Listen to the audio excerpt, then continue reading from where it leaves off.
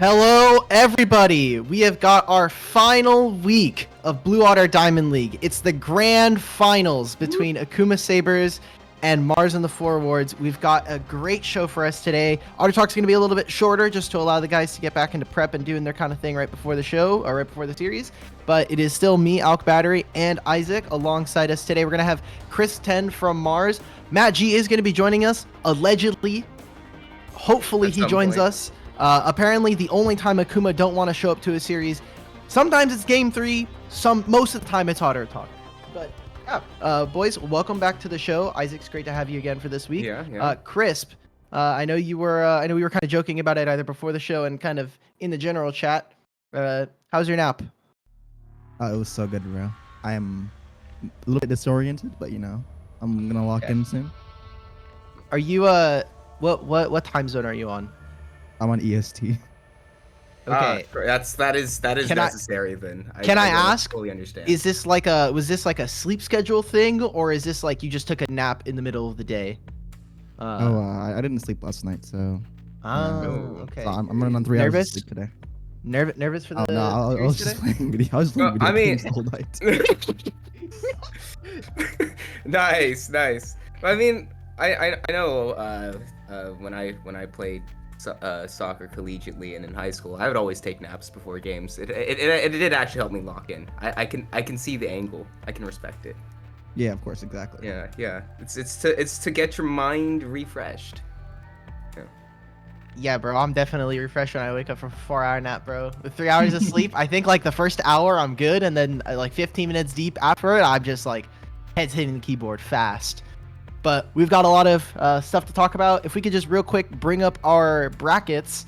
These are pre-playoff brackets that both Isaac and I filled out, and also there are just brackets kind of floating across the server if you looked in Diamond League Pick'ems.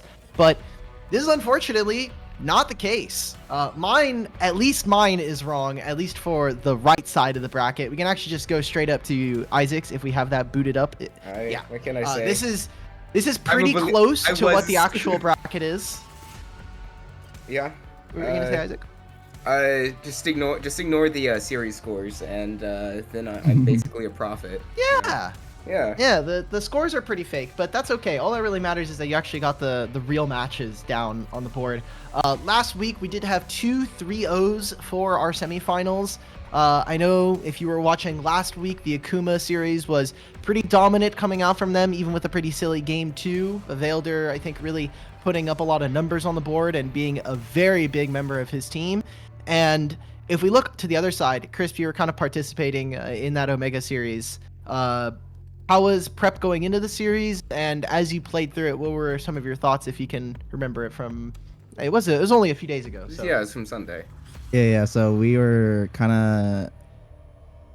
I don't think we really prepped at all. Maybe like for like 2 hours, like the day before. Basically, we kind of did some prep, but it wasn't really that much. And then in the series, honestly, I wasn't expecting us to lane swap, but my team's like, yeah, let's do a lane swap. So I was like, okay. And then it happened. They they didn't know how to respond to it. So that happened, and then they kind of were scared to like draft just in case like there was another lane swap. So they kind of just fell over and didn't know what to do. Okay, that's fair. I'm gonna be 100% transparent, guys. I forgot that the patch was this week, and I went to go boot up the replay. Couldn't access it because it was the old file. So so you didn't know we lane swapped then? Yeah, I heard because I was watching. I watched it live. Yeah. I remember Isaac was watching it, and me, I was out doing something with my husband, and I like immediately whipped out my phone at like 7:30, and I look in general chat, and I just see lane swap, and I'm like, what the hell am I gonna have to watch when I get back home? So I'm kind of sad I didn't get to see how you guys lane swapped. I definitely would have been probably a little bit more. Probably would have critiqued it a little harder if I actually got to see it. So I'll trust your word that you guys actually operated on an actual lane swap, and I'm not getting debated. No, they did lane swap game 1, like genuinely. Was it good? It worked. All right, nice. I don't know if it was like professional level terms. We're also not like a professional level league, but for sure. But for absolutely, the Goobers just had no idea how to answer it. I think they ended up trying to send Flame to help speed up Source Walker's clear for a bit. Yeah, that sounds like about just right. kind of and Oh, then yeah, Marz just took Flame. Raptors.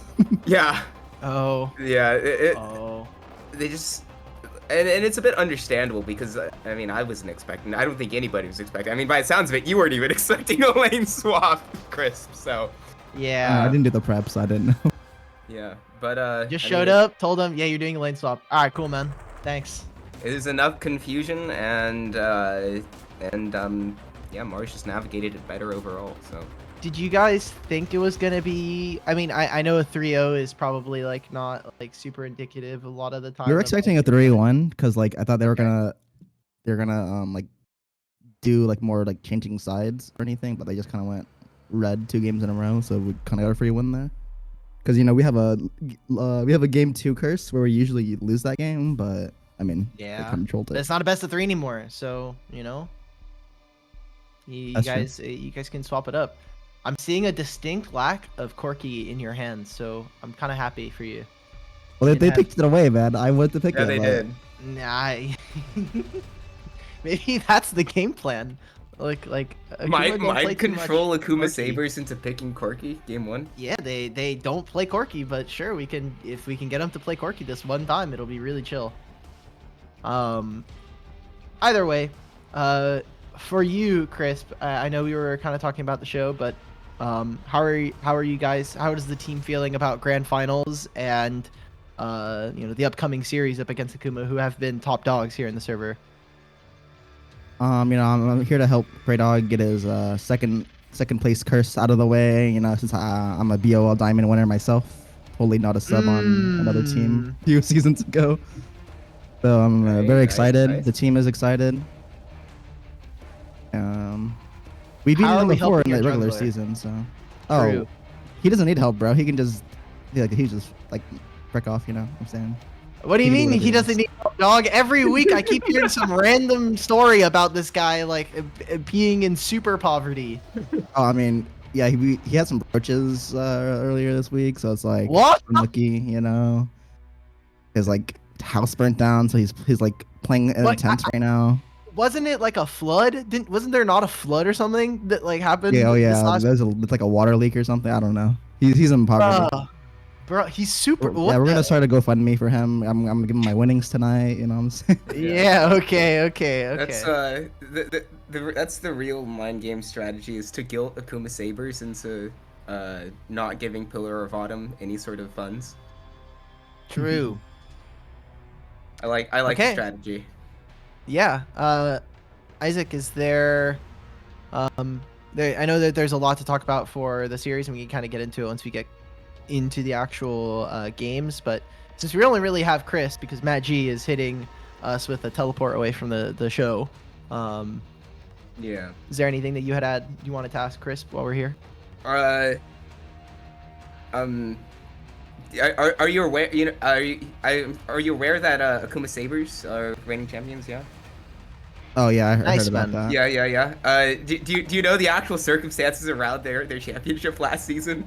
No, I just heard Matt G was carrying the team. That's all I heard. I mean, true. Not going to disagree. But also last season there was a pretty clear like 1 and 2 seed between Akuma and Con Esports. But after semifinals, Con Esports was disqualified because they had a unreported accounts above the rank cap, and so they ended up playing the 4th seed and won the final against the 4th seed. So So you're saying their win is a fraud last season? I didn't say that, but All that sounds like to me is how everybody else was complaining about Akuma this year or this season. I'm pretty new to the Diamond League to Blue Water as a whole, but every time I would go into general chat, maybe during the regular season especially, there was always accusations of them elo sitting and being ready, and they've said themselves that they're probably ready to go walk on to Masters, yeah. to go play at Masters. So yeah, Oh, well, I'm going back to Emerald, so. no, brother man.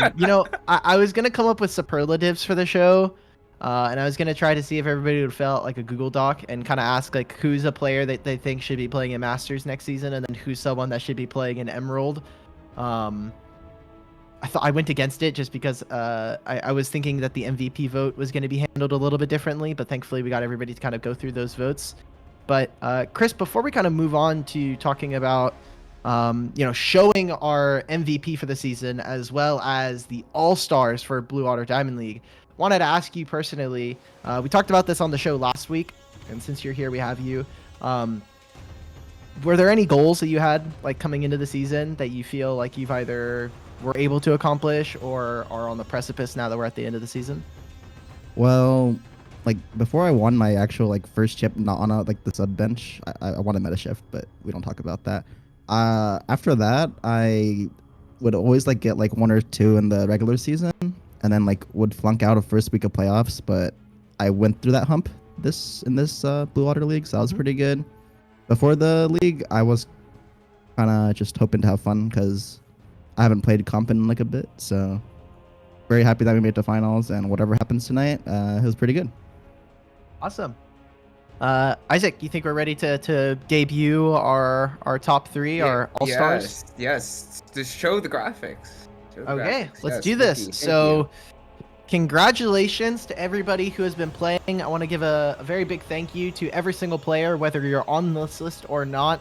If you played in Blue Water Diamond League, even if it was a single game, your contributions to the league are not unthanked, and it takes a lot to be able to get to this show and to make it to this point in a season. So to everybody, thank you for your participation and for just interacting with the community, especially for everybody who is very active in general chat for the most part, and to everybody who also came on to Otter Talk. It really helps with building a sense of community. I know talking with a lot of you guys individually, I heard a lot of great things about how they felt more involved and the league felt more alive this time. So yeah, this is our all-stars for the season. This was voted on by community members of Diamond League and maybe even people outside of Diamond League. I don't know what there was not particularly a very high bar of verification.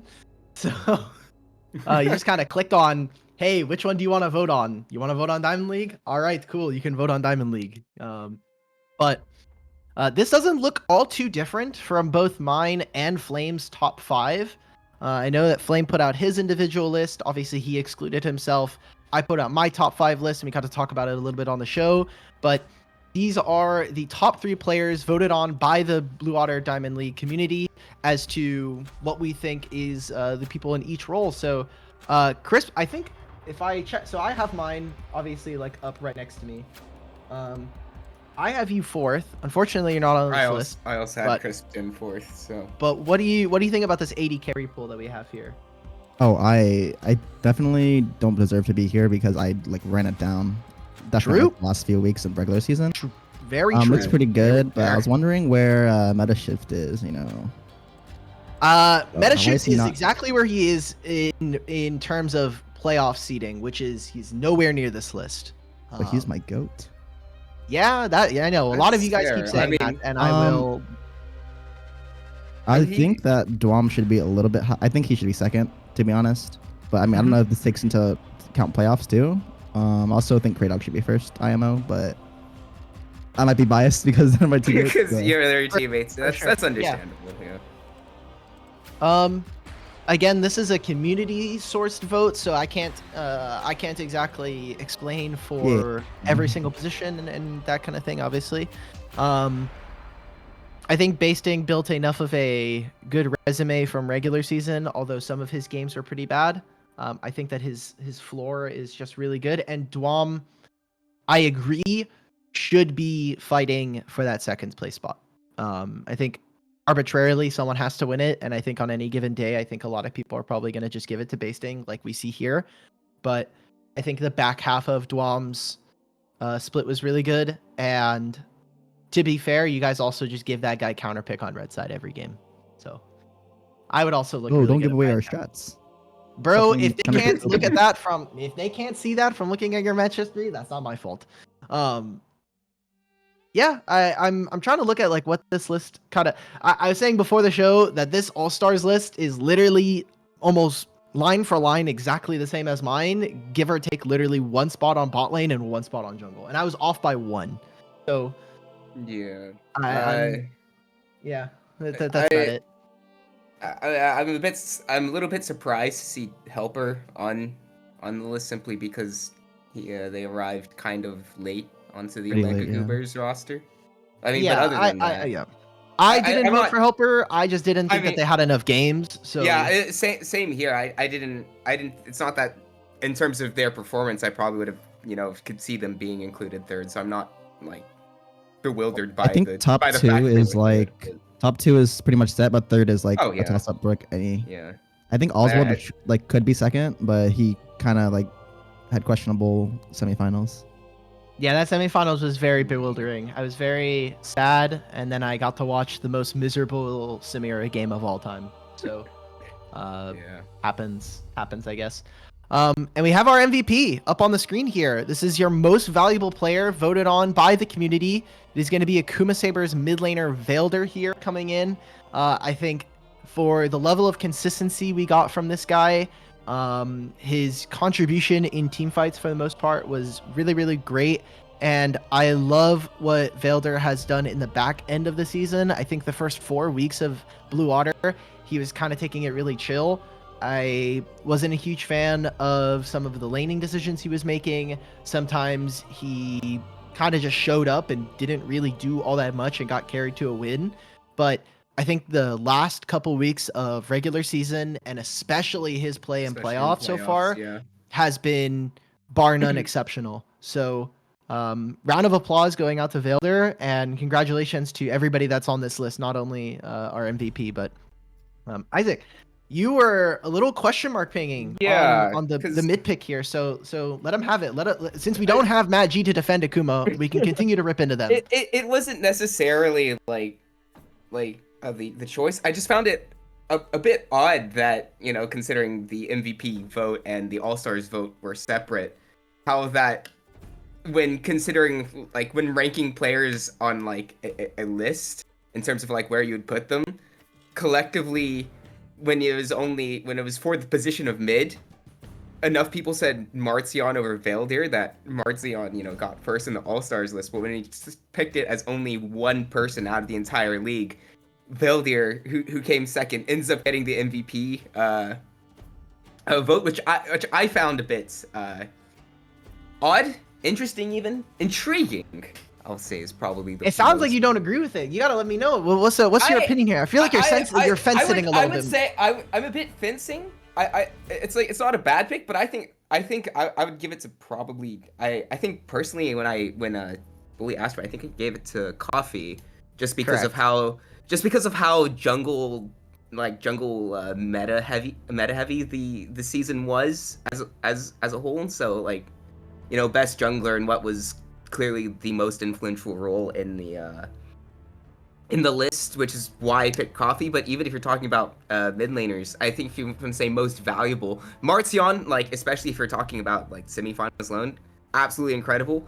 Take nothing away from his performance. I mean, not Marzion, Vaildir. I got that backwards. Hold on, Vaildir did amazing. Taking nothing away from his performance. But if you're talking about like kind of as a whole, Marzion, it is like Marz and the four wards, right? Even though the four wards are pretty good. They're actually, I would say, beyond pretty good. There's a reason why they're in finals. Congratulations. I don't know if I've got the except their AD carry. He's not on this All-Stars list for some reason. There might be some quirky performances. It might be some quirky performances that may have led to that. Yeah. But so while I have you here, Crisp, did you vote on this one? 2, do you remember who you put for MVP if you did? Oh, I put Twom. Okay, nice man. All right, I can't let my man Marz become first All Stars and MVP. So I had to true. put the vote. Agreed. Okay. Agreed. Okay. Fair. Yeah. Okay. So His if ego, you were to is fight too for, aside from not wanting to let your mid laner blow up the league in terms of ego, why do you think Dwam would have deserved MVP?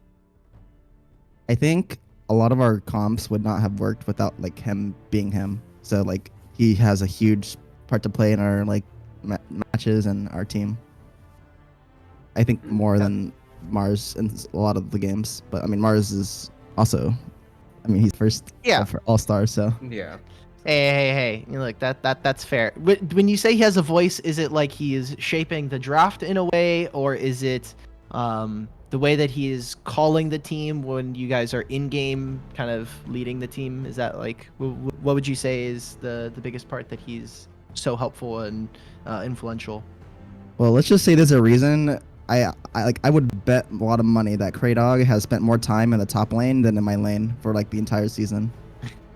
There's a reason why he's That's up just there. because grubs are so good, man. Grubs are good. Grubs led to an entire world champion this season, so Yeah. fair play. Yep. Cool. Okay, so all right, just making sure that we're good on time. Before we move on, I kind of wanted to the last thing I wanted to say about this MVP voting.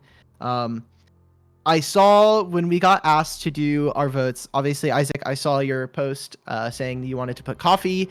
I thought about it for a little bit, and as much as I love coffee for how influential he is towards leading draft, towards how much of a in-game leader he is when watching their games, I think that sometimes he obviously jumps the gun, and he has talked about this on the show that he is willing to put himself in a bad spot. Bad spot being contextual as in a spot where his team is not necessarily there to back him up.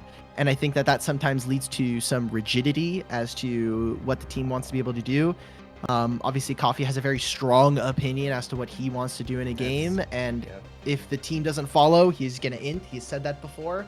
And I do think that that means that you do need to be a little bit more flexible, and you need to have that give and take with your team, and kind of being able to help them reach to your level that you think you're at, and kind of playing a little bit more to where your team is.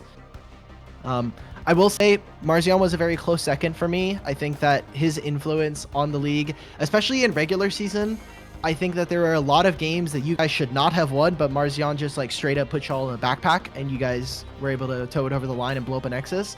But I think the same reason why I put Marzion in my All-Pro in top 3 is the same reason why I don't think I could give him MVP, is that his highs are extremely high, but his lows, he looks absolutely useless. There are a lot of RE games I remember from the season that I was just like, what is going on? What am I looking at? Some Syndra games where he was particularly useless. Some Silas games that were just like not particularly great. I had a hard time putting Marzion when I see the body of work that Vailder has put up throughout the entire season for the most part. Barring some Zed game, like that Zed game that I had to watch against my will. And then there is a handful of games I think coming from Akuma's mid laner that it wasn't particularly great. However, either way, congratulations again to everybody who is on this list, and for everybody else who has helped, whether you're a TO, whether you're doing production like Wookie or Breaku that we had for a week, anybody that's been on the show, whether it's Otter Talk or the cast. Really big appreciation to everybody who's been able to take part. This has been a fantastic community to be a part of for the last couple of weeks and or months.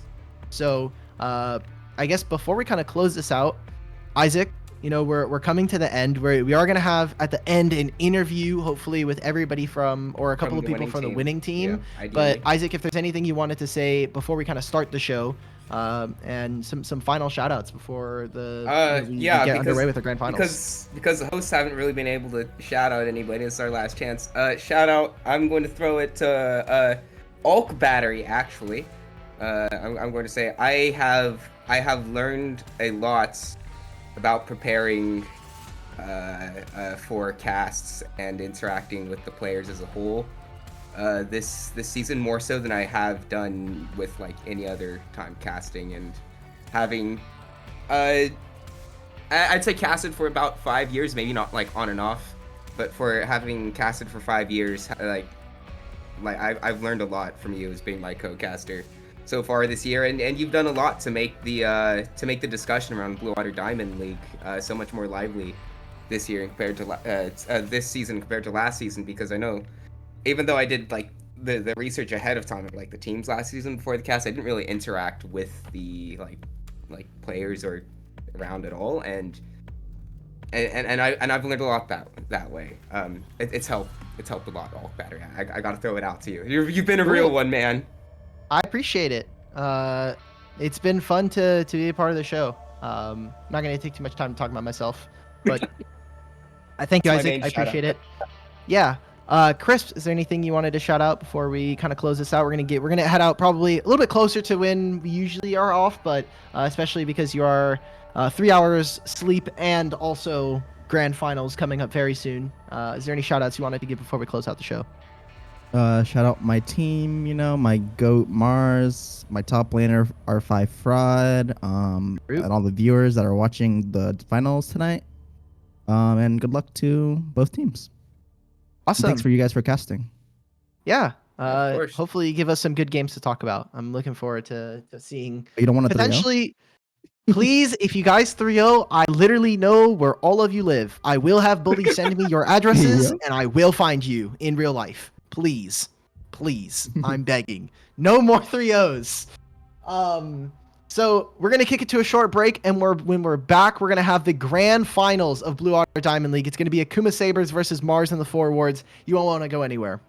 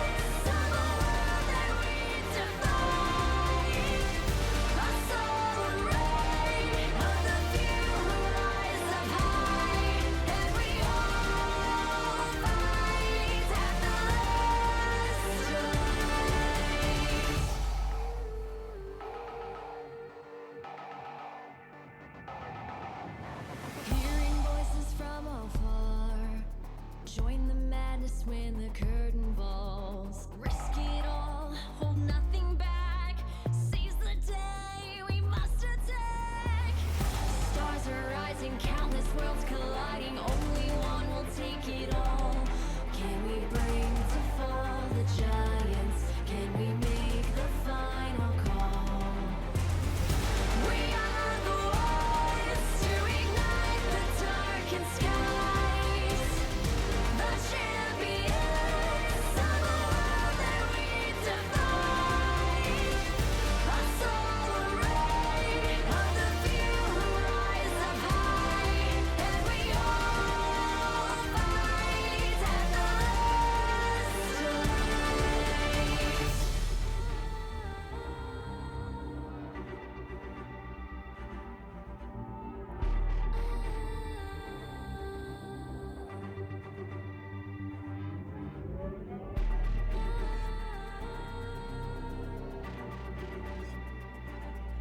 Can we bring to fall the giants?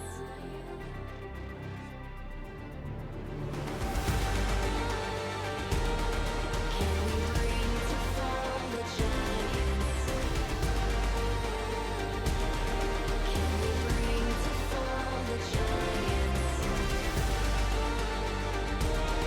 Can we bring to fall the giants?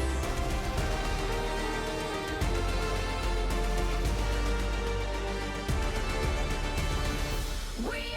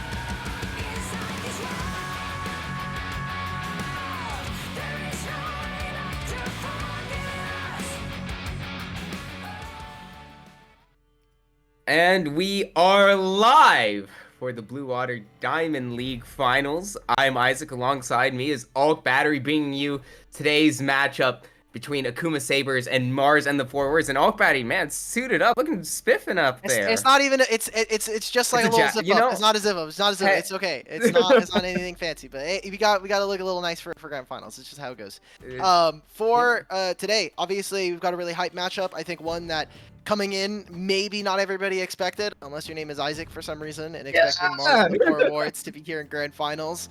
Marz and the guys, they kind of were looking pretty good at the end of the season. We obviously saw this matchup also up against Akuma, and they were able to beat them there during the regular season. So going to be looking forward to how these teams have adapted throughout playoffs. And coming in, Akuma had I think pretty easy schedule, all things considered. When you look at Marz and the Forwards, who have not only had to fight a little bit to get to their spot, but I think have also I think throughout the season haven't shown the same level of dominance as Akuma. Yeah, Akuma obviously come this one, reigning finalists. They're back again. Obviously, Veil, they're the new face, the MVP. Everyone was kind of bullish on him, but as you were mentioning in the regular season, Akuma Sabers, I mean, their two losses were against our second and third seed team, and in the playoffs they only had one round against Elysium Ares. And so, you know, it's one of the things you could argue that maybe it's signs of weakness there from them, but then again, they still are Akuma Sabers. It's nothing to take away that there from their achievements that they have done so far in this season. Yeah. So taking a look at the bans, I think the Ivor one is a great one. When we talk about Marz on the Forwards, we obviously can't ignore the man in the mid lane, Marziana himself, Silas and Syndra being two of his biggest champions here in the regular season and in playoffs. So not too surprised to see that. What I am looking towards is Akuma with the first pick way. When we look at all of their drafts throughout the rest of the season, it has been either picking up an AD carry for themselves, like the Ashe, like the Corki for Matt G, or picking up a flex that is used in both of the lanes, whether it is in top lane or in jungle. Coffee and Basing have been loving to do those swaps whenever it looks good. And here for Marz on the Forwards, when we look back, I was kind of going through their drafts today, trying to build up a draft profile for them. And when I saw it, I saw, okay, they would pick the Ziggs, and then they would pick Yone, and then they'd have a Mumu and Rakan. Those four champions typically stayed together a lot of the time, but a Ziggs pick here, giving that to someone like Crisp, who, while in the laning phase, I think has had a pretty rough time the past couple weeks, even said it during the Otter Talk self-admittedly. I think is a great champion when we look at how Marz loves to be able to play the lane, or play the game, which is get to team fights, have really strong mid and AD carry at that point, and then let the solo lanes really kind of take over the game. Yeah, that's really how, I mean, that's how they ended up pulling off that 3-0 victory against Omega Goobers in a surprising fashion. Like, even though I had them predicted to win, I wasn't expecting to see a quick in and out 3-0. But wait, hold on. And look, apparently, I think we're having a bit of issues with draft lull. Yeah, it looks like draft may have started lagging immediately. They're saying Blue 2 and Mumu, but the entire link is also kind of getting a little screwy. So I think we're gonna try to reflux on the draft while they are kind of getting that set up. I do like the Ziggs and the Galio pairing. It does mean that they are very magic damage reliant, and on red side we have seen Marz throughout the entirety of the season almost exclusively give last pick over to Dwam. So whatever AD champion he's going to be looking for, I think needs to be someone that is going to be a really hard carry. It can't be a tank. It can't be this champion like Cassante or even necessarily a Garen. I think it needs to be someone that's going to have a lot of team fight presence. I like the Wukong that we have seen. Also, his Olaf has been pretty impressive. So looking forward to see what exactly we're going to get from Marz and the Forwards. And also need to start thinking about jungle picks here, because a lot of the junglers are still up and the link's available. Back. Yeah, we're working again. We'll see while we're we'll see. Okay. Hold on. We're coming through. Yeah, the missing pick is the Amumu, just to clarify. But it does appear that okay, we're good. No issues. Wait, my desk is made out of wood, guys. I hope that knocking came through. I don't know. if No, you're Discord... good. I think okay, we're cool, good. cool. Saber We for can Matt clarify. G, however, definitely a champion that has a lot of wave clear. Something that has been noted for this team is the fact that when we talk about the bottom lane pairs, we have seen Matt G and Eclipse be really, really aggressive in the past couple weeks, but typically they're in a role that is mostly going to be playing for those later game team fights, and definitely a strength of Akuma. And why we think this matchup is so close is typically these teams are going to have really strong solo laners coming in and then playing an amazing team fight game once we get to that stage around objectives. Yeah, and taking away Silver, it's also a good option to move away from Marz and the four wards. At least recently, Crispin definitely popped off on it last week in that game one. So picking it up there in the first round, and also it like I said, it is yeah, no, that's the main thing, is that it just nullifies that general thing that Marz and the forwards are kind of going for, especially with the Ziggs, to kind of you know Sivir has that words are kind of struggling, but it has the range and the ability to just stand far away. And I think if you pair Sivir Ziggs together and you play that sort of game on the side of Marz and the forwards would be very helpful. So taking that away as an option, I don't dislike it, but as bans come through from Marz and Sabers, we got a heavy focus towards the top lane this time around, with Cassante, Ornn, Olaf, and Camille getting taken away. This might be a moment where Basting feels comfortable picking up his Urgot. It's a champion that he's obviously known for in solo queue. Urgot's banned. banned. Oh, Urgot is banned. Never mind. Okay. Urgot's I was banned thinking, I was like, for okay, maybe we got rid of the Cassante, the Ornn, we got rid of Olaf and Camille. This looks like an Urgot game. Maybe we'll get it later in the series here. I think that's definitely a potential here, and going for more of what we expect. Support on 4 here for Marz, going for that R5 for Dwam, with a lot of champions taken away. The Camille, the Olaf. I think it was pretty interesting to see Olaf taken away when Cassante was already gone. I think maybe they would have wanted to focus on potentially even preparing for a Jax here on 5. Wouldn't be surprised to see it from Marz in the forwards. Could also be that Yone flex that has kind of been lurking a little bit. We saw it earlier in the season, but it's been a while since we kind of got that from the top laner here for Marz in the forwards. I do like this Poppy pick out of Akuma Sabers as a response to the Alistar. That's almost certainly going support, as is. I think maybe if you take away Olaf, potentially it might be inviting a Gragas pick to kind of round out the sort of team fighting composition. You know, have the Mumu there. Maybe could be a potential choice. I think would be somewhat along. Oh wait, ooh. Okay. Basically going for the Volibear blind here and inviting whatever Marz wants to try to go for. I think Jax is still perfectly fine. We'll have a little bit of an issue of getting into extended trades very early on. Again, I want to see heavy AD trading on the top side. I think going for a champion like a Gwen, an AP champion in top lane, is really problematic when you think about Akuma Sabers and what they're going to be able to itemize as the game goes further on. Let's wait and see. Zeri will be the choice for Marz and the 4 wards, though.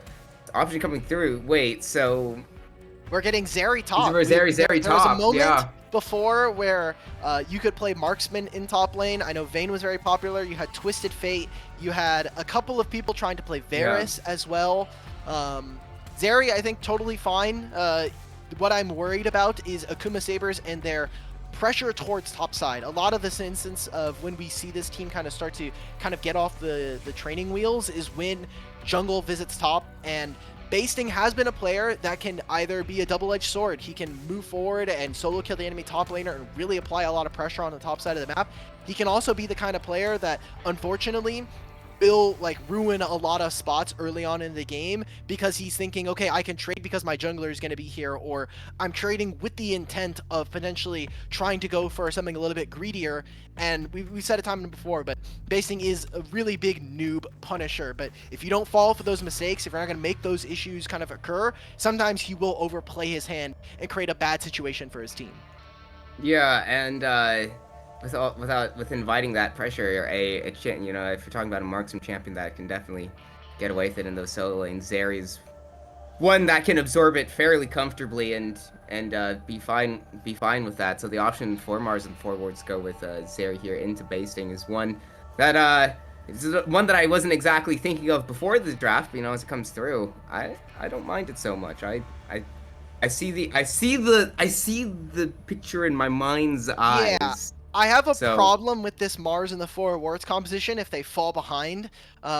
You're going to be outranged by Hui. Sivir, with the buffs to her Q and just generally how Yeah. Sivir tends to play right now, not only is going to be able to out wave clear you, or at least match the wave clear of a Ziggs, but can also go for those Q pokes as well. And even from behind, Akuma Sabers can very easily turn on a dime and start a team fight. You have the Amumu, you have Poppy and Volibear. I think these are all reasonable terms of engagement.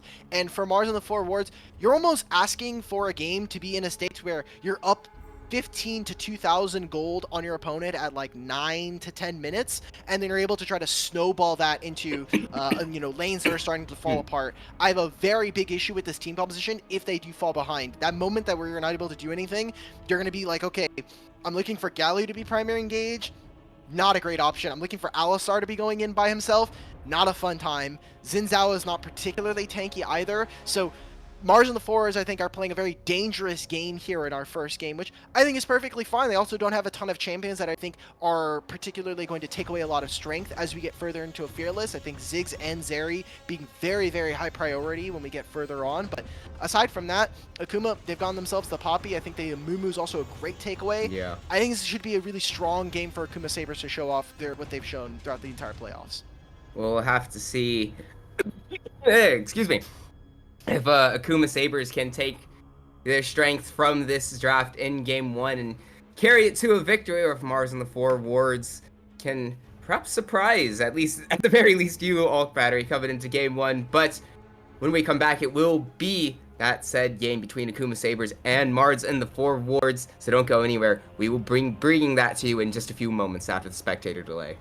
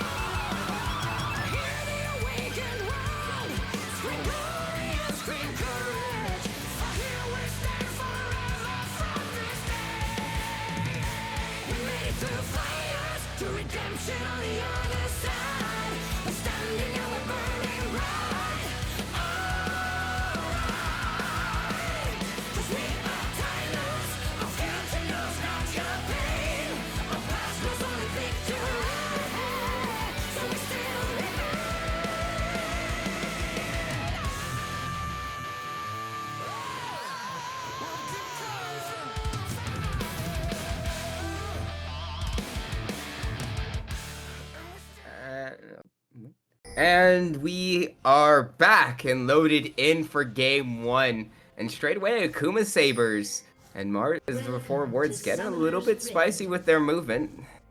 Akuma Sabers moving everyone's top side of the jungle. They're suspect. Yeah, they're going for level 1. Yeah. I think this is fine. You look at what their champions are. You've got a Mumu, you've got Poppy, and these Volibear. You should be going for a level 1 where you can. Problem now here is if they made a full wraparound, they would have seen this ward is also here to try to help if they think that there's a potential lane swap, which doesn't seem like that's going to be the case. But as soon as one team starts lane swapping, you have to always imagine, okay, are they always going to be looking for this as a potential option? Yeah, especially since it blindsided everybody this past Sunday. In that game 1, I know I was there watching that, and I had to do some double takes to be sure that what I was seeing was in fact real. But Marz with forwards do get a little bit lucky to kind of dodge out that potential invade and get down vision themselves, so they will know the exact starting location of Coffee, and so there'll be the choice to start on opposite sides of the map for these two junglers coming into this one. Yeah, right now what Coffee is going to be needing to do early on into the game is just to find where the enemy jungler is and make sure that he can kind of play for whatever lane. He has a lot more options when it comes towards ganking. He has the Poppy who can help set him up. I think that in the Hui versus Galio matchup, Galio is going to take a lot of damage, but necessarily once he hits his first item, he's going to be really tough for this champion to try to break through. And the objective right now for the side of Marz and the 4 wards is how do we protect our Zeri? How do we make sure that this marksman in the top lane is going to be able to hit the 1 and 2 item mark? And that is just making sure that they have information on the enemy jungler. So I like this early ward, and if they're going to split the map like this, if we're going to have junglers on opposite sides, then right now Basting just needs to make sure that he's not the one that's giving extra gold and experience over to Dwamni. Yeah, and that range versus melee matchup, I think even though you have to assume that after that first recall, Basing will probably be feeling fine early on. A bit of an odd choice for the melee range matchup to go for the Doran's ring from Basting. Yeah, I mean, like, I think D shield is just too weak. Like, you have absolutely no teeth in this lane, and the point of the Volibear matchups, at least in a lot of them, unless you're going up against like some really disgusting bruisers, is you're gonna try and take short trades, and the burst damage of Volibear is where it's gonna be at. That bite part with your W alongside Price Attack is gonna be really, really strong. But he needs someone else to be there. He needs either his support or enemy or his own jungler to come help him with that kind of assistance in the trades. I do agree that it can be a little bit strange, but I think if you have D-Shield, you're just never going to be able to kill this champion, and D-Ring on Volibear is really, really strong. It's kind of close to D-Blade a couple of years ago. Like, you can still go D-Blade on, like, Kennen top lane, just because of how often you're auto-attacking, and I think there's still a case, I think, where there are some matchups where you can go D-Blade start on Volibear, and it's still pretty good. All the while, it has been Dwami, as expected, pushing in this lane against the Velder. Hold on, Marzon going to be able to take Velder quite low, but Coffee is in the area. Velder shielding himself up for a little bit, getting a decent kind of trade back, but that is a very good move in to Marzion to completely push Velder out of this one. And hold on, Basting going on Dwami, as you said, short, quick trades. But all around, early on from what we've seen, I've been pretty, I guess, pleased with Marz and the forwards, at least in the small microcosms that we've seen in these matchups and how they've played them out, like on a micro level. He's doing fine for right now. I'm glad that Marzion was able to take that damage down onto Velder. Doesn't also die to Coffee, and with that, they do get vision of where Coffee is. They should know, okay, look, we got another ward on where Mumu is. We're protecting our top laner, and Basting, I think, even going for that trade, recognizing that with Coffee coming from the bottom side of the map, ganking onto mid lane, that there was potentially an option for him to coast into that lane and potentially look for a gank. So with all this vision, they're just protecting Dwamni. I think with what he was able to do top lane, that vision, the ward, I'm looking at this now. This wave is going to continue to push against Basting, and that's not great for Dwamni, especially when you look at where his jungler is. He needs to be very careful for the next minute before potentially even Coffee comes up here and ganks him.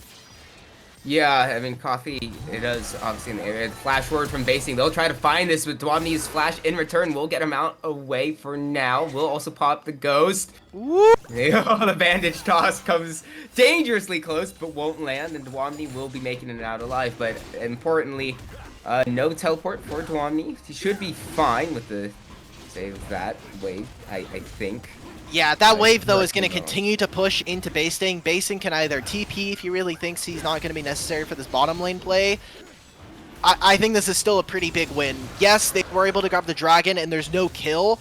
What I'm going to say is that within the next 4 to 5 minutes, if we do not see Coffee on the level 6 timing for Basting once he gets his ultimate, if they're not able to make a gank happen, if they're not able to kill Dwamni, then this line of play ends up becoming a massive win for them. And now you even see they're taking control of mid from the side of Akuma Sabers, and they're just going to use this to try to prioritize 3 grubs, which you would think with what happened, again, we're playing ranged into melee, you should be thinking that you're going to be ahead, but that trade right there opens them up for the objective.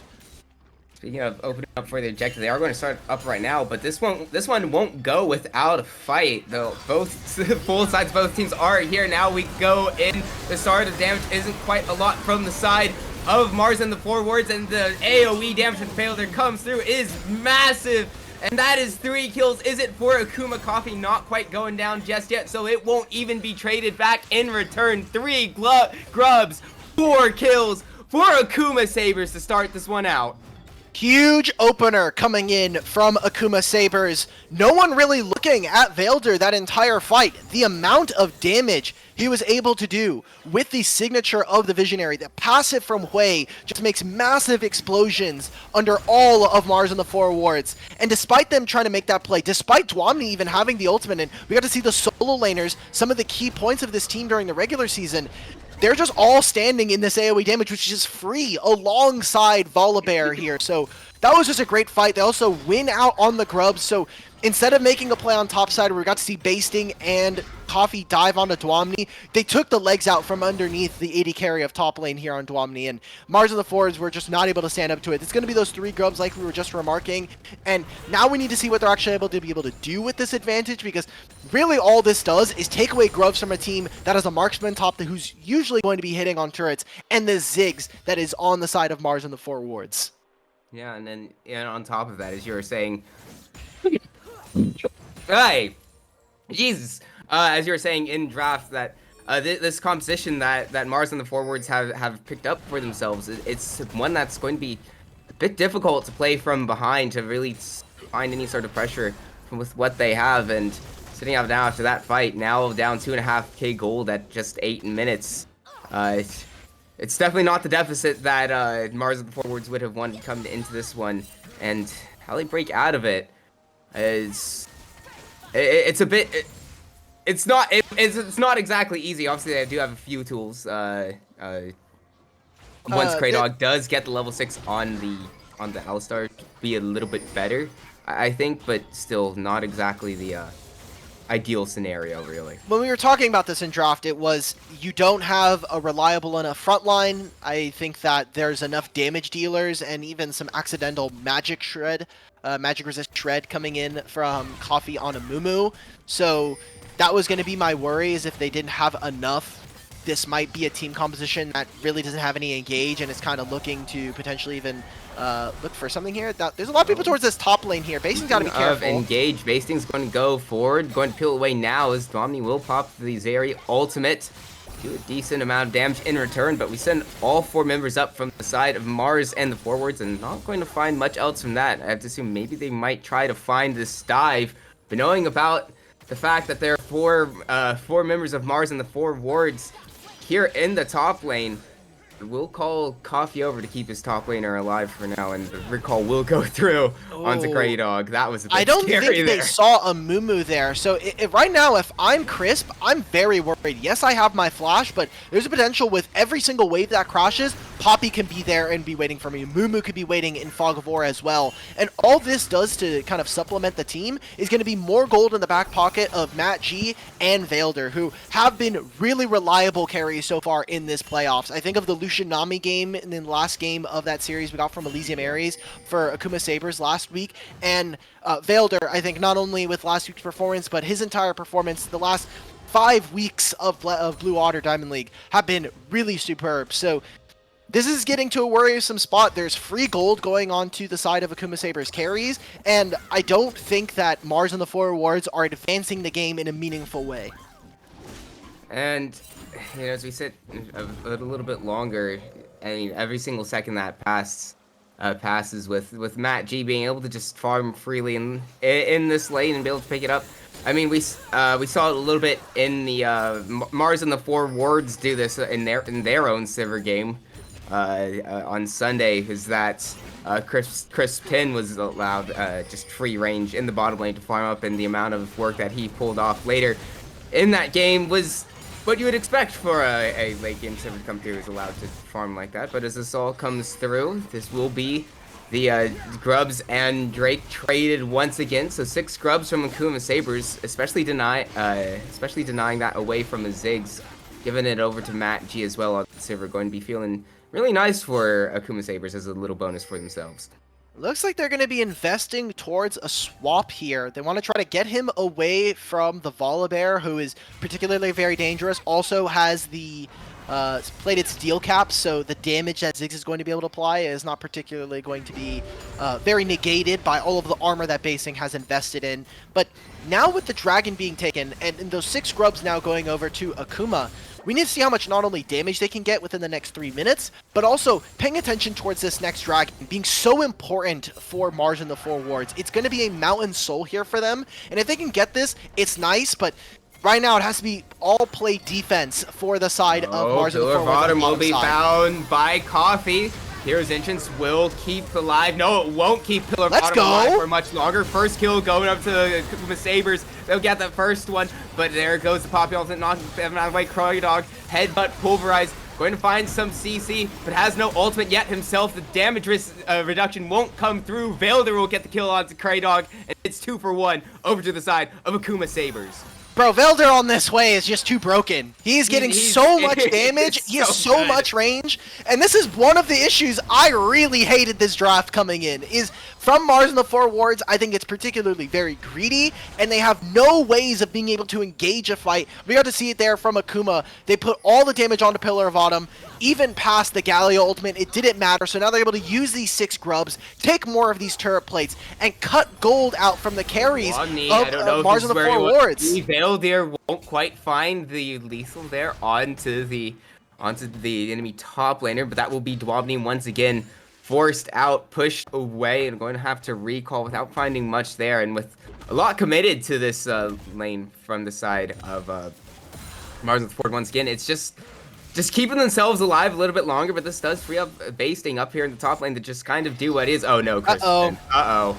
Yep. Oh, that's the tower going to be disabled. Will the teleport come through in time to save Kristen? Marcion, oh no! Justice Punch goes the wrong way, but the taunt will draw the tower aggro.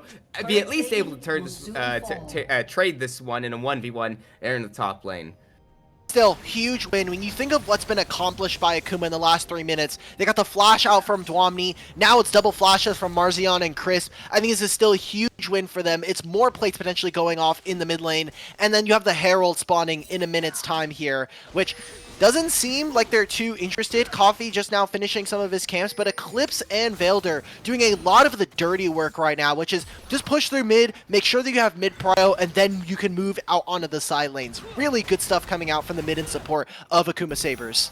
Yeah, they've definitely moved around the map and influenced the game in a way that would have liked Matt G, though might be in a Joe. Won't use the spell here to start this one out. It's a bit greedy from Matt G. Will it cost him? Yes, it does. Dwamni will get the kill onto the enemy 80 carry, picking up some gold under there.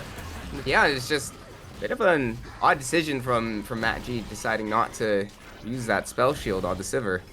Yeah, now the issue becomes, with this Herald going over, again, 6 grubs on this Akuma side, I think I'm still perfectly fine with the situation.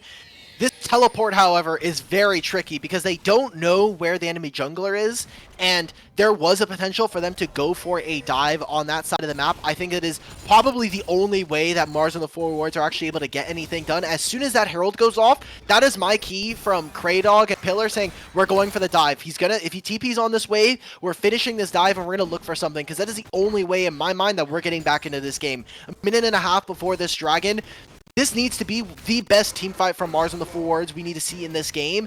Otherwise, I think this entirely goes to the side of Akuma. They've already won some of this early game. They've gone all the grubs. The only part that's kind of stopping them is a potential dragon stacking on the opponent's side. They do now set up about, quick maths, about 5k gold at around 15 minutes, and with this, as you mentioned, the key dragon fight coming up in about 50 seconds now since you last mentioned it. There is a decent amount of vision down from the side of Marz on the forwards into the dragon pits. Now they won't be going in completely blind. They'll have a decent amount, especially with the scuttle crab getting taken there. Some vision you can't deny. But they're going to definitely be positioned outside, on the outside, looking in onto this one, into what is an Akuma Sabers team that can start to fight at any moment. They're going to commit a lot of members to the top side map, trying to find basing if they can. Bit of an, I guess, it's a decision. I just think it's bad. Like, right? Yeah, like certainly Marzion got trapped in lane. We saw that him and Basing were fighting. He couldn't take his recall, and then he got canceled again after the wave hit the turret. And after that point, now you're officially late. You're 40 seconds before the dragon spawns. You still haven't recalled. You have no TP. They've had to invest the TP coming out from Kristen just to hold on to mid lane. I'm going to be honest, I think Marz and the four wards, similar to how Crisp had just woken up right before Otter Talk, they look completely lost. Not only mechanically, I think, are they kind of misplaying some of these fights, I think in general, they are just making a lot of mistakes around the map that are leading to this issue. Committing the ultimate, Marzion going to be spotted out, taking a lot of damage, 1v4, nothing you can really do, especially as the bandage toss drops, shutdown going on into the hands of Coffee. They're just taking over the rest of the map. It's going to be potentially a turret here for Dwamni, as no one else is really here to match, but playing 4-1, they got the dragon. They're able to stop the stacking, at least delay it by another 5 minutes. And they still have these 6 grubs. They have another minion wave coming in. I mean, these are just really sloppy lane assignments coming in from Marz and the 4 wards, and they are losing all over the map now. Another turret taken here. That gold lead is only going to continue to expand, and once they spend their items, then you're in a situation where we're looking, okay, when you have a marksman, especially with the crit changes, your second, and your third item are typically going to be a little bit stronger, but you're really, really weak until that moment. And even for a mage, Kristen is nowhere near finishing a Seraph's Embrace. You look at Mad G, he's close to finishing his Navori Quick Blades. You have Vailder, who's about to finish a Leandri's second tier. I mean, this is only going to get worse, and you're not even hitting item break points in a meaningful amount of time, so I think this game is getting from bad to worse right now. We need to see either a pick come out from this Marz and the 4 wards team, or just watch them slowly bleed out on the Rift before the Nexus explodes.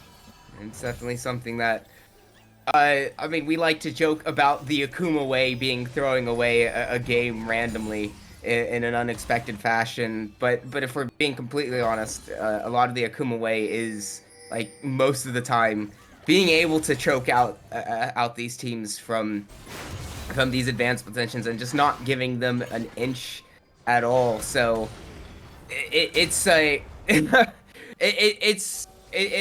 on the forwards basically run into the exact specialty of that Akuma Sabers have shown not only this season but last as well, really. And considering the team is largely the same, this game 1 is looking. I mean, no game is doomed. It's not over till the Nexus goes. I think this game is pretty doomed unless I see a disgusting throw from Akuma, which we shouldn't expect from our first play. Okay, Dwam just gets to die here now. He just uses E, he's dead. There's Coffee. Curse of the Sad Mummy going to be dropped down. There's just nowhere you can go as Dwamni. Absolutely nothing you can do. The best you can hope for is to give the kill over to not Vaildir, but they can't even do that. Vaildir gets some more gold under his belt, sitting 3-0-4 on the way.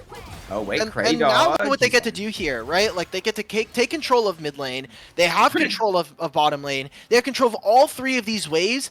And at best, what Marz and the 4 wards are able to do is cover 2 of them. But now that they're down a member, it's very hard pressed for them. They also have to deal with 6 grubs, so this top tier 1 is going to be going down.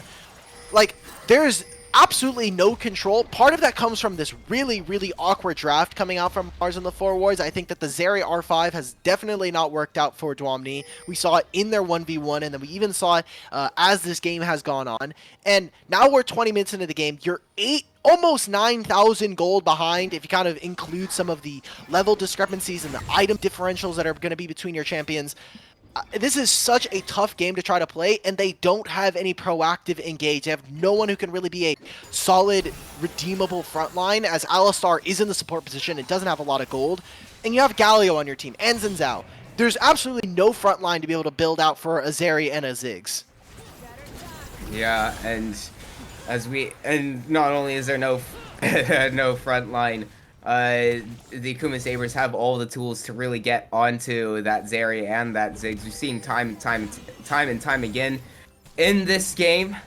Maybe not most frequently, but at the very least when really needed them to. And so as we come through, we do have the next rate coming up in about 50 seconds though, and we'll start a fight here. They will find Coffee. Here comes the hero's entrance. Will force a flash away, but the Keeper's Verdict will knock members away from the side of Marz and the 4 wards as Eclipse goes low. Can we find the kill onto the enemy support? No, they can't. That'll be Eclipse getting out alive, but that's a lot committed to an early fight to try to find advantages around this potential Baron fight. Dragon that's coming up in just 25 seconds now. They won't get any kills for it, and then the side of Akuma Sabers are probably feeling pretty fine about that. Vaildir's healthy, and now they do have a bit of side advantage moving into this one. Vaildir's here. Teleport coming through from Martion will drop that down immediately. Get over to the Dragon Pit, but we're starting to have these teams once again get leveled with each other. But the longer we just stare at each other, the longer that we kind of have a little bit of a feeling out process that does leave Basting in this top lane to continue to take more and more as they just kind of sit around for it. There's nothing for them to do here. Like, they have to fight right now as Marz. Autumn Coffee will drop a decent amount of damage there. Wait, Basing is just going to go into Dwamni. Basing hasn't even used the ultimate yet. Flashes forward, tries to chase down Dwamni, gets the ghost from Dwamni, but he's still feeling fine, but is in a bit of an odd situation right here. His wave is coming through. We'll be able to get out of that for now, but that pulls everybody away from Marz and the 4 wards, away from that Drake, so it won't be soul point for Marz and the 4 wards. All they can do is respond to Basting, and that just opens up the rest of the map for Akuma Sabers. Yeah, Dwam wanted to stay. He wanted to be able to catch that wave, but Basing's just constantly applying pressure. He's saying, I have 6 grubs. You cannot leave this lane, especially without teleport. And with Dwamni there, he's got us in there. He loses both of his summoner spells. And yes, now Basing doesn't have his flash, but I'm going to take Zeri not having flash when I have a Poppy and an Amumu on my team. That's almost always going to be infinitely more worth for my team if I'm on Akuma's side. So good job from Basing. Make sure that he's applying pressure and making sure that the enemy team has no other response. Out. There's a lot of members here from the side of Marz and the 4 wards to find the enemy support. Eclipse finally not going down just yet, but a lot more committed. They hear entrance will be dropping down now. Coffee's down. 2 kills over to the side of Marz on the 4 wards, but here comes Vaildir is here now.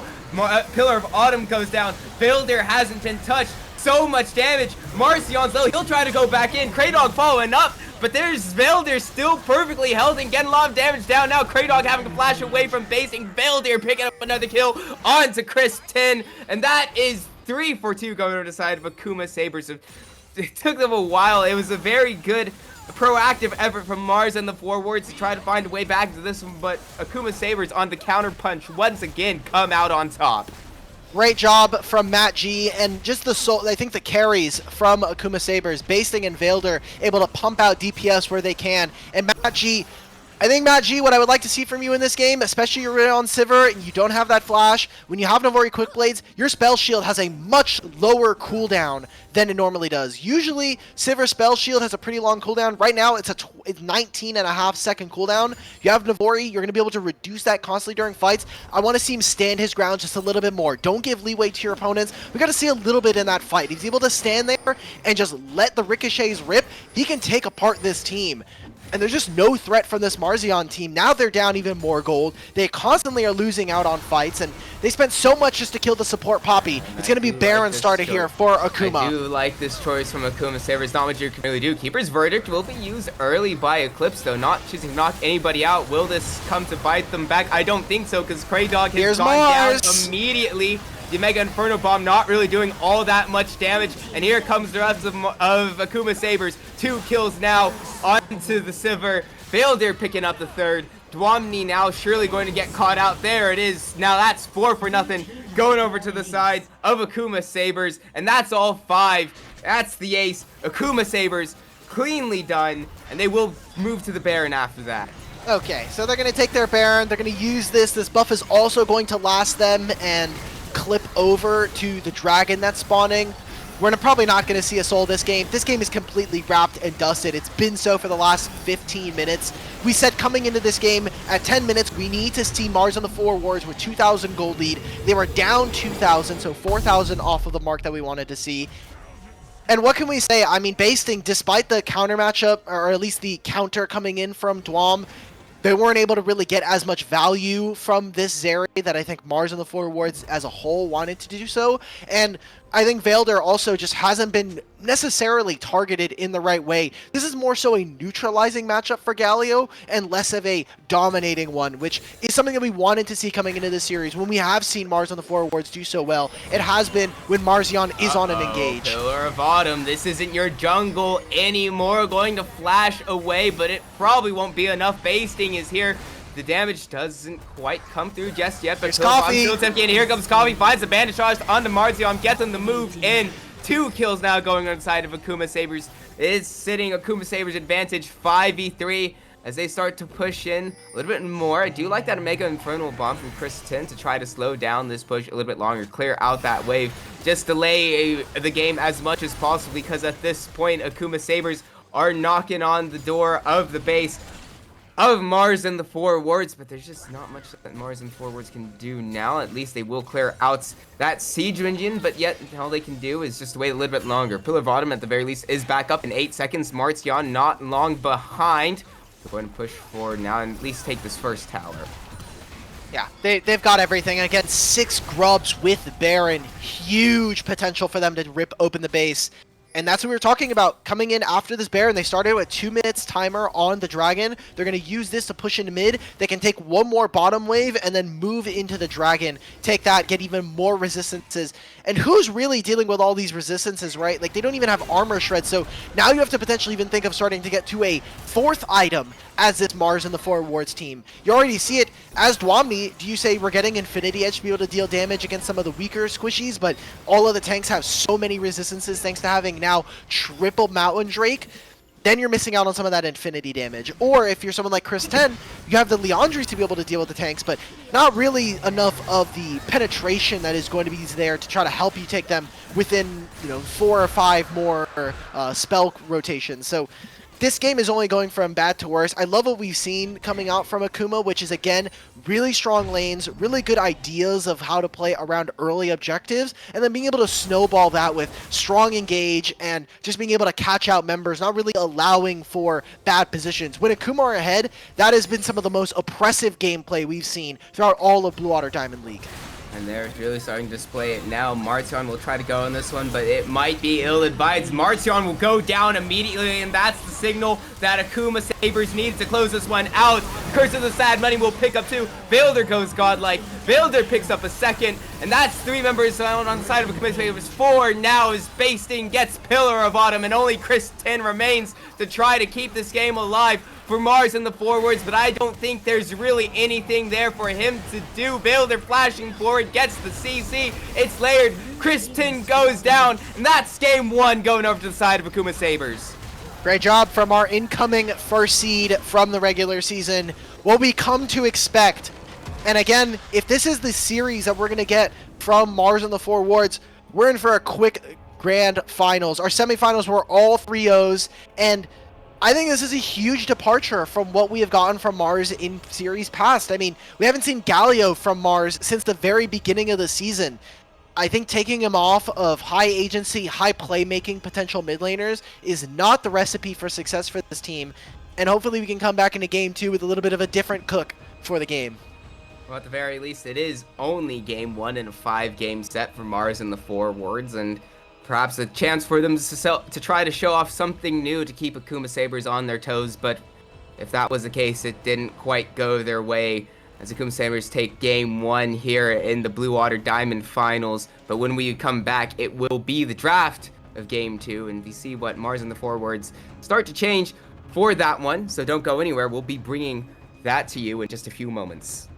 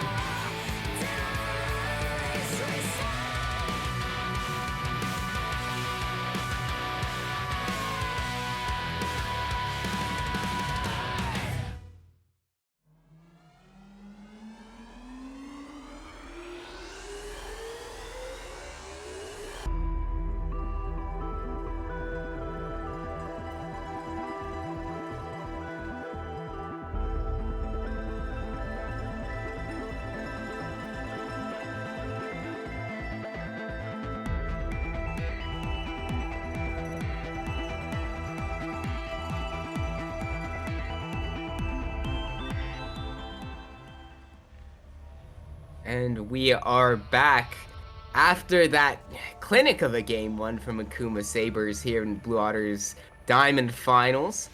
I'm Isaac Longsmith, is Alt Battery, and we are definitely expecting to see some sort of shift from Marz and the forwards, as they themselves have selected a blue side this time. Okay.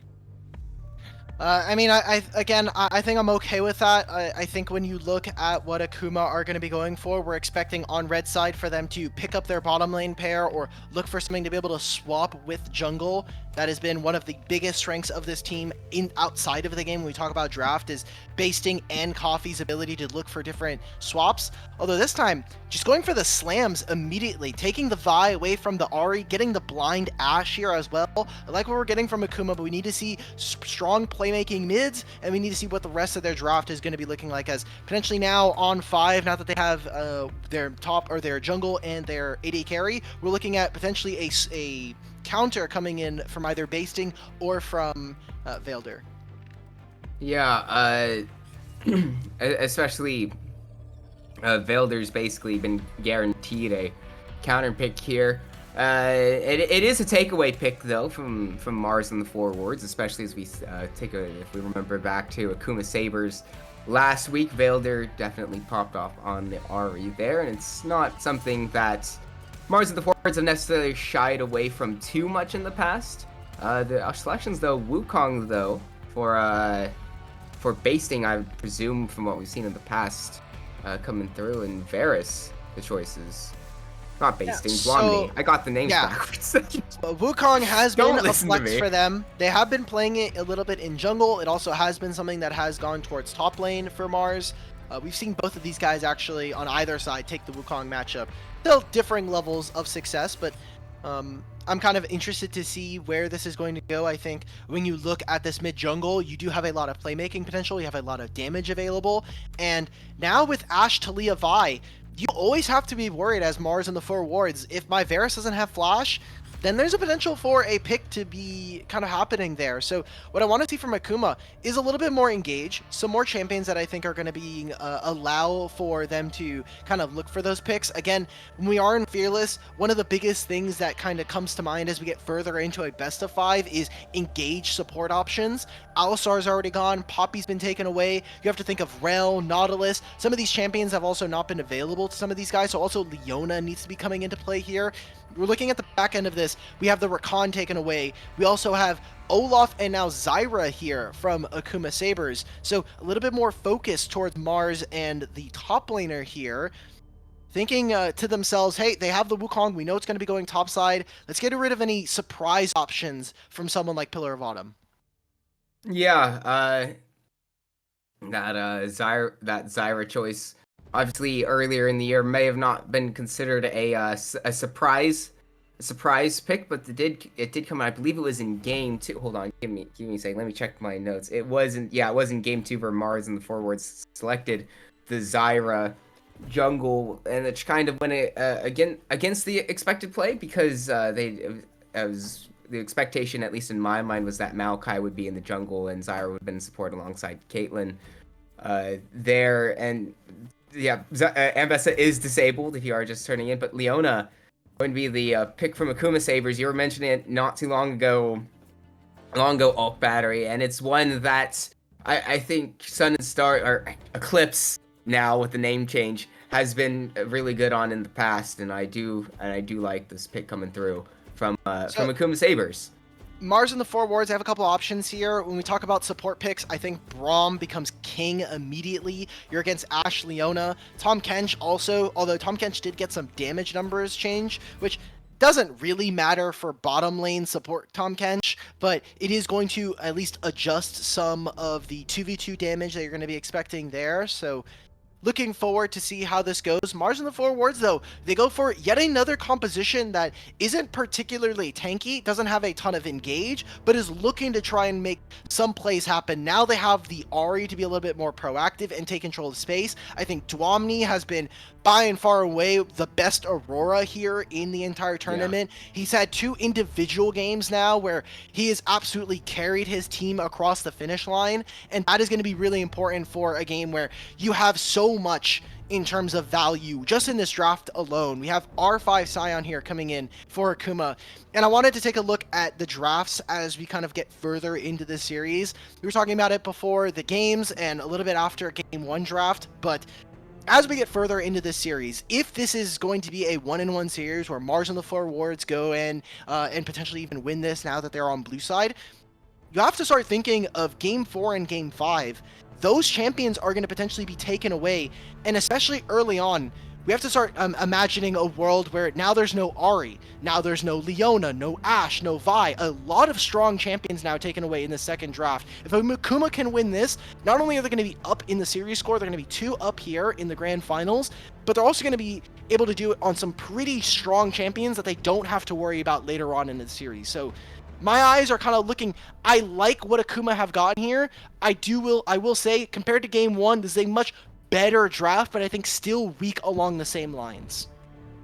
And at the very least, I will say for Marz and the forwards, it's definitely a lot more comfortable for them. I think with what they've played in the past, it's more so along the lines of what we've seen with the Wukong and Aurora coming through. But Tom Kinch, it's a bit of. I mean, I see the idea behind it. It's kind of similar to that of the Braum with the Devourer being available for the Varus post level 6. It just makes Vi useless. Every Vi ultimate just means nothing now. Yeah. Same thing with Ashe, True. right? Like the Braum, I feel the dumb. I should've Braum thought shield can kind of stop the Ashe ultimate. It also is a good lane matchup into Leona. But against Leona and Vi, I think Tom Kench obviously slots in a little bit better. So I think we're kind of fine with where they're at there. It looks like they kind of had a misdraft right there, so they're gonna get that fired back up. But yeah, I still have a lot of issues with some of the front line that we're going to be seeing from Marz and the forwards, and so we need to see how much Dwamni can actually do. It is a Scion, someone that can be a little bit stronger in lane, but doesn't always have the same access, and Aurora being a champion that has gotten, nerfed systematically every single time, I think, so far in this patch. Well, we'll have to wait and see whether or not Marz and the forwards' adjustments can come through, the bit of more comfort coming down from them, if that's what they need to get over the line, or if Akuma Sabers, with a lot of the sort of strong champions that he went through to take away from future games, can bring them across the line and bring themselves to series, season point at this point now. Whether or not that comes through, but we will have the spectator delay, and when we come back, we will bring that matchup for you. So don't go anywhere. We'll be back.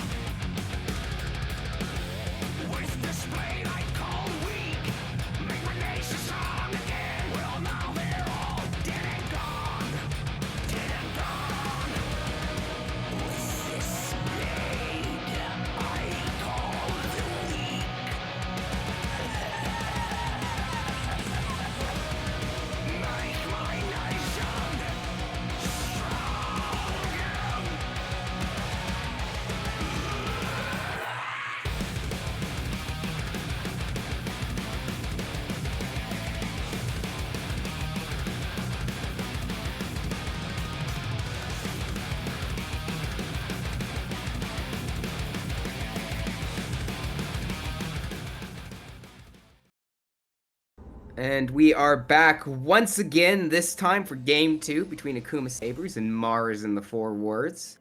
And straight away, no surprises as these two teams start to line up for our 5-point starts. No early game shenanigans. No, Would have none thought this maybe with an time, Ashe and a Leona, unfortunately. there's a potential there to try to look for something, but instead they're just going to try to play a pretty standard vision line early on. What I want to see is if there's any vision wards early. It seems like Matt G and Chris 10 are throwing sparring hands with each other. They know each other are there. But aside from that, where junglers are going to go are so important. Obviously, we saw Coffee dictate a lot of the early game with his Amumu, and we didn't really get to see too much of Pillar of Autumn in that first game. There were some angles for the Xin Zhao, but didn't particularly look very good. And yeah, I mean, there was nothing much to see from that game. So obviously for the jungler of Marz and forwards, we want to see them be a little bit more active. And you are playing Wukong, you have some ability to skirmish early. You also have the Ahri in the mid lane to really open you up for some more damage early, to look for something in mid, especially against a very early Talia. So let's see what he can get done. We have junglers starting on opposite sides of the map. Yeah, once again, junglers, I believe they're even the same sides of the map, if I recall correctly.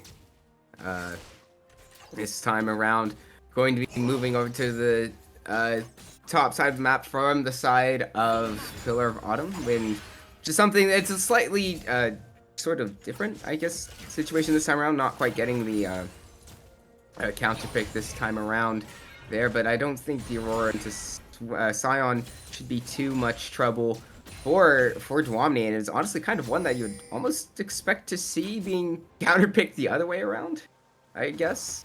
At least in terms of that matchup specifically.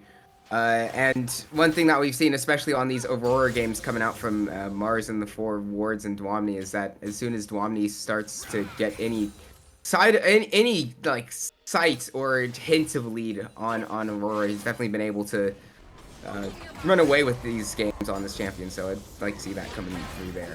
He's had some pretty good games. He had that one where he got a quadra kill right outside of his base, and they were able to kind of teleport in and finally win that game. That one is definitely one where kind of needed to put up a victory, and he did. So it was exciting to see. And here into most Scion matchups go this way, where you're just kind of taking a lot of abuse early. Aurora also did get changed this patch. There was a lot of damage numbers that got tweaked. They kind of moved around some of her movement speed abilities onto away from her passive, so it's not always going to be available to her early lane, but I think it's perfectly fine and kind of keeping her in a similar state without really kind of taking too much away. I will say one of the biggest changes is you no longer are stunned for walking into the wall on her ultimate, which is a very big change. People can kind of walk in and out of it pretty freely now, so kind of a bit of a different champion. I think more focus on that laning phase. And now with junglers starting on opposite sides of the map again here in our second game, again with this vibe, what we kind of need to see is some early action. You can get stuff done before level 6. Wukong is a champion that does have some dueling prowess, but isn't particularly known for some of that damage. And I want to see Marzion on this Ahri actually get stuff done, because when we have seen this guy actually be a huge part of their victories, why he was in contention for being the #1 mid laner here in the league, was when we actually saw him make plays on the enemy mid laner. We saw him move into side lanes and actually able to take over the rest of the map. Yeah, and it's one thing that that also, at least later on in the season, as we've seen a few more, something that Veildir wants to do as well as something similar. Wait, hold on. That's going to be Eclipse going in with the Zenith Blade onto Chris 10, forcing the flash out of the enemy ADC. Flashing in once again, getting the cleanse as well. Ignite drops. Very well played by Eclipse. Getting a lot of value out of his summoner spells there onto the enemy ADC before Pillar of Autumn can arrive and really make him pay for that. Unfortunately, I think Kraydog actually just trolled his AD carry. So Kraydog walks in front of Chris, but because they're up against the wall, Chris actually, his auto pathing gets trolled a little bit, and so he is forced to flash. He's probably going to have to flash either way, but it's one of those instances where a small bit of micro actually turns into a little bit more damage. Eclipse will go onto Kraydog and take one tower shot, but they'll be fine through the W there, reducing the damage coming through, and it's another decent bit of trading going down from the side of Akuma Sabers. They're just trying to make sure that this wave gets in. By forcing that trade right there, it means that you're either going to have to fight them when there's a huge minion wave stacking, or you're just going to have to let this minion wave hit your turret eventually. So great job from the bottom lane of Akuma. They're doing a fantastic job. Dwamni kind of trying to toe the line. Basting is just trying to survive. He's probably just going to recall, teleport, catch this wave yet again. And while all this is happening, because of the pressure from bottom lane, because they know that they can trust, they also saw Pillar of Autumn around the tri-bush there. So kind of wasting some of this Wukong's time. It's going to turn into an early dragon here for Akuma Sabers. Yeah, that's not all too surprising, especially when you draft Scion for basting. I think that's, you set yourself that's how Scion lanes go. At the very least, the first set of grubs almost certainly will be given over to the enemy team. But even with that in mind, nonetheless, it is still overall well played by Akuma Sabers to ensure that this is the case and that the game plan doesn't go awry for Akuma Sabers at all. So Basting's in this bit of a weird spot where because where his minions are, the wave is trapped in front of his wave. He is kind of doing a soft freeze. He is into a ranged versus melee matchup, which means the ability for them to actually break this freeze is a lot easier for someone like Dwamni. And with the jungler not being anywhere nearby, we're talking about the Void Grubs going over to Marz and the 4 wards.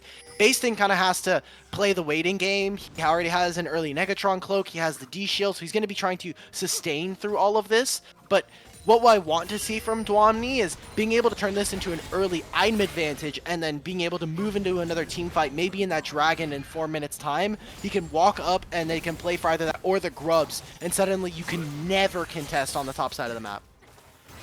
yeah, and for the second set of grubs is definitely something that Akuma Sabers, I mean, they used its full potential last time around, so you head onto this game a little bit longer. Coffee will be spotted. Ultimates are available for both these members. Pill of Autumn will go forward. The slows will come through as they leave the between worlds.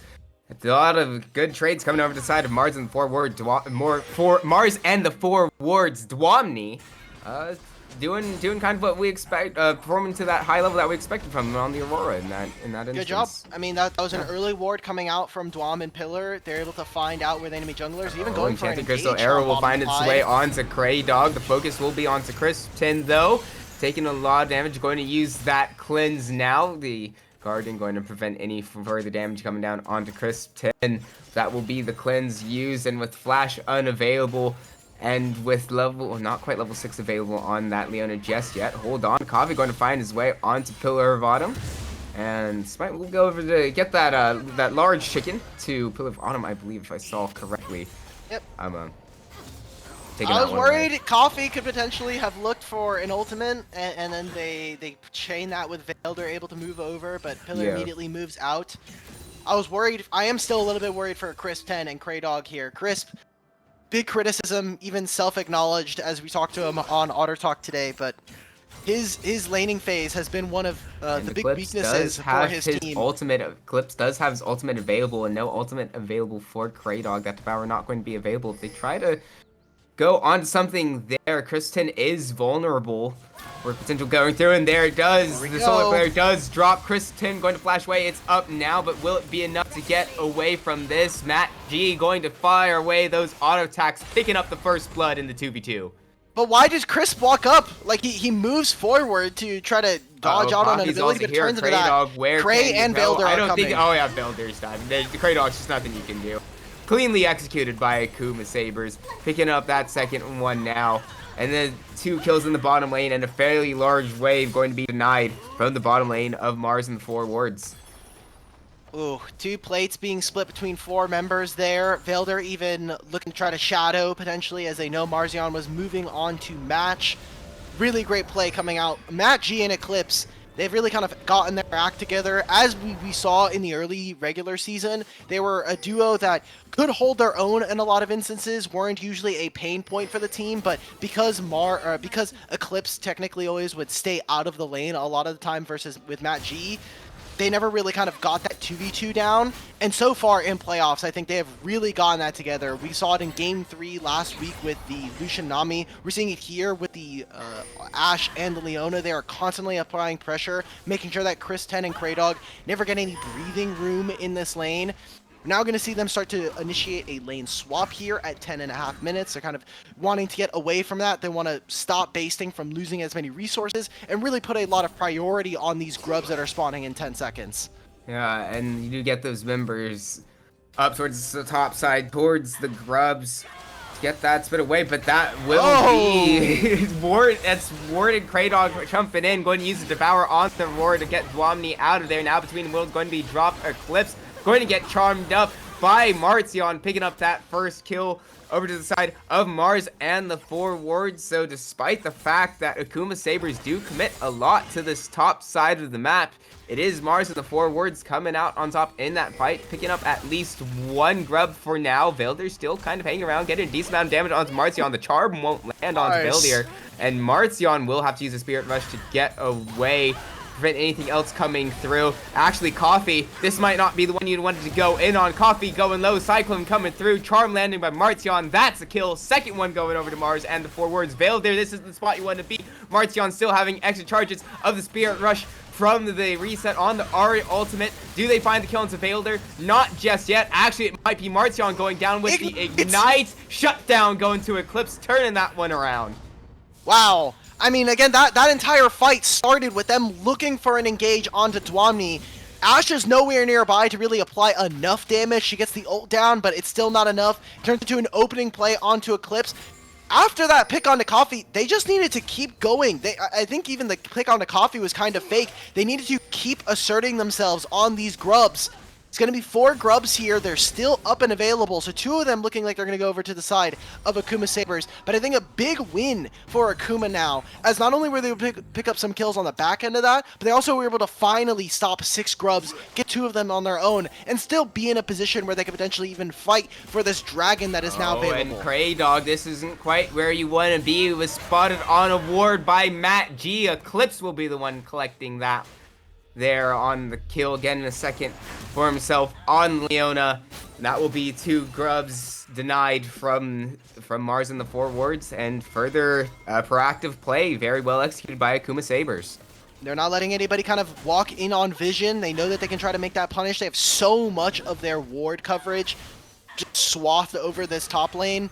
It kind of makes sense that they were able to make that pick, but now we'll see what they'll be able to do through Dragon. Because of some of the weird interactions, specifically how far they were trying to go to try to kill Velder, they lost access to mid on this wave. I want to see Akuma Sabers now with Coffee on his way down here, with Velder and Eclipse in position.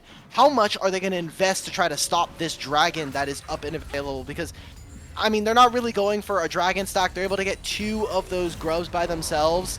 Big thing for me, I think, is just to be able to get some of that combat effectiveness. Hastings is actually going to do a decent work onto Dwamni here to start out. That should, yeah, you know, you should be. Is he? Is he fine? He's fine. He's fine. Is he has he enough fine? Mobility. Yes, he's fine. He's playing Aurora. Yeah, okay, fair, but you can't say it didn't get a little bit scary there for Dwamni. I think if Dwamni had a complete mental collapse where all of his buttons just broke on his keyboard, then yeah, sure. He had his E coming up, he had his W, he has so much how many ways to kind of get around that now. Does teleport here for double top available. laners. And actually, this route will find its way onto Coffee with the chain Job. of corruption, which means Coffee jumping away. That Drake will be taken away from Akuma Sabers and will prevent that dragon stacking and that potential pressure of a soul point by Akuma Sabers. Still, I love that from Coffee. Oh, Coffee's going to whoa, go whoa, whoa, deep Coffee, here. Coffee, I'm not liking this anymore. Whoa, this is a bit too far. The solar flare won't find much either, and Coffee,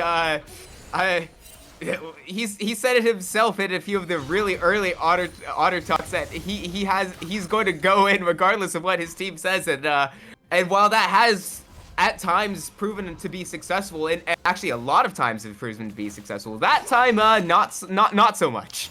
Yeah, ends up going down, utilizes his ultimate. They do get the teleport out from Marzion, so I think in terms of trade, it's not the worst. It does slow down what Akuma want to do, which that might prove a lot more cumbersome for them as we get further into this game. They really wanted to try to make a play on bottom lane, open up for Matt G to be free on the map, and then look to try to get either some really good turret damage on bottom lane, or even open up for Vailder to kind of roam around the map as this Talia, but because of that, it slows them down. They're only really able to catch a couple of these waves. And big thing, I think, for the side of Marz and the Four Wards is that now they're able to kind of properly open up the rest of the map and play for this Herald. Again, 4 grubs, you are going to have those Void Mites. And playing around this, not particularly the easiest. We're looking at a lot of the key team fighting ultimates are still down. That Wukong, not available. Kraydog as well with the Tom Catch Devour, not available. And that is one of the strengths of this team for Akuma, is they're also on very low CDs. So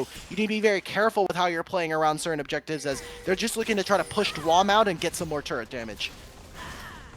Yeah, you were mentioning about how they have to play around these objectives, but with so much committed to the bottom side of the map from Akuma Sabers, it really won't matter all too much. We'll just get a trade for that Rift Herald for the guaranteed bottom lane tier 1, and I don't mind that all too much from Akuma Sabers. Get guaranteed gold under your belt there for the tower, some extra opening up in the map, maybe not too much with only the outer tier 1, but it will be the decision they tried to make, and with the corrupts here, this should be probably trade of towers as well in the extended version of the director's cut, maybe. So, taking a look at the gold right now, it is going to be a 500 gold lead, almost 600 here for Marzion, not something that's truly out of this world. Same thing for Dwamni. I think with where this game is, Akuma should be feeling very comfortable. We're not seeing Marz in a really strong spot to be able to carry this game. We haven't really seen him take over the side lane, and that is really where I have seen a lot of great stuff from Marz and the forwards, is when their solo laners are actually able to get stuff done and move from the side lanes in towards the mid lane and in towards objectives. So right now, as is, I think Akuma are holding down this beast. Oh, wait, Dwamni. He's gotten quite low off the screen, but here comes the counter punch. A lot of damage Teleport's coming in. Between worlds won't stop anybody. Teleport's dropping down. Hold on, Matt G. You might be caught in the wrong spot. Shut down, getting picked up by Marzion. They thought, hey, Crisp was out there. He had like 40% HP. They're saying, okay, look, he's the bait. Go look for him, and they make that immediate turn. Oh, Marz. Getting a bit dangerous with that one. Going to have to flash away from the seismic shove to prevent himself from going down. Not going to be available on the Ahri for the next few moments. It's not the... Eclipse will find his way onto Crisp 10. Weaver's Wall dropping. Do they find the damage onto the enemy ADC? No, they do not. But at the very least, it will prevent their mid lane tier 1 from going down. With all of these deaths that kind of occurred and them not really able to find much afterwards, Marzion Flash is obviously great for them. Pillar of Autumn and Dwamni no longer having their Flash is obviously a tool that they can use, but I think really kind of Marz and the forwards end up being big losers in that fight, as they use the Herald and they're not actually able to get all that much from the mid lane play. There's 45 seconds before the drag spawns as well, so still a lot of options here for Akuma. And we talked about it coming into this draft that you have all these great pick potential tools. You have the Vi, the Ashe, the Talia, even the Leona, for instance. All 4 of these champions have abilities to start a fight at range, and we just haven't really seen the side lane be as dominant. Basting, I think, on this Scion, despite the counter matchup, has just been able to hold his own and just be a tank. He has the Kanik Rookern, which makes it very difficult for Dwamni to get any real damage onto him. And now we're in a spot where he's kind of trapped. He doesn't have the same access to damage. Oh.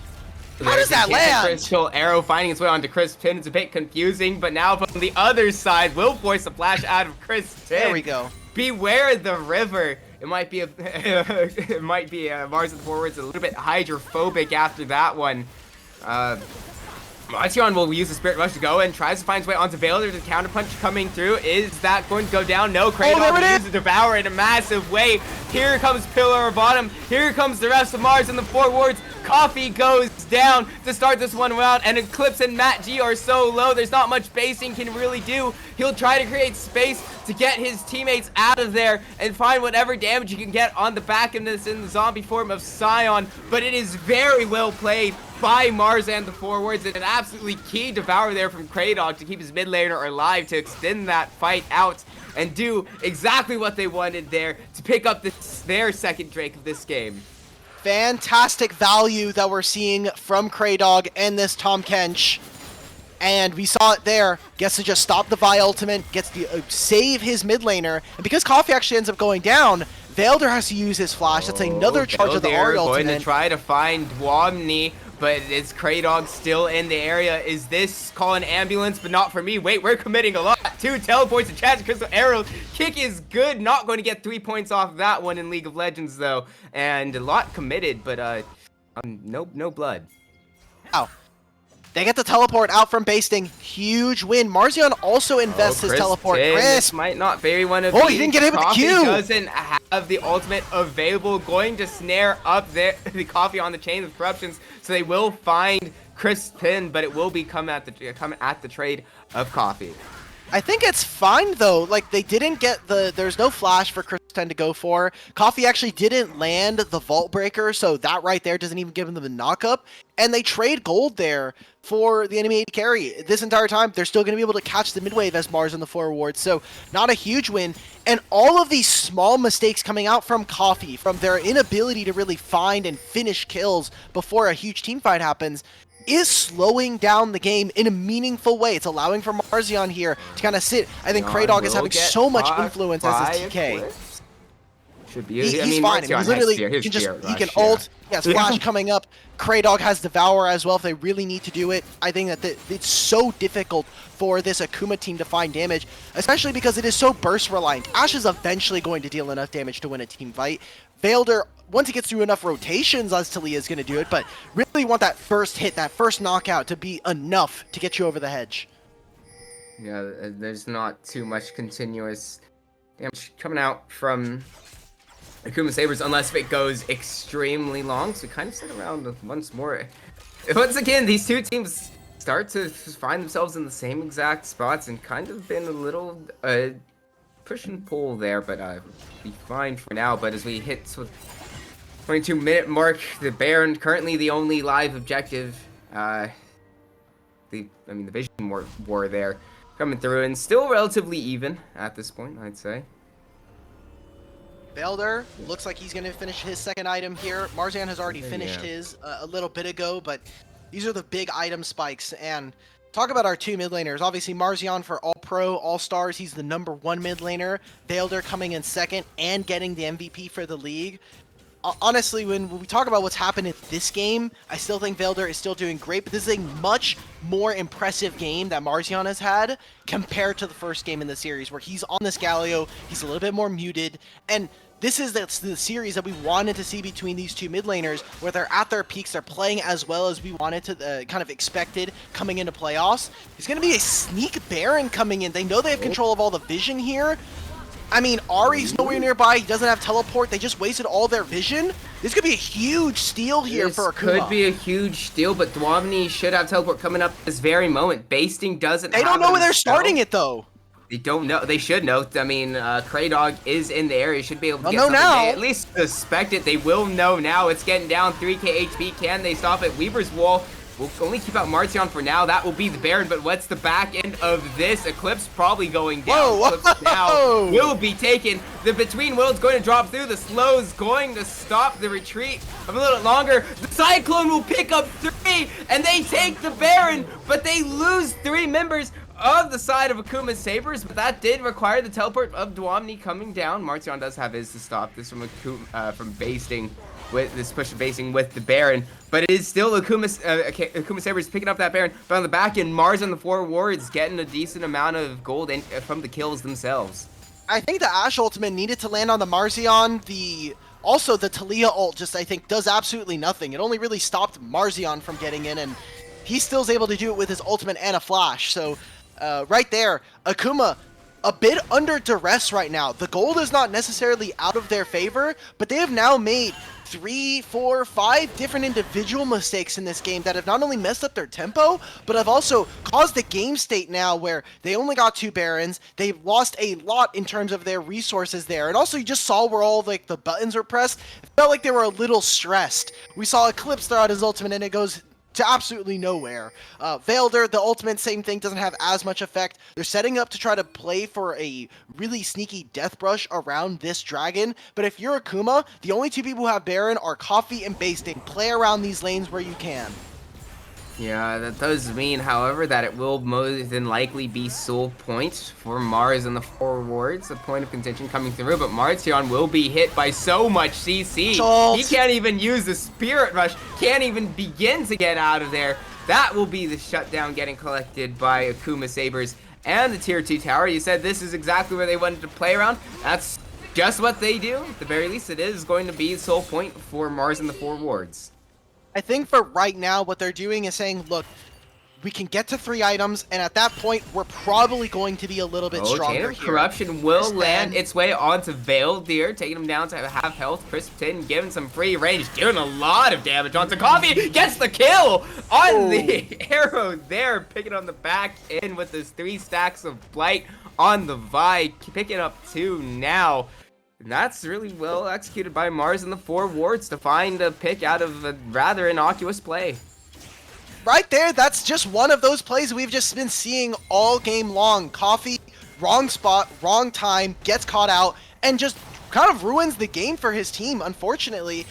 One of the biggest leaders here in the league for jungle, That's going to making be too many Basting trying to mistakes. start this one out, but Between Worlds will be dropped to try to slow down this fight a little bit longer. Not much else will come from that. As you said, 4 strong for Akuma Sabers in the mid lane. Coffee is also back up, so these two teams will just take that and back off from each other.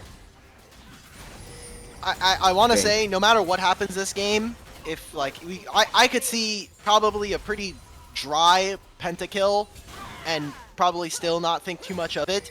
Kraydog has gotten so much value out of this. Oh, game. yeah. He has, I think, single-handedly saved this game in so many instances and made it impossible for Akuma to actually get anything that they want done. I think Akuma are looking at this and saying, even if we don't win this game, biggest win for us, we no longer have to play against TK. That is no longer going to be an issue.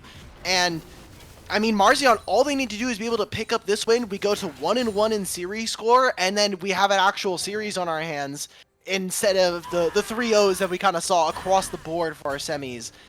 This is the closest that we have seen a lot of games for Akuma in this instance, at least in playoffs so far. And with that soul point hanging in the back of their heads, I mean, they tried to trade for top tier 2, but in my mind, that does mean we really need to be strong on 3 and 4 items. I don't know if they're necessarily going to hit that 4th item, specifically Nat G. So this moment in time, these items that we're going to be seeing from Akuma is probably at the point, the apex in terms of their damage, in terms of their build and what they're able to accomplish. They really need to be looking for summoner spells within the next minute to make sure that come next dragon, they know, okay, look, enemy doesn't have any flash, or this person doesn't have a cleanse that we can try to abuse. Let's try to see if we can fish for more of those picks with our composition.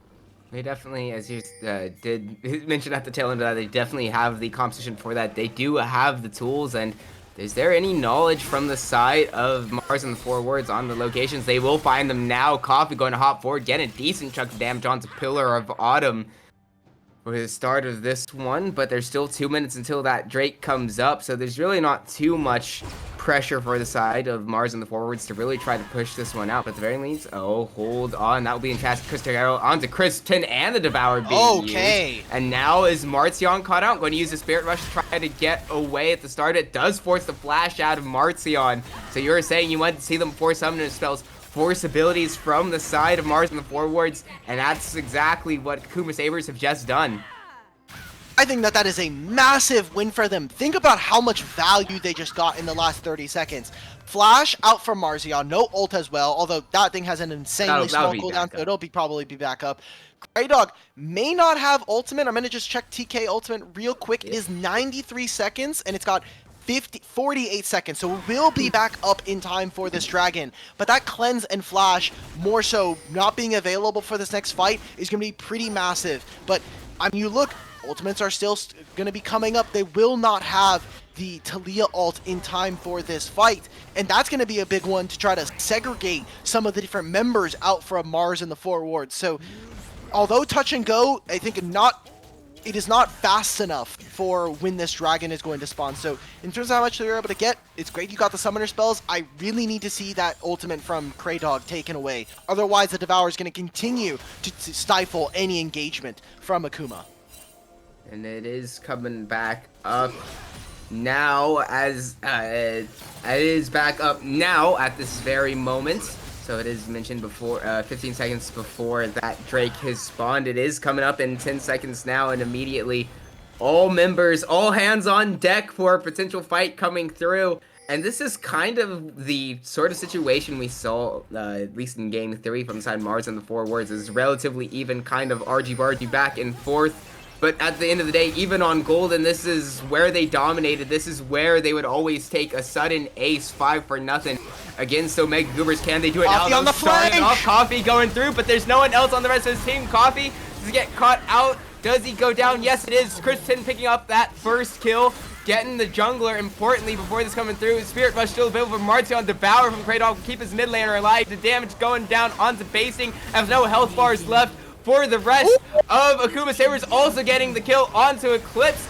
It's clean from Marz and the Four Words, and they've done it once again. This is exactly the scenario that we've seen them in. Dwamni flash forward onto Matt G. Another kill going down, 4-0. Marz and the Four Words, and that's the Mountain Soul getting claimed by Marz. How much more of this game can they run? That felt like if that was possibly the best fight that Akuma were going to get. They're going to move over to the Baron. They can take over this side of the map. And despite a pretty disappointing game one, despite a quarterfinals and a semifinals and even some regular season that didn't look great, Chris 10 in this game has done such a magnificent job on this Varus. He's able to stand tall against some of the great players here on Akuma. Weaver's Wall will try to cut them out. Kraydog's low. It's not over just yet. Teleports will be committed by everybody. We're not out of the woods just at this moment, but they will back away now with all 5 members. We're back in the woods. We are so back in the woods. Picking up the Baron there. Okay, so they're going to look to push all this time. What I want to see from Akuma is making sure that these lanes are as pushed in as possible. Waste the enemy Baron's time. This is mostly and playing Chains on... of Corruption will land Ooh. onto Eclipse, force everybody away. Eclipse down to half health now, and Chance and Crystal Arrow won't stop this at all. Pillar of Autumn picking up yet another kill, 3rd one of the game. There we go. And that might just be kind of their death march as they push through mid. Akuma don't have very many options to continue to look for fights. Vi ultimate is up and available. Maybe they use that once they're closer to their base. Right now, Akuma, your odds do not get caught right now. What you need to do is defend either on the inhibitor line or look to defend on your Nexus turrets. But as is, you're looking to stall this one out. You need to be able to hit items. Marz and the Four Wards have done a fantastic job this game. Despite it being a little bit slower, their team fights have been really immaculate this entire game. And again, Kraydog on this Tahm Kench. That Tahm Kench on 4 has been so instrumental to just stopping everything that Akuma want to get done. Yeah, it really has been Kraydog stepping up for this one. Hold on, Kristen will find the Chain of Corruptions onto Basting. Gets a lot of CC down, but not quite the damage just yet. That will be the Spirit Rush. Not a lot of mana left in for Marzion, so good push though to try to push to get that that inhibitor tower will be stifled at the moment. Wait, hold on, Matt G stepping up too far. Where have we heard this one before? Dwamni getting that kill, and just another kill going over to the side of Marz and the Four Wards, kind of out of the blue. Tough, and a good find. Thankfully for Akuma, there's no real objectives during this time. It's going to be mostly them being able to get pressure down on the map.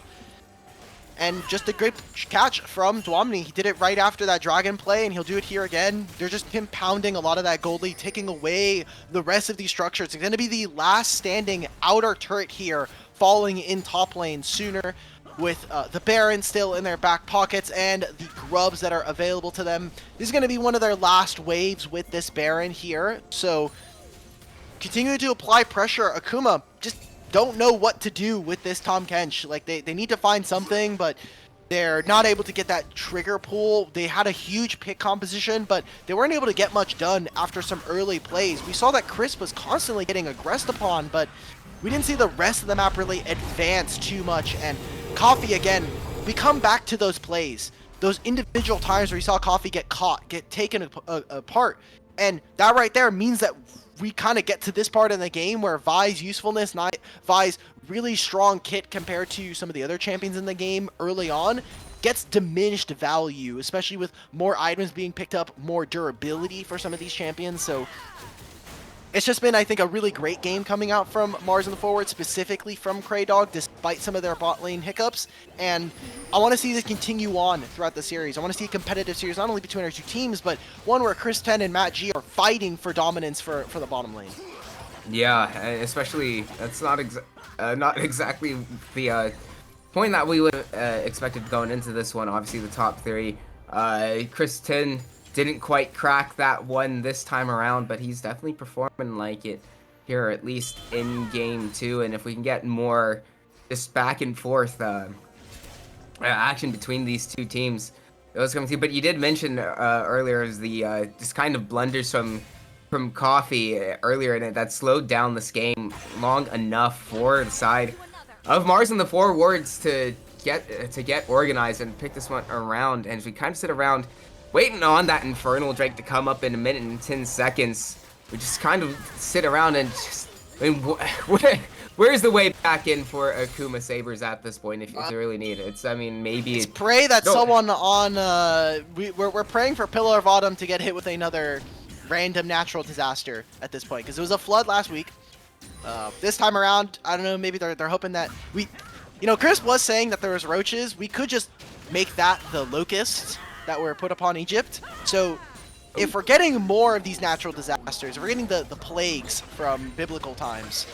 We need to see one more. We need to see a massive sandstorm come through and hit a Pillar of Autumn. That is the only way I kind of see Akuma coming back, because so far they have just not had any of that kill threat that we want to see. Oh, and this just might be the way in. This might be the fight that Marz and the Forwards will use to end this one, but won't find any kills just there. Will use that teleport. Chris 10 missing the Chain of Corruptions there, though it should be on low enough cooldown where it won't matter too much. Maybe, unless we start a fight immediately on the side of Akuma Sabers, perhaps. Spacing going to force this one forward. Charm going to land its way onto basing. A lot of damage actually getting its way onto basing. Basting, my goodness, taking down immediately. Now on the back line is Marzion and Dwamni. Double kill over to Marzion. Pillar of Autumn going to pick one up there. It's clean from Marz and the Forwards, and this has felt inevitable for a while in this game, but it is a clean ace for Marz and the Forwards as they march into the base to bring us back level at 1 in the series. There we go. Marz and the Forwards, they make it competitive this time. Since semifinals, we've only had 3 O's, but now here in the grand finals, we're going to at least have 1-1. I'm going to check real quick the Pick'ems leaderboard to see if anybody had some random 3 O's, but still, this is a great showing from Marz and the Forwards, and more along the lines of what we got from the regular season compared to what we saw in Game 1 of this Grand Finals. So if we can get more of that, we're going to see a much further series up ahead of us. And honestly, I'm just excited to kind of watch as more of this develops. We're getting more of these teams kind of pushing each other, especially in a Grand Finals. I can't ask for anything more. Yeah, it's been an incredible bounce back from Marz and the Forwards here in Game 2. It was a bit of a slow one, clocking in at 38 minutes and 7 seconds. But yeah, Marz and the Forwards just kind of choked that one out. As soon as Akuma Sabers gave them a little bit of breathing room with a few of those blunders early on, all they needed was Kraydog to come up huge in those early fights to turn those one around. And as soon as that happened, it just felt all the way of Marz and the Forwards. But as that concludes Game 2, we will be heading into the draft of Game 3 after we return. So don't go anywhere. We've got a series on our hands after those 2 games.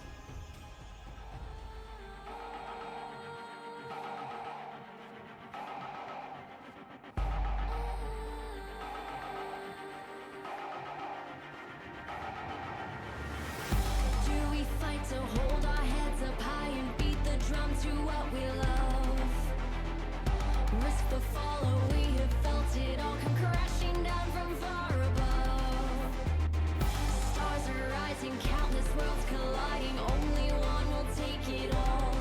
Can we bring to fall the giants? Can we make the final call? We are the ones to ignite the darkened skies.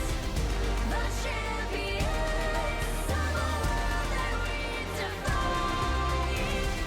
A solar ray of the few who rise up high. And we all fight at the last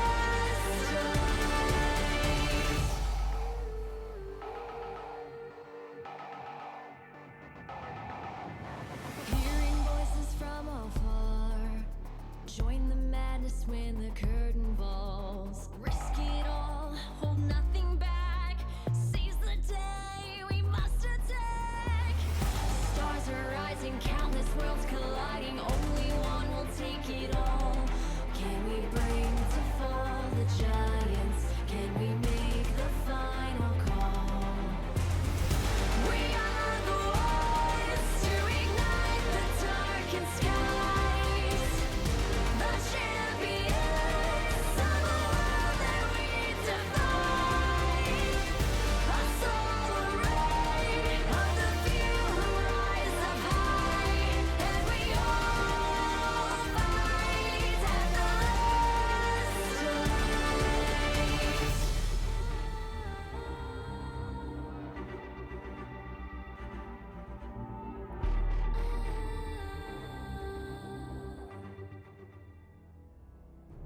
And after a back and forth games 1 and 2, both Akuma Sabers and Marz on the forward sit on a game apiece here in this 5-game set Blue Otter Diamond League Finals. And we've started to open up the doors for a bit for an interesting one coming through, but the first bans immediately from these two teams are the same as what we've seen before. Okay, we get the Urgot here coming through. Like you're saying, not too much different. Marz and the forwards, or Akuma, sorry, have kind of kept the bans pretty similar, getting rid of the Ivern, the Syndra, and the Silas between both games so far. Yeah. And for Marz and the forwards, Urgot, Nunu. First game it was Ari, this time it was Cassante in game 2. Game 3, however, going for the Orianna and Azir, recognizing that some of the mid pull here for Velder is getting a little bit pinched when we think about the champions he has played Yeah. throughout the entire season. There's no Ahri available anymore. Hui as well is gone. So taking away some of those champions will mean he'll have to move into more of a supportive, or we'll see the legendary AD Velder. He's been having some AD champions, but there's an Aurelia game earlier. There's also a Zed game from earlier in the season. So interested to see what flavor of Velder we get, especially as Akuma now move in on this third game. Bit of an interesting choice though from Marz and the forwards to first pick the Cassante straight away. Especially considering how influential Dwamni can be oftentimes in their in their games, going to be picked away. So I'm not a huge fan of it immediately, but you never know. I don't. They're cooking up. Yeah, I'm also quite wondering familiar with. why we're necessarily not seeing an instant counter from Basting. Basting has been a player who has been really incredible when he has counter pick, and immediately opting for the Ornn matchup.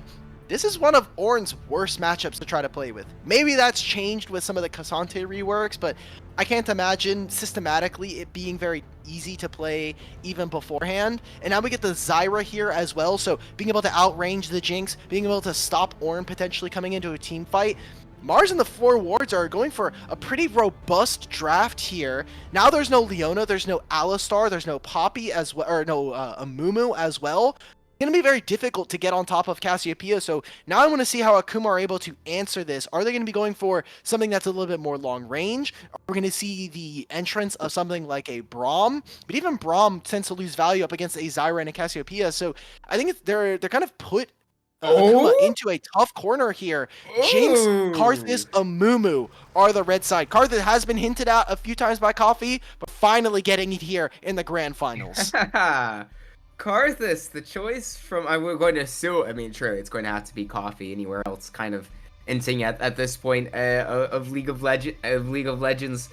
But okay, Karthus jungle. I've not quite seen that too much in recent years, but a bit of an old classic coming back into Zyra, who we saw go jungle last week for Marz and the Four Words. Are AP junglers back? Is this the angle we're going for? It just means we need to have really strong mids, really strong AD mids, or you're looking for really strong AD carries. And think about the champions that typically we like to see Chris 10 on. It's going to be the Corki. It's going to be things like Ashe, the Jinx even, to allow him to have wave clear. He's also someone that is not afraid to kind of sacrifice the laning phase and play for those strong team fights. See his Kai'Sa games, for instance. Those are champions that are typically not going to be particularly very interesting. Jhin as well. He can be very relevant in lane, but not necessarily be the biggest bully. So now with Caitlyn and Ezreal, I assume that Marz are going to be looking to try to put him on Corki. It's great true damage. Being able to also deal damage outrange versus a Jinx and a Karthus is awesome. But for Akuma, what are you looking for in terms of mid options? Is this Karthus a potential flex? I don't see Vailder as a potential Karthus player, but that is something you could always think of. And again, engage supports, things we need to be thinking about as we get further in this series. Alistar's gone. The Leona's Poppy gone. is Rel's gone as available. well.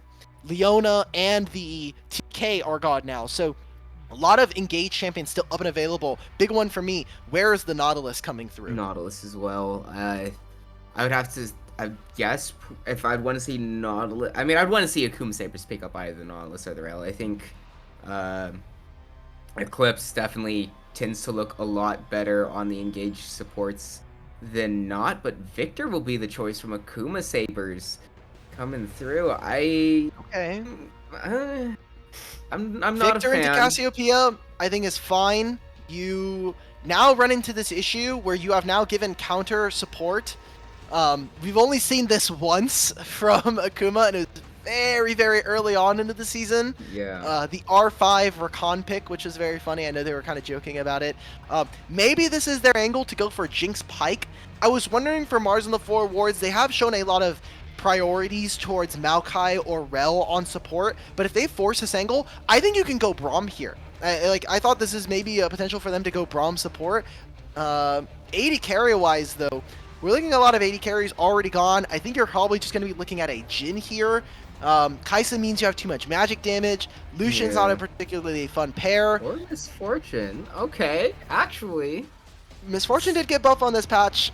I just think it's kind of useless this game, but you do have a lot of lockdown. You have the Cassiopeia, the Zyra, the Maokai, all things that can help, but getting outranged by Karthus before you get into a fight, Victor as well, can be very, very dangerous. It can't. It's definitely difficult for Misfortune to get within that range to start doing that damage. But the amount of lockdown available, the amount of, especially with Maokai being selected from the side of Marz and the Four Wards, I'm not too displeased with it. That being said, the choice from Melio from Akuma Sabers, I do actually like this with the reverse Amumu ult.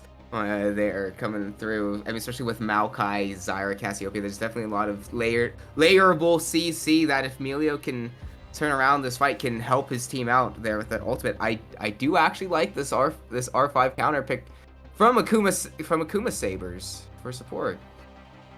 Melio, Jinx. So there is some peel. I think this team just lacks so much engage, and Melio also feels very, very homeless this game. Typically, you want to try to have Melio to stop someone from engaging forward, but Marz and the forwards, they don't really want to get into range of a Melio fireball kick. They want to be able to play with the Zyra, the Cassiopeia, keep you at arm's length, eventually drain you of all your HP, and then they can kind of go for the over-the-top combo with a Maokai ult and a Misfortune. Even Cassante has a lot of playmaking. I'm worried for Akuma Sabers that this kind of draft right here is, again, predicated on eventually scaling to a point where Karthus one-shots the Misfortune, is able to deal enough damage to Zyra. So if we do get to that point, 3-4 items, if we get to like 35 minutes, this Akuma Sabers draft is going to be absolutely insane to deal with. But everything before that is very difficult. And if Marz and the forwards go for an early invade and get some damage onto Karthus, they find out where he is, they're able to track where Coffee is, then suddenly we're in a spot where who's engaging for our team? And then you're taking gold away from Karthus. He's constantly on Fog of War. If he's even farming a single quadrant of his jungle, that could be a problem.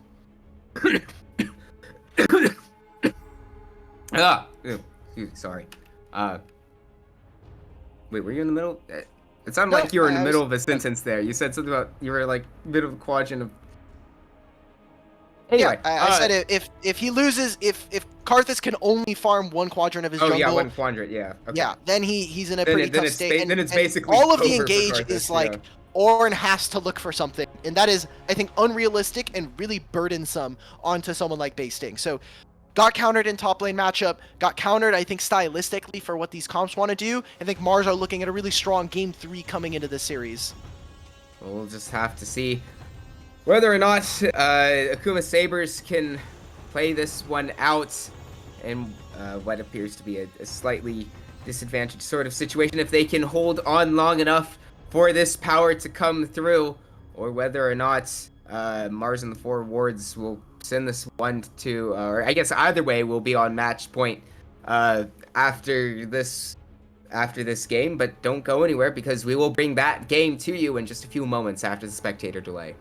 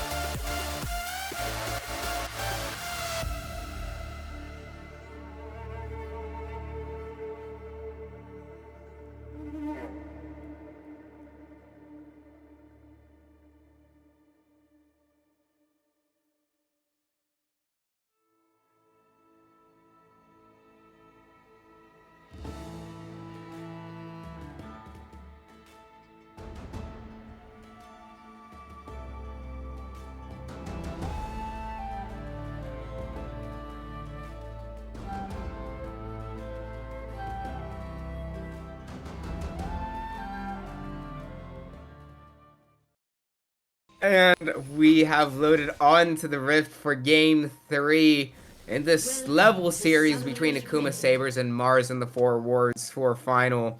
So we come through this time, this time around. 30 seconds. I know we're not going to be able to see the chat on stream for reasons, but one thing I did notice immediately. Everyone on the side of Marz in the 4 wards had it copy pasted ready. Is that Jinx from Arcane? And True. They immediately answered, no, it's from Fortnite, which I almost forgot that she's a purchasable character in that game. why'd you have to remind me of that? Slight tangent. Would you- Fortnite's monetization model of adding popular characters from so many different pieces of media, one of the best things that could have been done for video games. It's one of the few times I mean, that it'll be Lego okay to pioneered celebrate it, a though. Fortnite W. Lego pioneered it though. I think with the Star Wars and. Oh, for sure. And then guess what? We got Lego Fortnite. So it's the new and wave, we've come the new full age. circle. We've come Yes, full it's circle. It's all New it's wave all leads adaptation back of together, fun yeah. media and pop culture. So good So, job from them. I wish we could do the same. I know there's a Arena of Valor has a skin from one of the famous animes. I'm forgetting the name now. But I saw it and I was like, damn, that's a really cool skin activation. I wish we had something like that. But don't worry, we just have to wait every 3 Either years way. and we get a free Arcane skin. Yay! Yeah. So let's kind of talk about it. We got a game on our hands. We have both junglers pathing towards the bottom side of the map. Both of these AP junglers, obviously a big focus on trying to get a lot of the gold. You can carry a lot of these instances. Zyra has obviously been a champion that has been nerfed time and time again to get her out of the jungle, or at least not as powerful.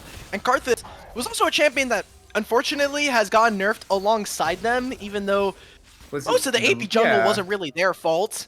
And also has lost some of his items as well, as they have also been getting nerfed kind of back to back. So feel bad for the Undead King there, but we'll see what exactly Coffee's able to do. He has been, I think, one of the biggest proponents for going for these farm-heavy junglers. We saw the Hecarim, the Nunu throughout the regular season and playoffs, and now we're just adding another layer to that with this Karthus.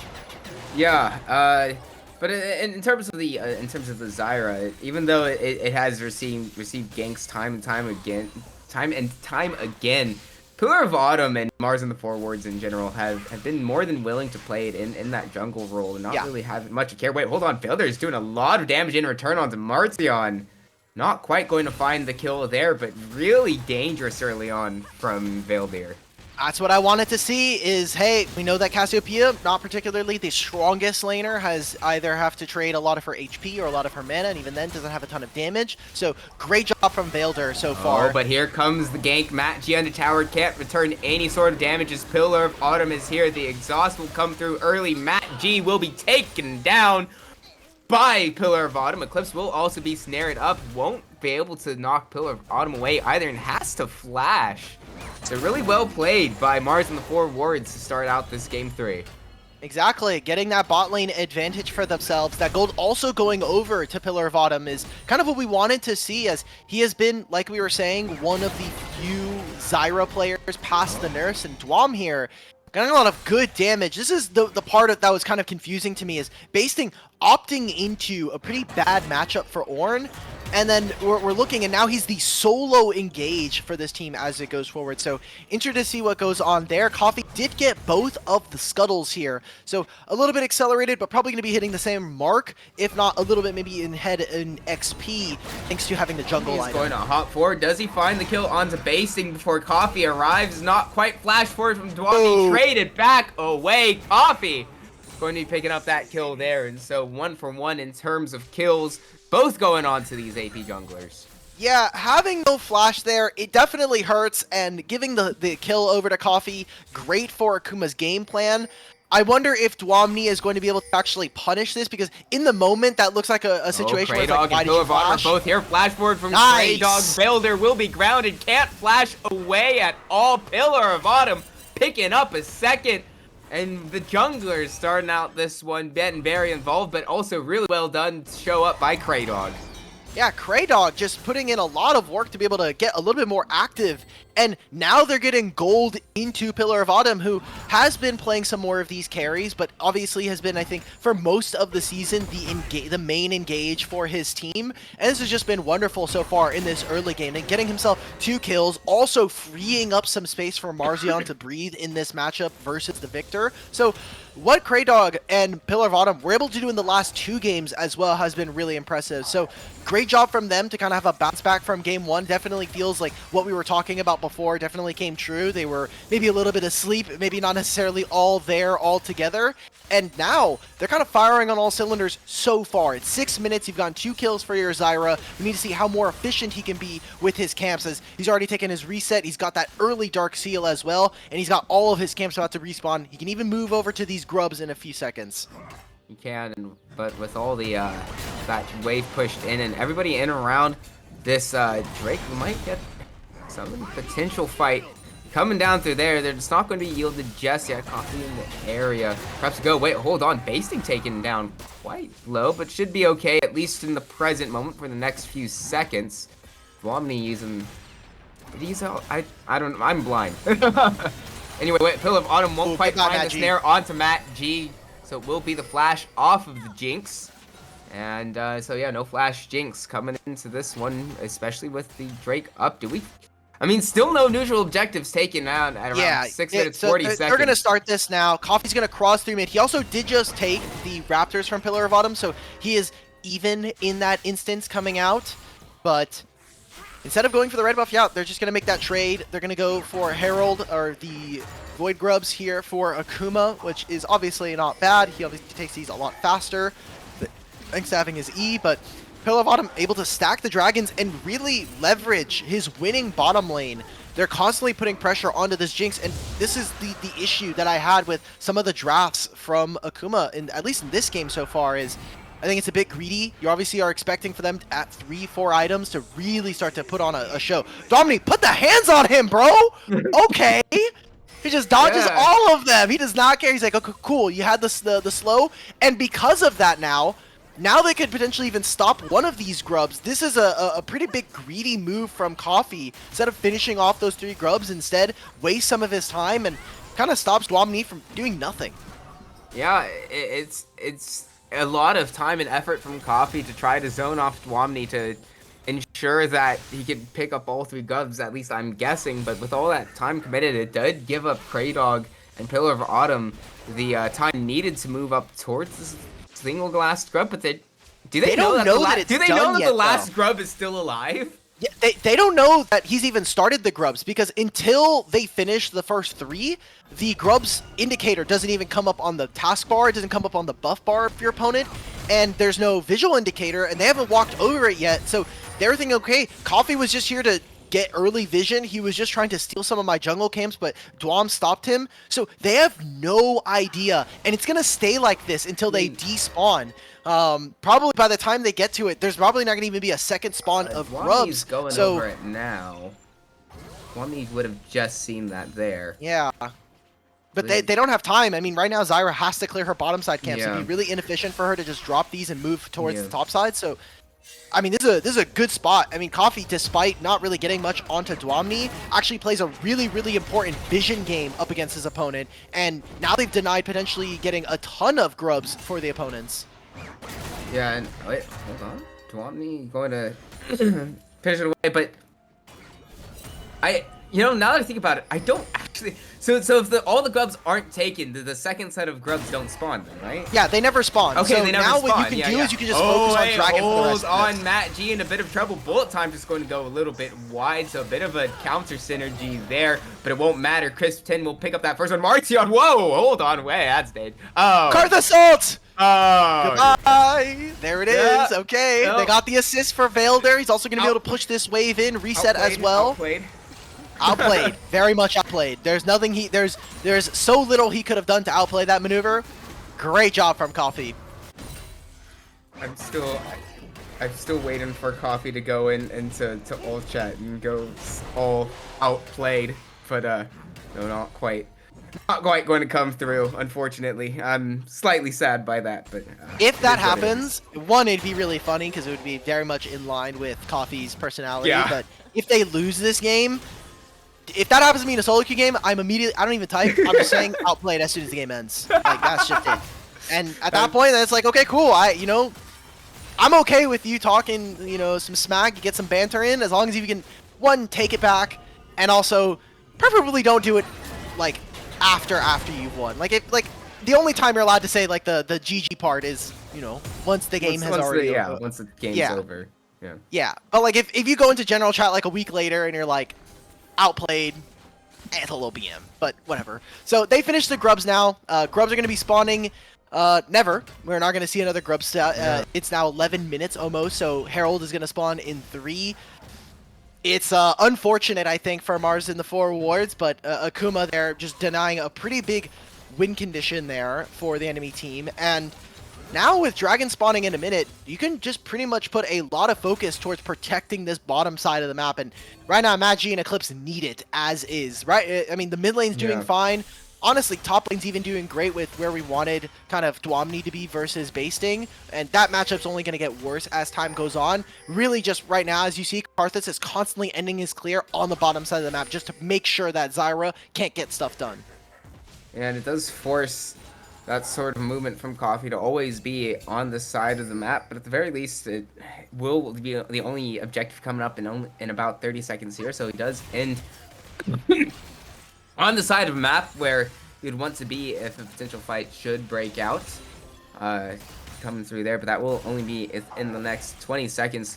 But it might be a bit more difficult for Akuma Sabers to start to push into this one with the amount of push that Marz and the forwards do have in this bottom lane, and the amount of vision and utility that this Maokai has. You can see Zyra's just sitting in this brush. Immediately Akuma say, nope, we're not even gonna stay for the wave. Coffee says, look, I have waves, I have camps are gonna be spawning on top side. I can't stay any longer. I need to make sure that I'm on time for this. So now what they get to do, push the bottom wave, start up for this dragon. Vailder can TP for this play. It looks like Dwamni's gonna start trying to make his way down and save his teleport for the incoming dragon fight. They need to be so careful around this spot. This right here could be an early game's flub from the side of Akuma. And the same thing could be said for Marz in the 4 wards. You need to be very careful around Vailder. Both teleports coming through out of the top laners. It will be basing here first. A lot of damage onto Kraydog, but the barrier will come through, keeping himself alive. The second call of the Forge God won't come through. Coffee will get the kill onto Kraydog with the Karthus ult there. Dwamni's gone. There's Marz! Oh no! Goes down. Marz, that's not where you want to be. It's another kill going over to the side of Akuma Sabers. Now Matt G's excited. Matt G has the move speed, gets the triple kill onto the jungler, a Pillar of Autumn down. It's going all the way of Akuma Sabers, and will they be able to pick out Dwamni? He's low. No, Dwamni will be able to get out, but it is expertly played by Akuma Sabers. Great job from Vailder yet again, despite Coffee getting picked out there and eventually able to kind of tick over with the Blackfire Torch getting him a lot of assists and kills. Vailder, untouched, similar to Game 1 Hui, where he's just putting out so much damage and no one is paying attention to him. And Marzion now down 2 levels in this matchup, where he's not only losing the individual matchup, Vailder's up 30, up 2 levels, and now has an increased amount of gold in his back pocket. Marzion went for a huge flash play and found very, very little for it. So maybe Marz is getting a little flustered. Maybe the namesake of the team is not necessarily putting out the damage that he wants to be able to do, but Vailder has, I think, had his number all series long. Even in the Taliyah game, I think we saw Vailder really put up a lot of stuff, and Marzion, unfortunately, or maybe fortunately for him, had a lot of other good things going his way. And once again, it is Akuma Sabers starting to pull away from this one, but it's not nearly over for Marz and the 4 wards just yet. It was a big blunder there, but all things considered, only sitting down 1.5k gold after that. It's not the biggest deficit to overcome, and Chris 10, he's up, 14 CS at this point, sitting on that Bloodthirster. He's really strong at this present moment, as well as that second BF sword coming down. There's still potential. He's even gold with Matt G. Like, he's not all that far ahead. Like, he has a half a level over his opponent, and 80 carries are not usually champions that care about having a ton of experience. They are champions that are really predicated on getting gold, and if we're even with Matt G, I think you are fine. That is a little worrisome in my case, because we have a mid matchup that we wanted to get counter in, and we didn't. We have a top lane matchup that Dwamni should be further ahead, and now we're in a spot where we don't have dragons that we can really play around. The map is not necessarily blown open very wide for Marz and the Four Wards, and it's that 3-4 item mark that we were just talking about during draft that is going to be the point in the game that we see Akuma Sabers really start to take off. The game has not been accelerated in a meaningful way, so this might get very tricky all of a sudden for Marz and the Four Wards. They need to continue that aggression. They need to still get Pillar of Autumn into a spot where he can put out a ton of damage. And yes, they were able to grab the Rift Trail. Let's see if they can break open maybe a mid turret here. I'm starting to get a little bit worried now that we're 60 minutes into this game.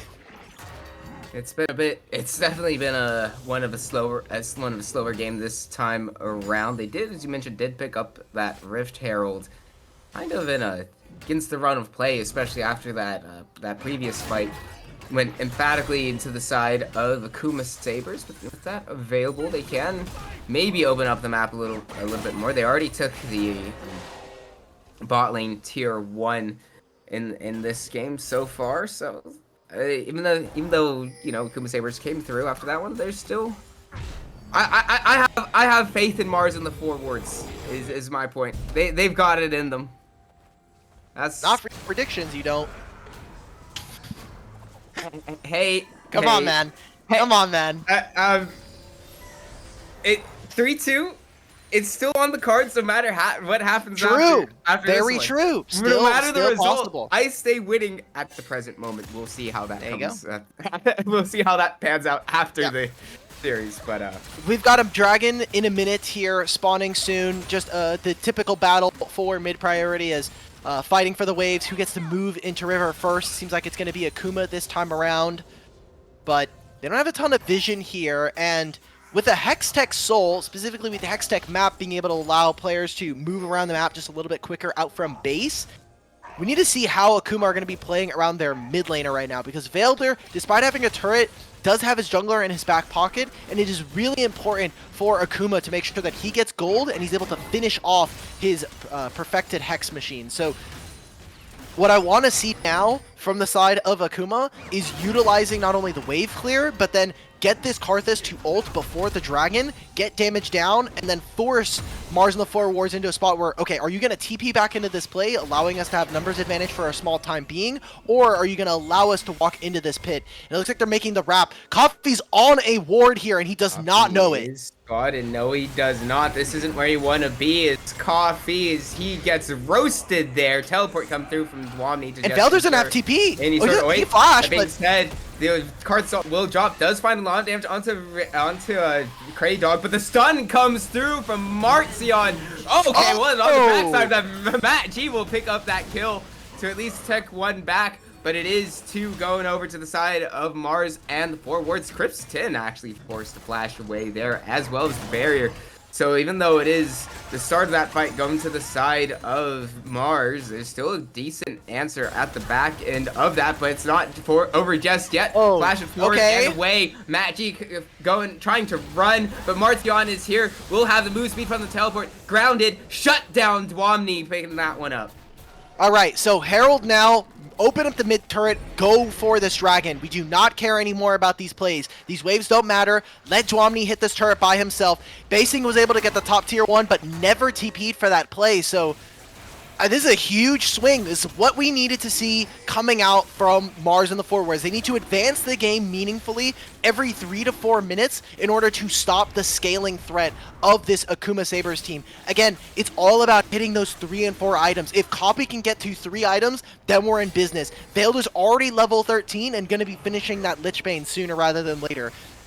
Have to be always paying attention and keeping that spot on the enemy team. Got to keep your foot on their neck if we want to see Marz and the Four Wards take this game. Great job to be able to catch out Coffee when he's not paying attention to vision and not clearing it out, but we need to see more of that, more of these aggressive plays, especially now that Velder and Matt G are missing Flash. And even after all of that, there is still enough in the side lanes, enough work done earlier to pick up that bot lane tier 1 tower, and so despite all the fight going the way of Marz on the Four Wards, we still sit still sit with Akuma Sabers up on gold, albeit marginally. He said we can see more, at least another probably solid fight going the way of Marz and the forwards sometime soon, especially as Coffee has completed the Leandri's Torment coming out, sitting on that second item now. I guess it's about 2/3 of the way to the point where it might become just a little bit too difficult for the side of Marz and the forwards to find a way back into this one. For now, though, we just kind of sit and wait. We've got over 3 minutes for the next Dragon and Baron. Unless if Akuma can really find an odd way in here to burn this Baron down, which won't be likely at this point in time. It won't be wait, Kraydog. Is he spotted out? Kraydog taken down to about half health now. Kraydog can flash here, but he's just dead. Does it? Flash forward from Whoa, Coffee. Did whoa, it get that kill? Coffee! Yes, they do. Coffee does pick that up, but can it be turned around? Coffee may have gone a little bit too far forward. Marzion will be the one to kill that. Call of the Forge God coming through.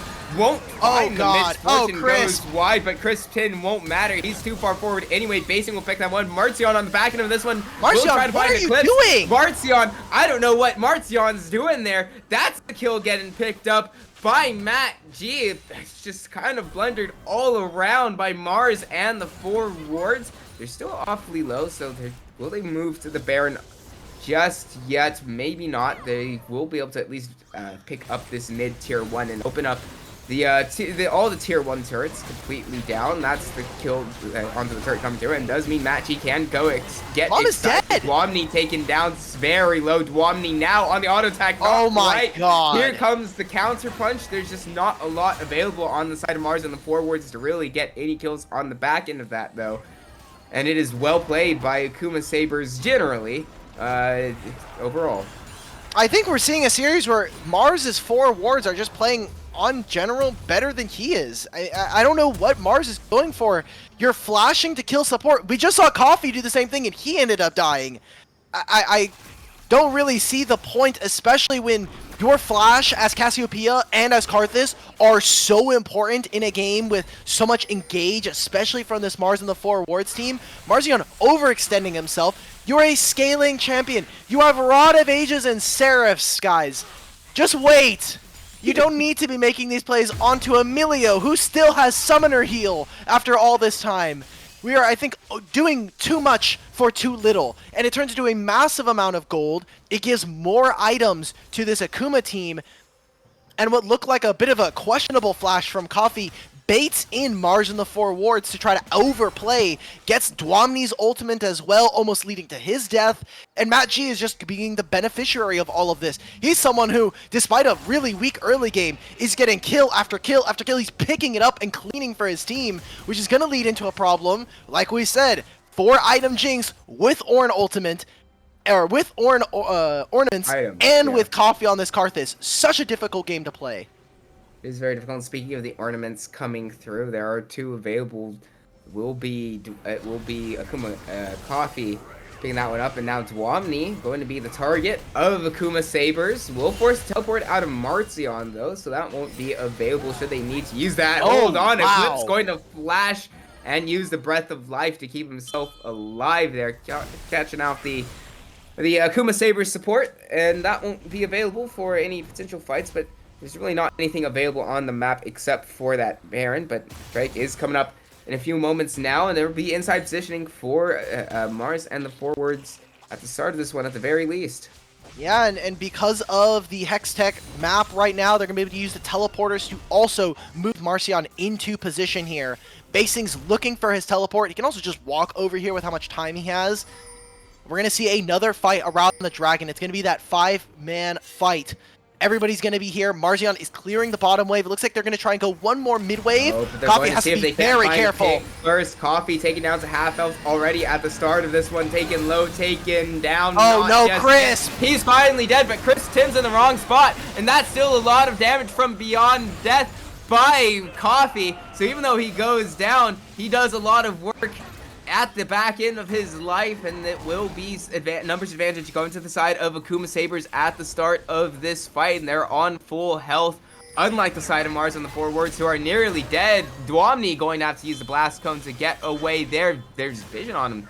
somehow there's Vailder gets a decent amount of damage to push him even further away. And that will be the second Drake getting picked up by Akuma. Sabers prevents the soul point from Marz and the 4 wards. It was really going to be potentially one of the few points of pressure that Marz and the 4 wards may have been able to exploit as Akuma Sabers start to get later into this game and get more items under their belt.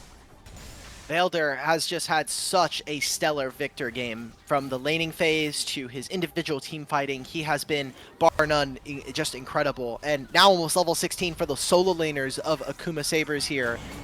That flash from Chris 10, I think, doomed their team immediately. Not getting over the terrain, there's no one else in vision to be able to hit you from that spot. If he just flashes towards his Raptor pit and not necessarily across the wall, you know, like parallel to the wall and into some of the damage dealers of Akuma, I think maybe there's an angle for them to be able to fight back. They still had the MF ult that they were trying to look for, and it kind of slows down the game, which is not what you want to see. You have 4 minutes before Marcion's Rod of Ages is available, and in that time, you're going to have double level 16 solo laners, you're going to have more Ornn items coming through, potentially even already an Infinity Edge done here for Matt G.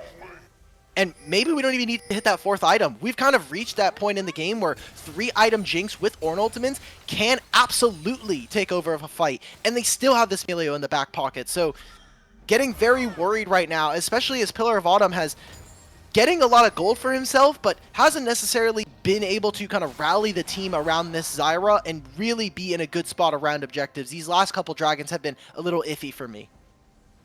They've definitely... Oh, wow. Hold on.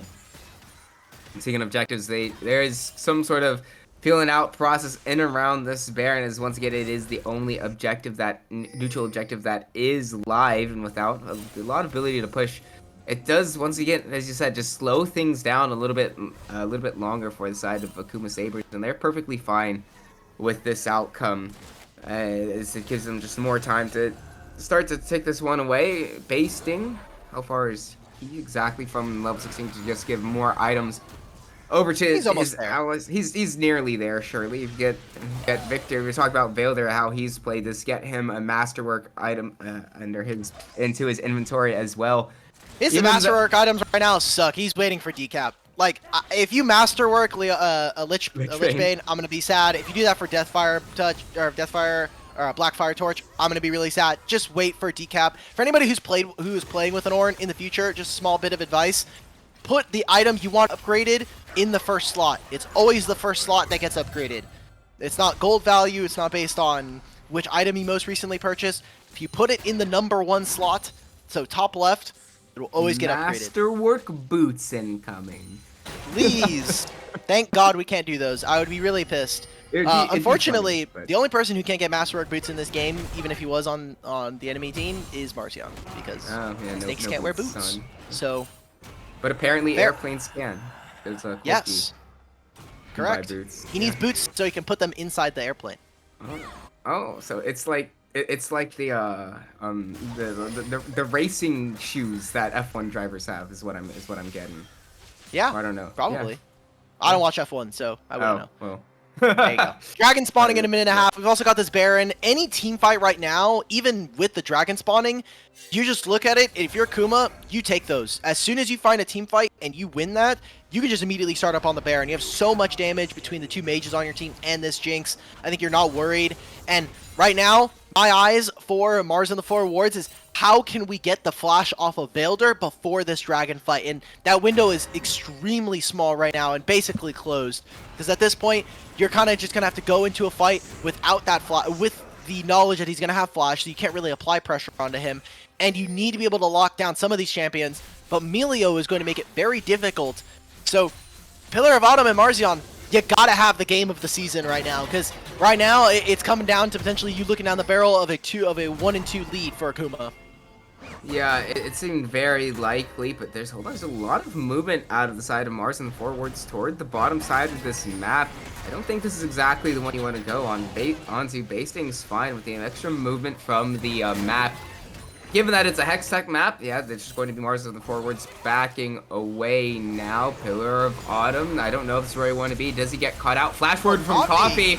Going to try to find Pillar of Autumn, and now the Call of the Forge God will be dropped. It will pick up too. Marcion does get the kill onto Coffee, starts out, but there's still damage available for Coffee. Not going to find any kills though just yet, so no jungler for the side of Akuma Sabers at the start of this, but they still have full health bars, finding a lot of damage. Vailder! Marcion. Vailder doing really well to start out that fight, to zone away the rest of Marz on the 4 wards. So even without a jungler, even without the smite, that will be soul point going outside of Akuma Sabers. Coffee just kind of throwing his life away, but recognizing that all they need to do is just buy time, whittle away at the HP bars. Oh no, and that's part of the reason. Will be Chris. zapped, being slowed. Chris Tin, it will be alive for now, but is taken down. Now that's Jinx going excited. Cray Dog, double kill for Matt G. Matt! He's finally taken down, but at what cost? Triple kill for Matt G. And that's 4 members out of the side of Marz, and the 4 wards going to be down. Only one left is Pillar of Autumn, who's in full retreat. And this should be Baron to the side of Akuma Sabers. Huge team fights yet again. Vailder and Matt G, the carries who have really stepped up here in playoffs, just putting the games on their back. In that last fight, Matt G was trying to get as much DPS. Vailder was full HP and just DPSing the hell out of Marz in the 4 wards. It'll be the Dragon, it'll be the Baron, and that right there is probably going to be game 3 going over to Akuma Sabers. Especially if Pillar of Autumn goes down and staggers things away. The amount of damage from Vailder is apparently affecting me IRL too. Jeez. Yeah, Vailder very nearly with one rotation of spells will get a lot of damage onto Pillar of Autumn. Not quite going to be getting the kill there from Coffee with the Requiem. Just shy of finding the execute onto Pillar of Autumn, but Dark Harvest stacks. There you go. Dark Harvest stacks gets a little bit more damage, and we're at that point now where we've hit those 3 and 4 items. I mean, Masterworked, Deathcap, Masterworked, Infinity Edge, and Leandri's done already. It's a full Masterwork setup. Yeah, exactly. Yeah. Everybody's got every single item increased in terms of their stats. It's an insane boost, and they're also just down in items from the side of Marz and the 4 wards. I don't think it matters. Like, look at how tanky basting is. He doesn't even get to move, but this is going to be the moment. Dwamni in the backline. Hold on. This might just be the fight. Bullet time starts up. Finds Matt G. It's 2 kills for Marz and the 4 wards. They've done it. They found the fight. Basting's going down. I don't believe it. Marz and the 4 wards find the fight. Shut down. Getting picked up by Chris Tin and Coffee and Builder. They're not out of the woods just yet. Still all 5 members of Marz and the 4 wards. Gonna get slowed up there. That's the 4th going over to the side of Marz with the 4 wards. It's incredible stuff. Cray Dog will be taken down in return by Coffee, but that's 4 for 1 for Marz and the 4 wards laid on, and Builder's in full retreat. It is incredible. But what can they do about it, right? Like, that's a great fight. I'm glad you find it after the Baron, but what can we do now? We have so much damage. 30 seconds before Coffee is available. Matt G is just now respawning. All of this invested to take away some of the Barons. The only one available now is Vailder. We'll see how much this is actually going to turn into a meaningful advantage. While there's a fantastic flank coming in from Dwamni, I just think it's too late. I think it doesn't matter at this point, as now you have them still coming back in. We've got a pause coming in from Marcion. They're like, wait, we didn't end the game. Guys, we did all that. We didn't end the game. Guys, my top laner didn't immediately 1v9 all of the Nexus turrets. What am I supposed to do now? But, I mean, yes, they find all of those kills, but look at what objectives are available. Yeah. Dragon's up in a minute 40. What summoner spells did you get during that fight? None of them. You have Baron in 3.5 minutes. Cool, you stopped most of the members of Akuma Sabers from having all of those Barons, but I just think it's a little too late for this game for those heroics to be happening. We'll see if it turns into something real, as we do have that Dragon spawning in a minute and a half like we were just mentioning, but I need to see more of that, more of the summoner spells being taken away. And with Flash coming up soon here for Matt G, I mean, it'll be up right after the Baron or the Dragon has spawned 30 seconds after, so it's not going to be a meaningful time. I think that we still need to see a little bit more heroics from this Marz and the 4 wards team before we really call it. Well, at the very least, they have proved that they can find a fight in these sorts of situations. It was looking almost completely dead in the water for Marz and the four wards. And maybe not so much with this Marz teams. They've definitely proven themselves times and times again. They can keep it together mentally, but it does help knowing that you can do it, right? Like that little extra bit does kind of help you to settle in. Especially I felt like that was just a very Akuma thing to do, which is just randomly lose a team fight and then come back to and still win the game. You've been trying to teach me the Akuma ways for like 3 weeks now, including regular season. And the Akuma way is, you know what?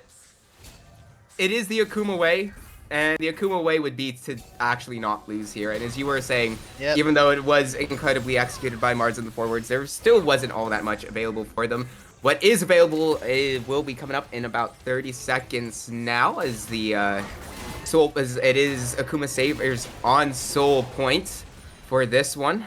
Just got a bit of touchy-feely between the two here. See if we can't get any good poke down, any sort of summoner spells early on for this one, but it's not give looking up likely any at terrain this here. point. This right here where basing is staying, he cannot give this up if you are Marz on the four wards. You need to keep control of this, because now what happens is that you're able to get into the river, and you are having such a hard time to get into this dragon pit. Maokai and Zyra were doing such a great job of controlling the space, but now you've lost all this ground, and now you're going to be fighting on equal terms versus a soul point here for Akuma Sabers.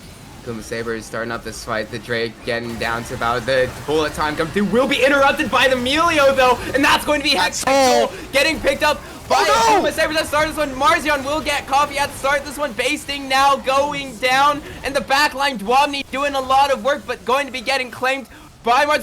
That's a lot of whoa, that's a ton of damage from the Super Mega Death Rocket out of Matt G, equalizing the kills in this one 2 for 2. But more importantly, it is Akuma Sabers walking away with the soul.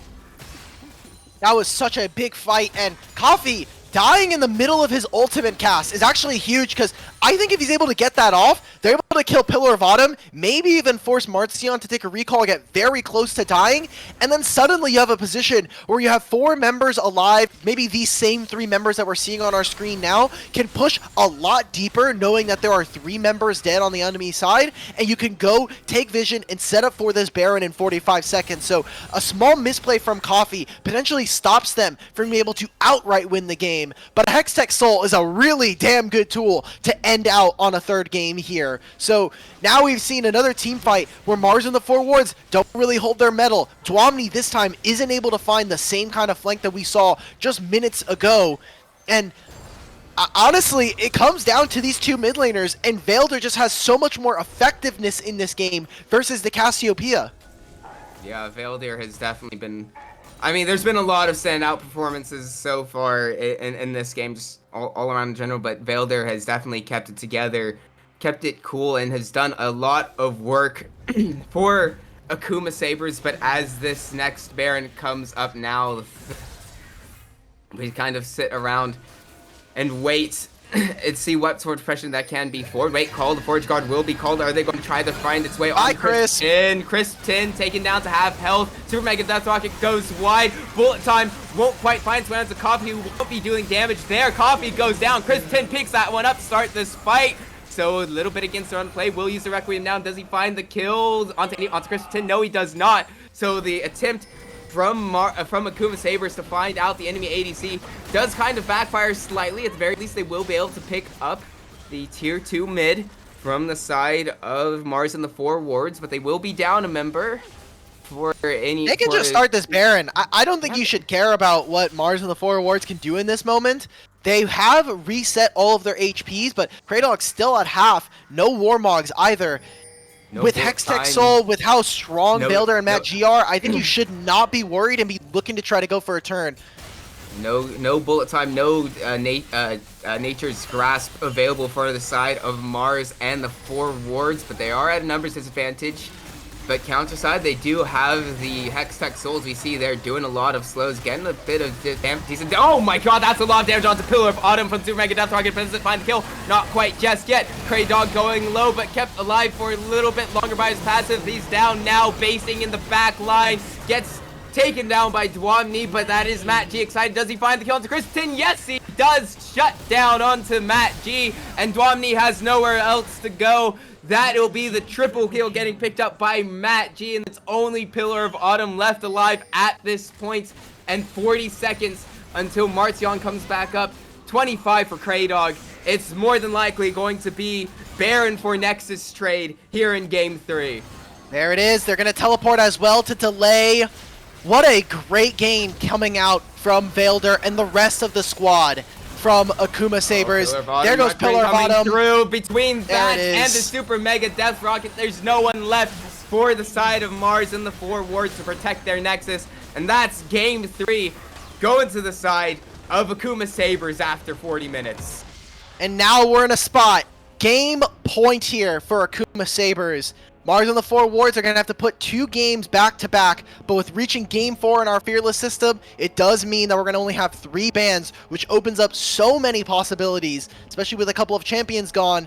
This is where we really need to see Marz and the 4 wards dig deep, find a little bit of that last drive to kick it into overgear, and then take us to a Game 5. But Akuma Sabers have been rightfully so dominant throughout the regular season, so dominant in their playoffs that it looks almost inevitable that they could potentially be our first place team here in Blue Water Diamond League. So after Akuma Sabers pick up Game 2, we are going to send it to a break so we can get prepared for the draft of Game 4. But don't go anywhere, folks. This series has been a classic, and we hope it will be the same going on after this. So we'll see you in just a few moments.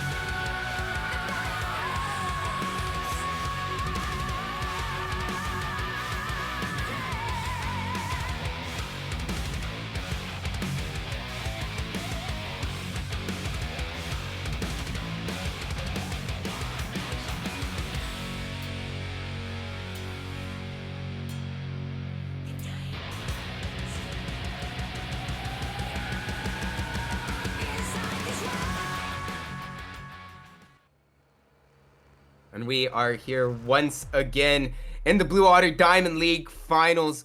Back again for Game 4. Akuma Sabers after a long match last time, send this one for themselves onto match point, onto season point. With the win here, they will be able to claim the back-to-back titles. Could be there, and for Marz and the Forwards, they obviously want to try to stop that potential from happening. Seeing a pretty similar ban strategy. Silas going to continue to hit the ban table here. Syndra also has been a champion, but with Olaf in the mix, doesn't mean that either the Ivern or the Syndra are no longer available. Yeah, the Ivern and Syndra, at least one of them, will be making it through.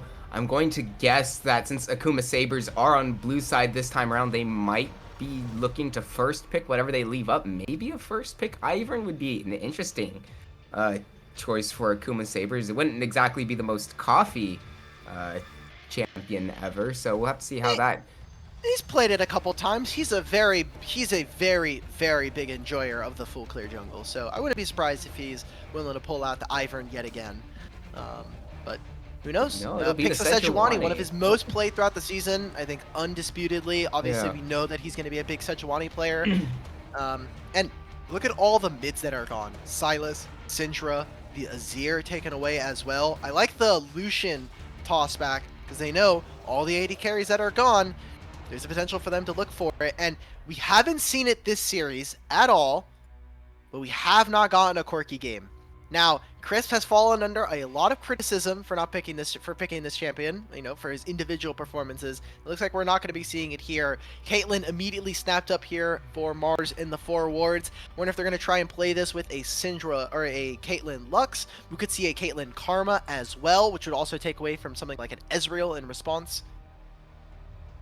Yeah, it would be a solid option, I think, if they went for the Karma to deny the Karma Ezreal, because Karma Ezreal would be fine, but Ivern will be the choice for Marz on the forwards. Going to opt to go towards Comfort and what's available in this critical moment, and I think I would have rather seen a bot lane pairing for Caitlyn this time around, but you can't deny that Comfort in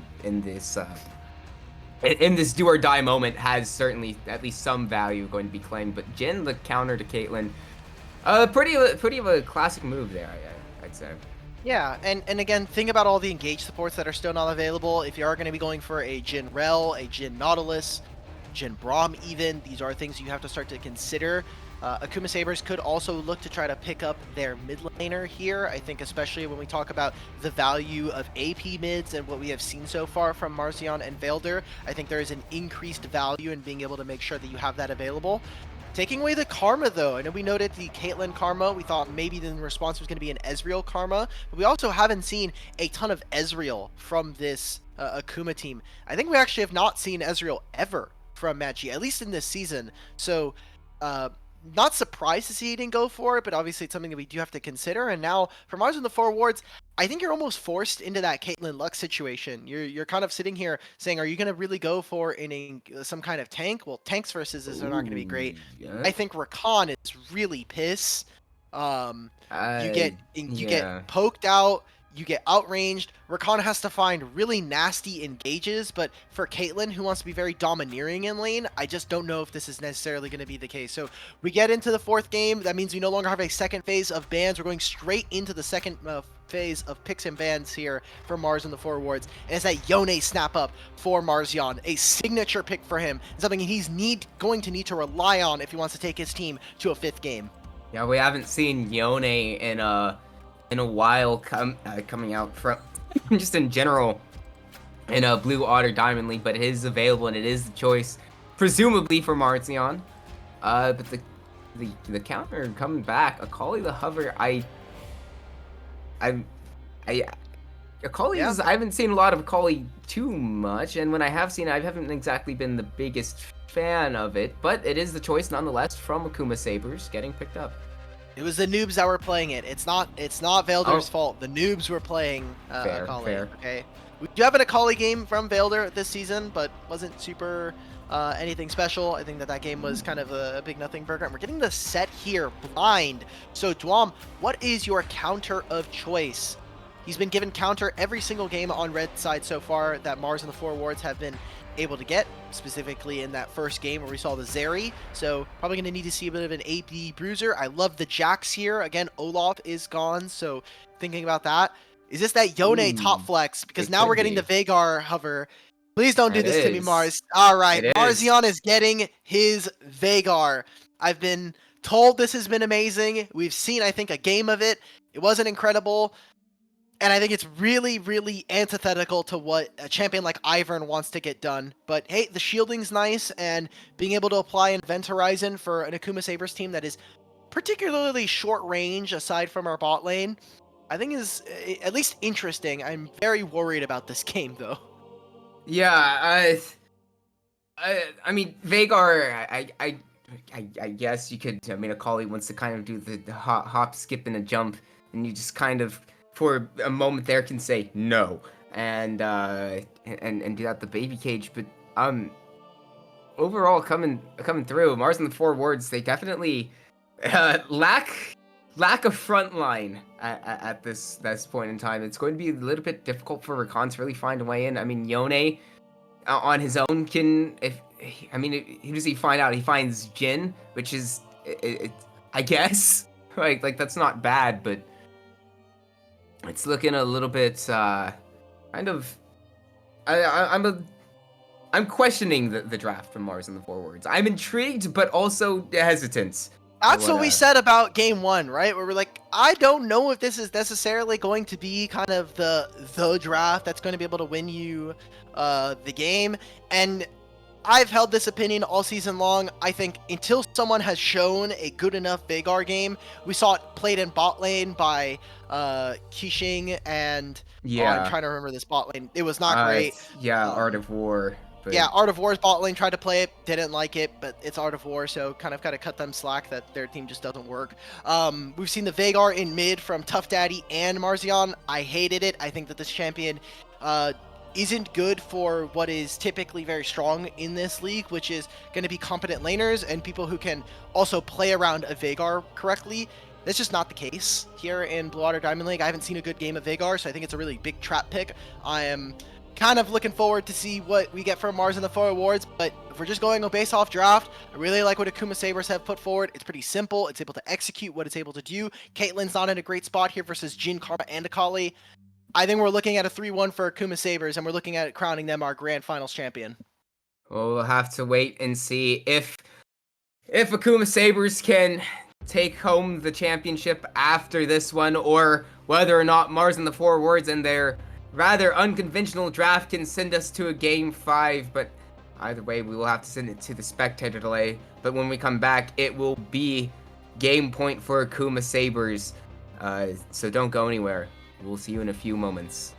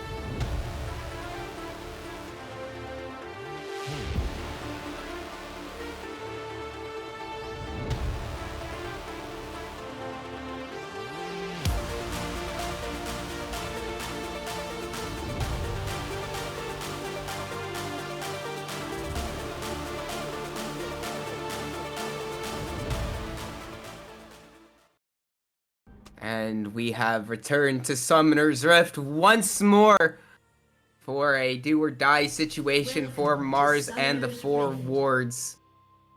They have to win this one to keep the series going, or else it will go to the hands of Akuma Sabers in back-to-back seasons.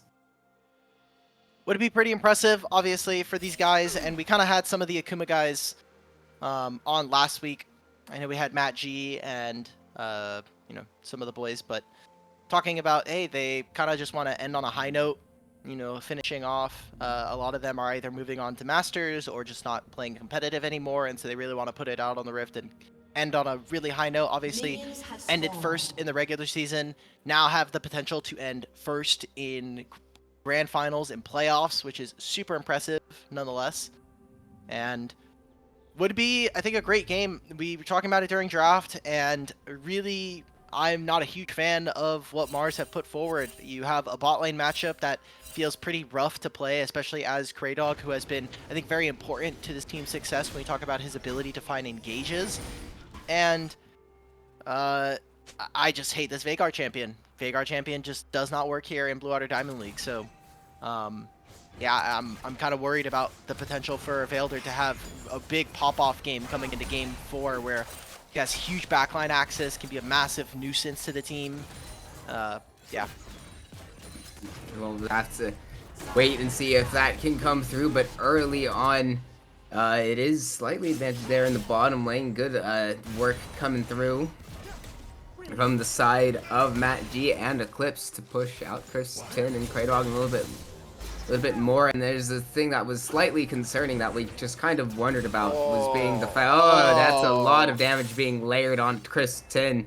Even further there was that this Rakan pick alongside the Caitlyn's just maybe there's a reason why Caitlyn Rakan isn't exactly the most common bot lane. I mean, it would be fine, but it's like we're playing now Jhin into Caitlyn, which is typically a great lane matchup thanks to Jhin just having really high base AD and having the range to match Caitlyn. And then you also have this Karma, who not only into Rakan is a fantastic matchup, but into Caitlyn being able to match the range with the ability damage. Just, it's such a tough matchup. Great job coming in from Coffee Akuma to will find Pillar of Autumn, forcing him to walk away there, forcing him even further out.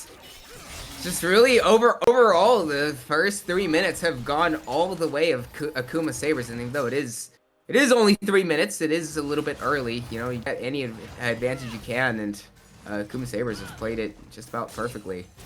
Something that we haven't seen. Right now, all they're doing doing is just getting vision down. I mean, for the most part, it doesn't actually harm Pillar of Autumn. He got all of his camps, so I don't think he's under too much duress. But Coffee did spend a lot of time in that side of the jungle, so by doing that, he only got 1 quadrant of his camps, and this does lead to Pillar of Autumn potentially going for a double scuttle here. He can cross through mid.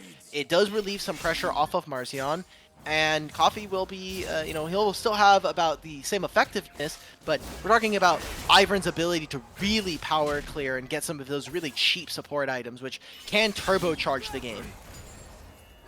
It is available, and actually we get a first after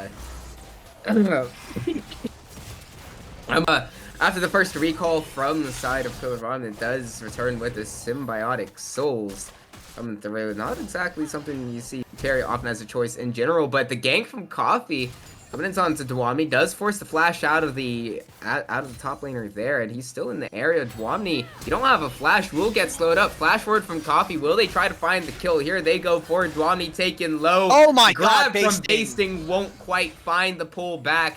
It's it was very close from Dwamni. Almost tragedy there in the top lane, but Dwamni will live at least for now.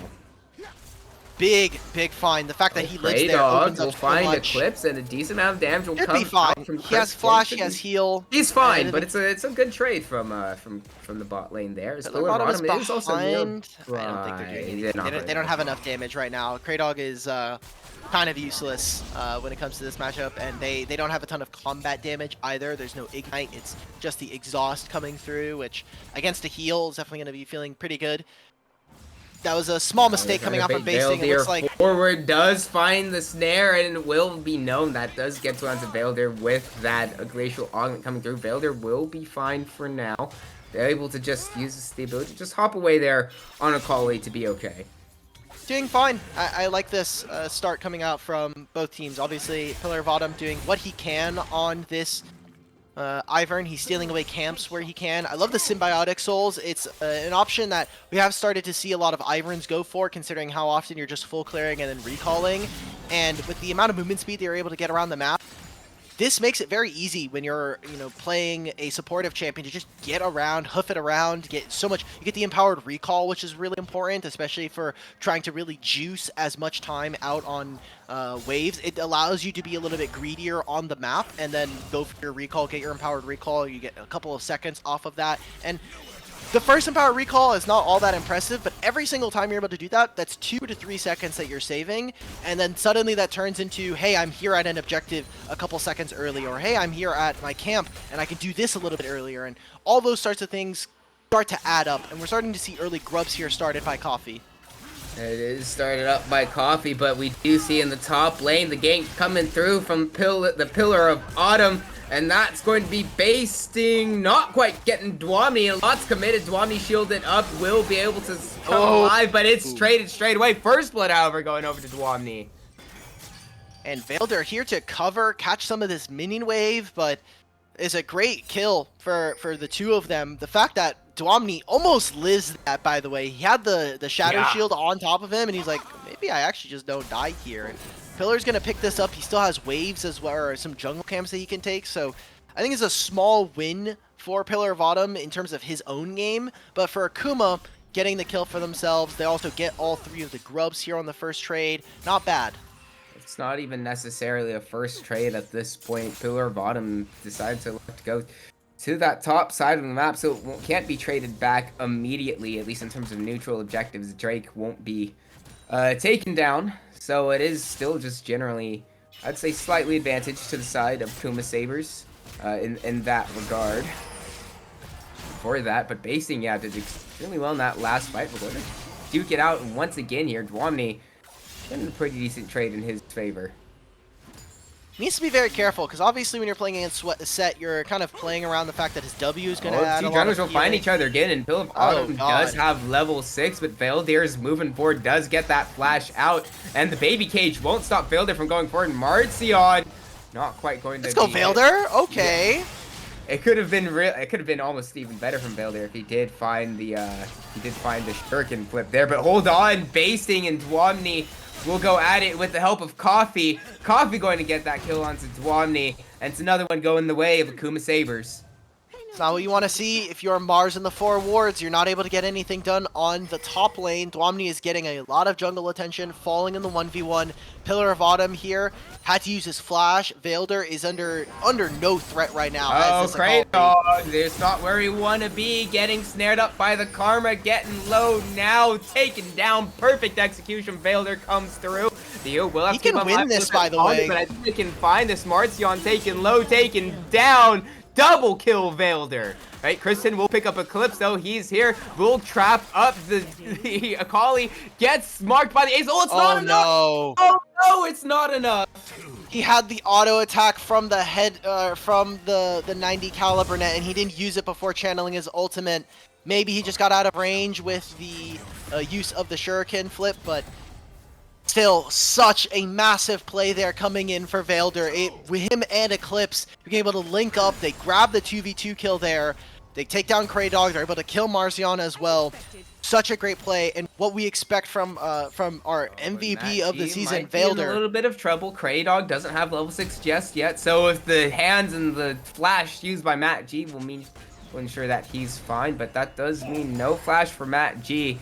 In this coming fight around this Drake, if they choose to go for it, I doubt they will, considering the positioning of Akuma Coffee being on the opposite side of the map and all 4 members of Marz and the 4 wards gathering around the Drake here.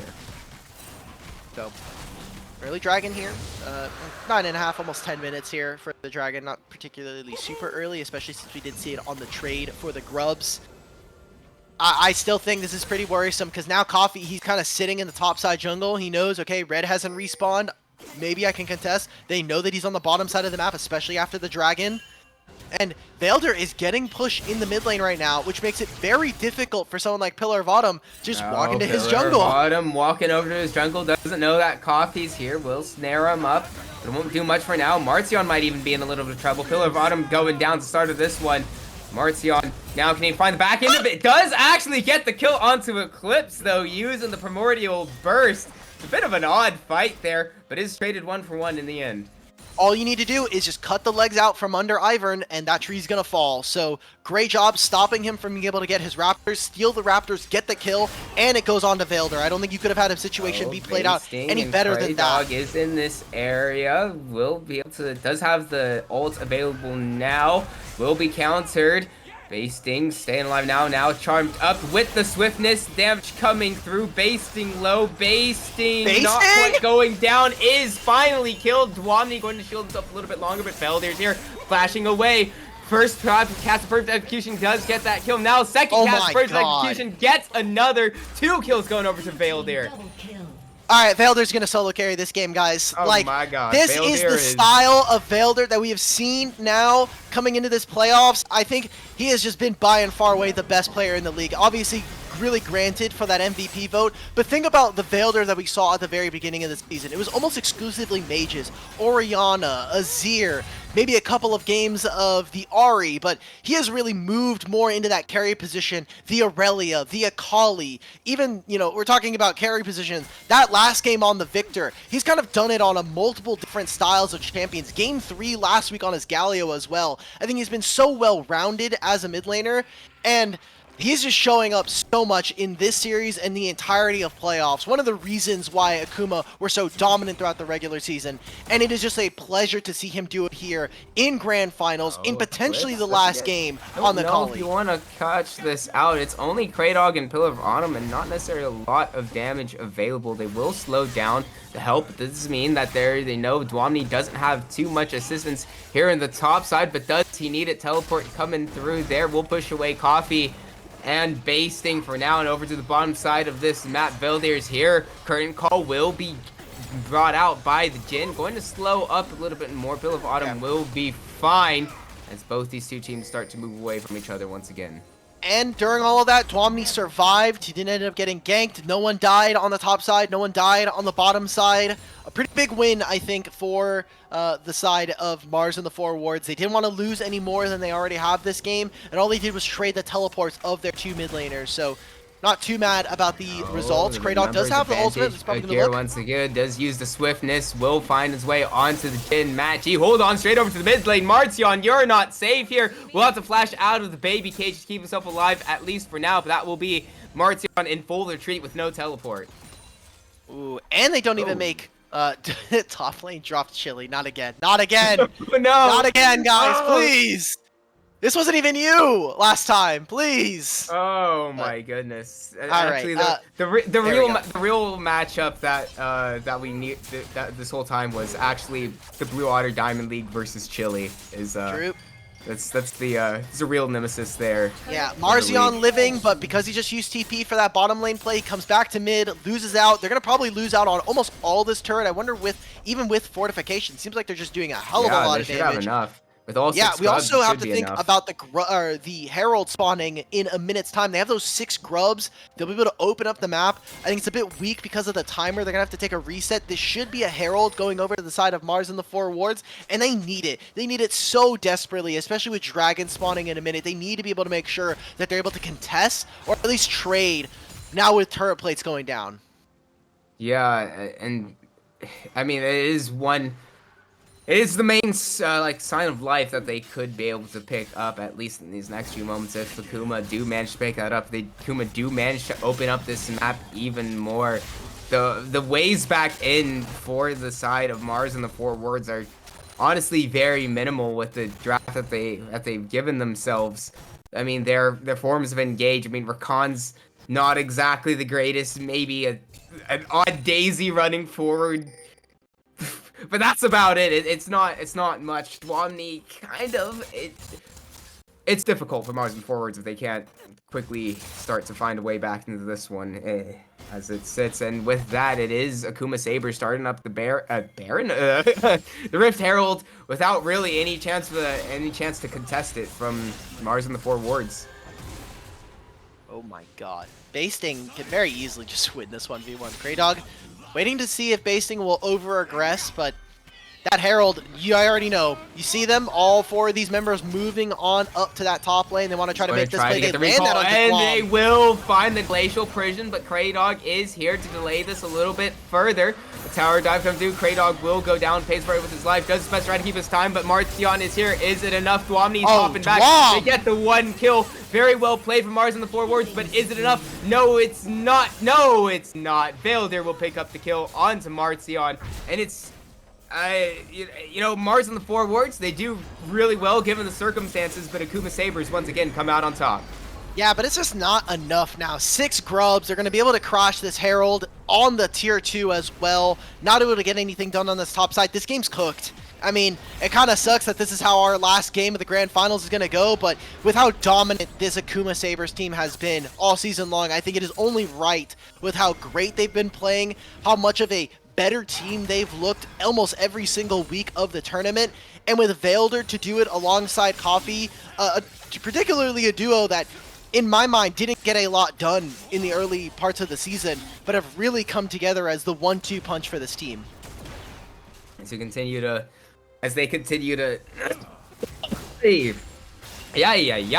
wow. As Akuma Sabers continue to just pull this one away, I mean, it really only leaves us to the ability to just wax superlatives around the side of this Akuma Sabers team. I mean, Vailder especially, I mean, throughout the series, has been nearly flawless, and has really shown it, and especially so in this game now, sitting 6-0-2 on the Akali, going to probably only push this one even further out of the reach of Marz in the 4 wards.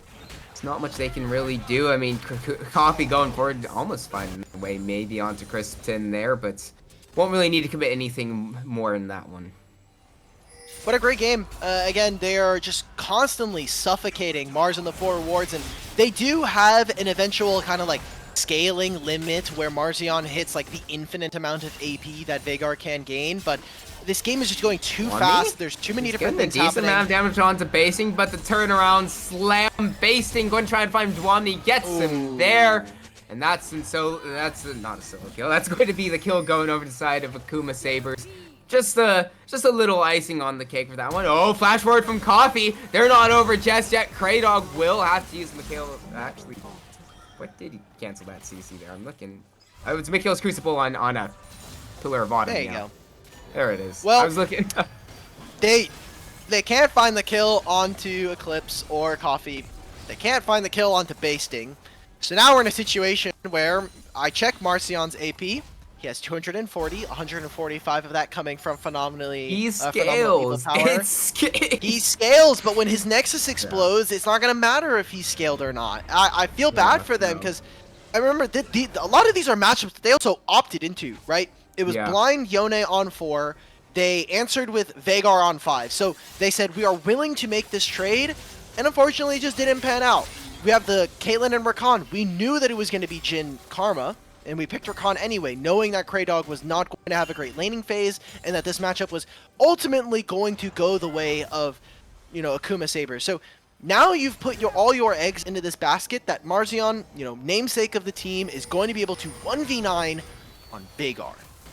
Not a champion that a lot of people would associate with the 1v9 title, and a title that I think probably is going to go uncontested here, as doesn't think it's going to matter all that much. Also, this top lane matchup is just not fun to play as Omni, and oh my god, he gets the center of the damage there, Basting doing a lot. Oh, flash away from Crispton as well. Just another tool not available for the side of Marz in the 4 wards at the start of this one, but they will try to catch out Akuma Sabers under the tower. The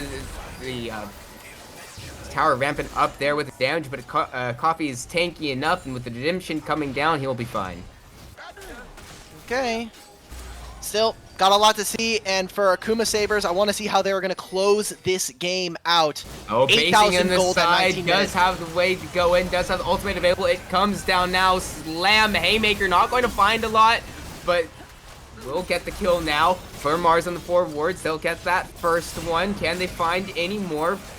Not quite just yet, and with the health bar so low, they will back away, but they will take the one kill that they've really been unable to find throughout this whole game. Okay, they get the one kill, it goes over to Dwamni, but look at the state of the map right now. Because they're actually able to get back to their base a little bit quicker because of how quick it or close it is to the proximity of their base, they actually can go and contest for this dragon. The only issue is basing's going to be up in 10 seconds, so he's going to be here. I think I like this idea that we're seeing from Marz in the 4 wards.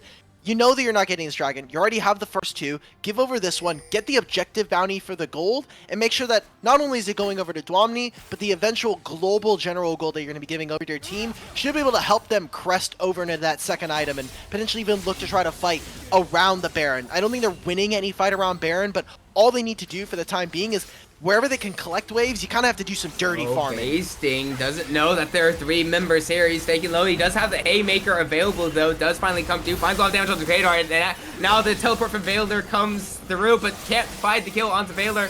Everything coming down now. Kraydog still alive after a lot. Gets committed towards the top side of this map. But it does mean that it does give Coffee time down there on the Drake himself to be able to pick that one up for the side of Akuma Sabers. They got the teleport out from Marcion, and they got the flash, as well as the exhaust from Kraydog. Yes, he got the kill. I just don't know if I necessarily am going to call that worth. The teleport from Vailder is nice, but really this is just Akuma protecting their interests, cutting off that gold. Marcion might be in trouble here. Eclipse and Matt G are in the area, and Eclipse here is now going to try to root up Marcion. Pillar of Autumn's here to help. Heal does come down. Marcion is still fine. Won't quite be able to get the kill onto Eclipse, and now Marcion slowed. Won't be able to find much just yet. Curtain Call will drop. Not even going to find too many slows. Coffee, not going to use it. Oh my god! Now does find its way in. That's Marcion down. Kristen getting slowed up.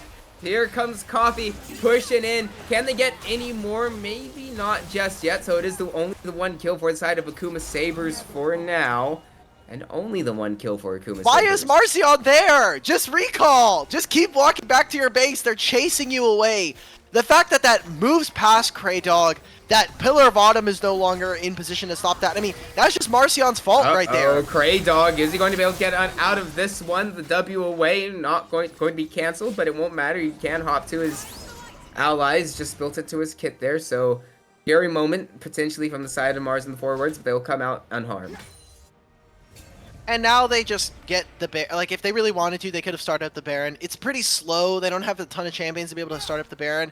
I think getting this Baron objective is mostly going to be fake. A lot of it is going to be saying, hey, are you going to contest us on Baron? If yes, we're going to win a team fight and end the game. If not, then we're going to get a Baron, push you into your base, and then win the game off of another team fight.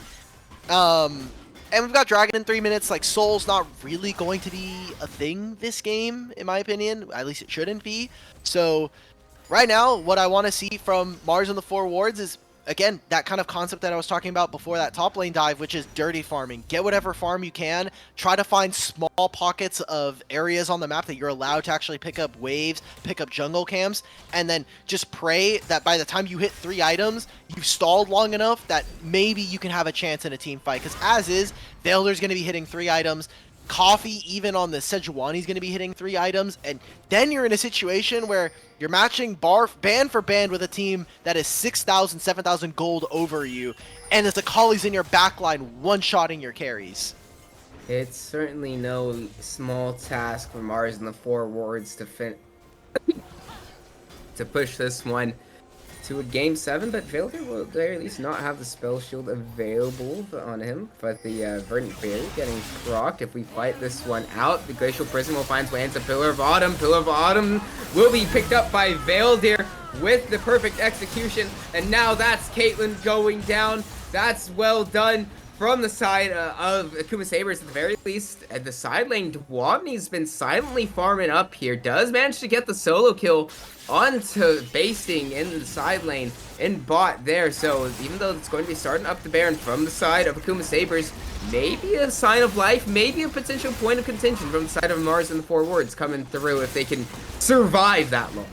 Yeah, side laning is only as important as your ability for the rest of your team to actually hold their own and also pressure onto the map. It's a reason why side laning also just hasn't been as, great as years prior. When we think of years like 2018, we have the incredible base race coming in from IG and KT, but those days are long gone just because of how much gold and really how important a lot of these objectives are. Baron is a lot different than he used to be. Dragon as well are a lot more turbocharged than they were in 2018. So kind of, the side laning is great, but especially breaking into inhibitor turrets, that's going to be a really big problem on this game. And I just don't know how much more Dwamni can get. Dwamni can potentially hit level 16, and that might be something that becomes a bit more of an issue for his team. Again, 3 items. Potentially we could start to see it. Infinity Edge soon going to be done here for Dwamni if he wants it. You also have the second or the third support item coming in for Pillar of Autumn. Maybe that's going to be able to make the difference there, but look at where the enemy team is. Vailder's finished that Banshee's Veil, and he has shown no sign of stopping in terms of how much damage this guy is doing. We're going to see them now play on 2 lanes. Basing sitting in mid lane, has the teleport available, and can just walk over while they get this bottom lane wave in. Yeah, and it does also open up time for the next strike to come in. It probably won't be too much of an issue. Dude, Dwamni getting a little bit far forward. Doesn't know that the rest of good job, Eclipse. Sabers are here, but Eclipse coming through. Is he taken down? Yes, it is. Can this be Marz in the forward starting this one out? They've done well at the beginning. Basing will find a lot of damage for that Hagen character, and now Coffee's here. They find the kills coming through. The showstopper won't find the damage though. The fourth shot on the curtain call will come through from Matt G. No! Matt G, it's over ambitious from Matt G. He does get the double kill at the very least, but he does go down, so that only leaves Coffee left alive on the side of Akuma Sabers, but he is full health. Dwamni should be able to heal back from this one. Coffee will do his best to try to contest this one, but I don't think this is where you want to be. Dwamni is looking Just big. do the dragon, guys. And they're going to move back to the Drake, taking it down to 6.5k HP. Coffee going to try to get this one. Gets in range of Smite now. Does have this one. Will try to push her out. Coffee doesn't have Smite yet. Coming through. Coffee coming up soon? But are they taking down Pillar of Autumn? Pillar of Autumn low. Pillar of Autumn. Does he get taken down by Builder? Yes, he does. Coffee delays long enough. And it won't be sole point for Marz in the forwards. And Coffee takes all the time he needs for his friends to arrive, for his team to be there. And that's Akuma Sabers getting that second Drake there. Does finish the Drake. I get it. I understand why they do it, but it is so tragic to watch. Dwamni and Pillar saying, okay, he probably has Smite. We don't know. So we have to be able to force him away, but you have to just take the 50-50. Otherwise, what we just saw occurs where teleports come in, you end up losing 2 members anyway, and you lose the objective at the same time. So it was a great turnaround fight, one where we actually got to see Dwamni on this Yone put a little bit of pressure onto Akuma, but then they just fall short. It always feels so far. 1 step forward, 2 steps back right now with his Marz and the 4 rewards team, and this is not the time for that to be happening. 8,000 gold down, grand finals, match point here for Akuma. You really need those 2 solo laners to really kind of piece it together and finish this game for themselves. And now without anything on the board, it does mean that Akuma Sabers can continue to push in, but Dwamni won't find anybody on the Fate Sealed. Start that one out, so no ultimate there on the Yone coming through. That does give a little bit more of breathing room. The main threat from the side of Marz and the 4 wards is that Yone, and so without that available, this does give a little bit more of liberty to the side of Akuma Sabers to try to push in one and clear this one out a little bit more. Baby Cage not going to stun up anyone there just yet, but the siege, I mean, there's more than enough wave clear on the side of Marz and the forwards to try to hold this one out a little bit longer. Marzion, almost level 16. Already finished Oh, out. Coffee will use the Glacial Prison, find its way onto Dwamni, 2v1 for now. Dwamni taken low, taken down on no, not taken down on the slam. He's kept alive. Oh my god, I don't believe it. Dwamni lives. He lives, and Akuma Coffee going to have to jump away there. It's call an ambulance, but not for me. All his friends alive, but this does open up space in the bot lane for the side of Akuma Sabers to take down that bot lane tier 2.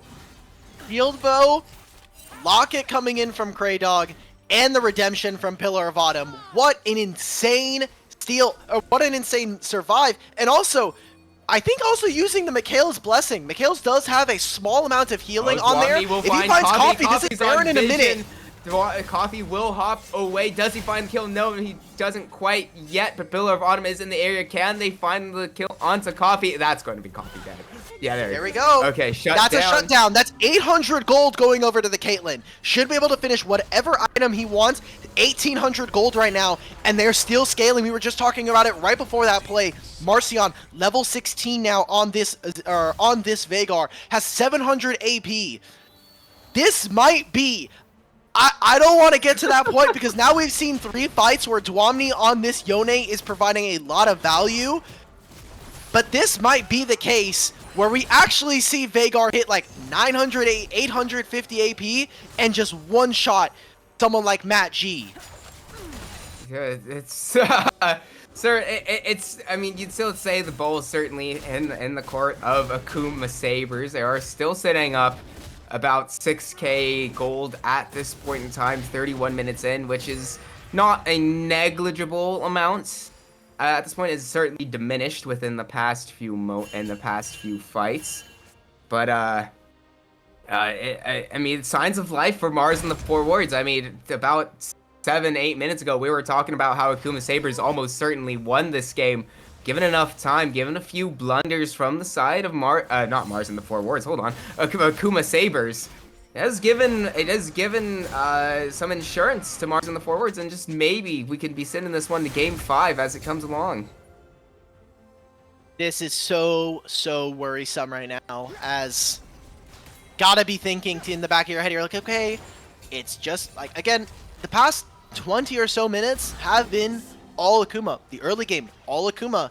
But always got to be thinking, hey, is the Veigar getting a little too much? Is Dwamni, who, again, while side laning has been able to pick up a lot, he's by himself now. You see the pings come on through. There, his teammates won't be able to help him this time. He does have the teleport should he choose to use it, but the teleport will be committed by Veildir. Does he know he's going to cancel that recall? He's out! Wait, he's out! Alcove Gaming, it's back! Oh my god. That was a TP from Veildir as well. It is a TP from Veildir. And so they'll be fine. He's canceled his recall once again, oddly enough. And this is going to just give time for the Drake to respawn. But I don't think you really need to contest this if you're the side of Marz and the Four Wards.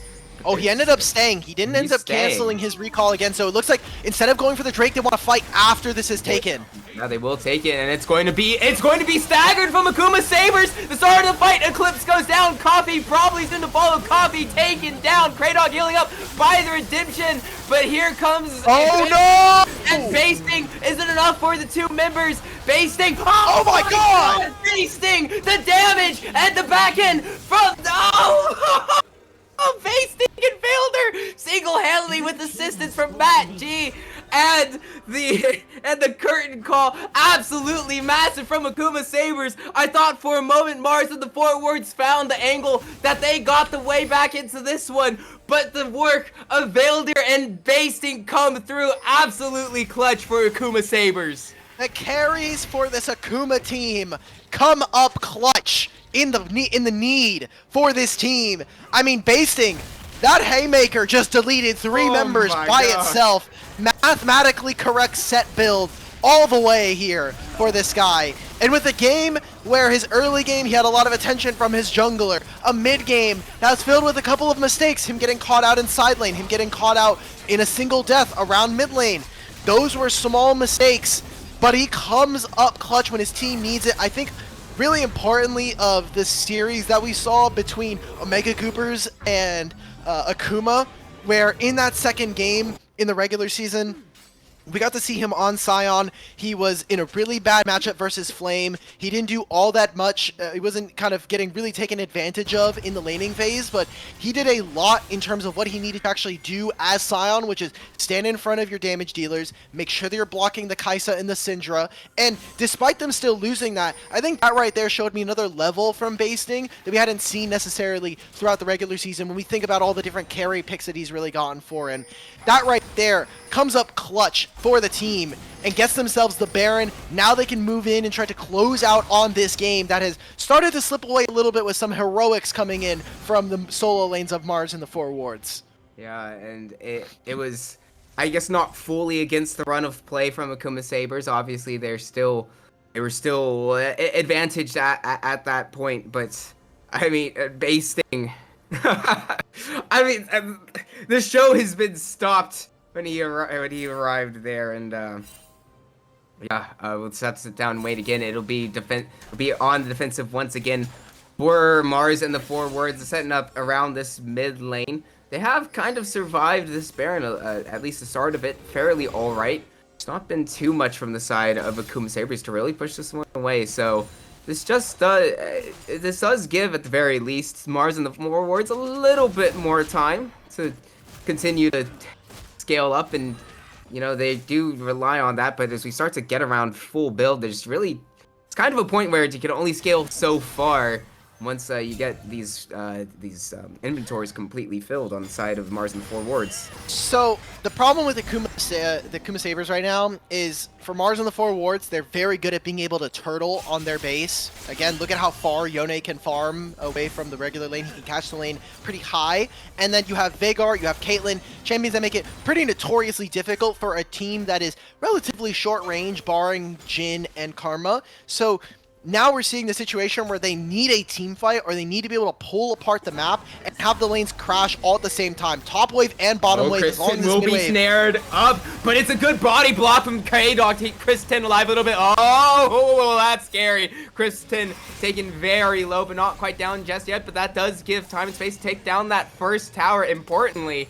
And both mid and top for the side of Akuma Sabers. They'll open this up to base a little bit more basing, taking down about half health, as Dwamni does hop away there. Decent amount of damage coming out from Dwamni. Did they find the way in? Kraydog not quite finding its way onto Coffee. Eclipse flashing out there off the screen a little bit. Does Dwamni get his way in onto Coffee? Not. He'll get pulled back, but all while that was happening, that did give Veil their time in the bottom lane to open up the base a little bit more. Won't quite be able to get that inhibitor. Kraydog choosing to try to go in. Do they find Coffee? Coffee going down. Kristen picking that one up. Eclipse is kind of away from his team. Eclipse now getting picked up by Kristen. And even though the base has been opened from Akuma Sabers, they will open up Marz's base. But it is still Marz surviving at this point, finding a few kills under their belt. Veigar's getting that gold. He's got 900 AP right now as this Veigar. And he's going to be doing a hell of a lot of damage. They cannot be caught out in this situation. If you are Akuma Sabers, you are more focused on getting waves pushed They're in. going to go forward. They're going to try to find here. The Deadly Flourish not going to find the snare, but that's a lot of damage coming through. Perfect execution, finds its way in. But here comes the TPs. Here comes the allies from Marz and the 4 wards. Basting now. Oh my god, Basting! Picking up that kill. Will end up getting taken down by Chris, but all across the map. It is fighting everywhere, but it's only Matt G and Eclipse left alive on the side of Akuma Sabers, and Matt G's, wait, no, it's not only Matt, Coffee has respawned now, and with the map available, they might be able to contest here. The Dragon's going low. Yeah. No, they can't. It's not quite in time from Coffee, and Marz and the 4 wards stop the soul getting claimed by Akuma Sabers, keeping this one alive a little bit longer. Just that little extra bit coming out of Marz and the 4 wards, keeping themselves in it by the skin of their teeth. They're doing it. This is what we wanted to see, though. This is the eventuality of this composition, and all of those small mistakes from Akuma are starting to bite them. We saw this similarly in that second game, where they were ahead in the early game. It looked very dominant from Akuma, but some of the early mid-game mistakes started to kind of creep up on them. They weren't able to siege. They're constantly having to deal with the fact that this team can turtle so well. And now Crisp has already finished all of his items alongside Matt G, but Matt G went for a more lethality-oriented build. Now you have Dwomni sitting on almost 5 items.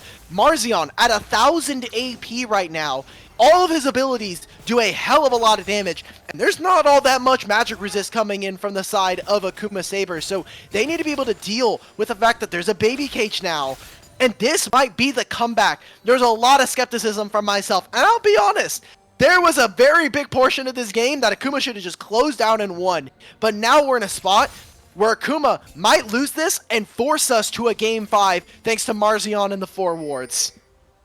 They really pushed it to the limits here in Game 4, but it's not over just yet. A potential death push will be tried to find out now. And here comes the start of the fight, getting started by the side of Akuma Sabers, but they won't find too much at the beginning of it. Dwomni, though, will be snapped back, and Basing comes in. Do they find the first kill? Oh, Builder! Builder's on the back line. Builder's huge. Builder comes through, and that's Akuma Sabers finding the fight, and the GA won't be enough to help Chris Tin, and that is perfect from Akuma Sabers. Just what they needed late on here, and it's only Marzion left alive. All they need to do is prevent that recall from coming through, and surely it will be Akuma Sabers taking back-to-back championships in the Blue Water Diamond League. Veildir will be killed, but it will at the very least stop the recall. He has to go fully through now. No teleport from Marzion. The Nexus is open. It's taken down. The recall comes through, but it's not nearly enough from Marzion,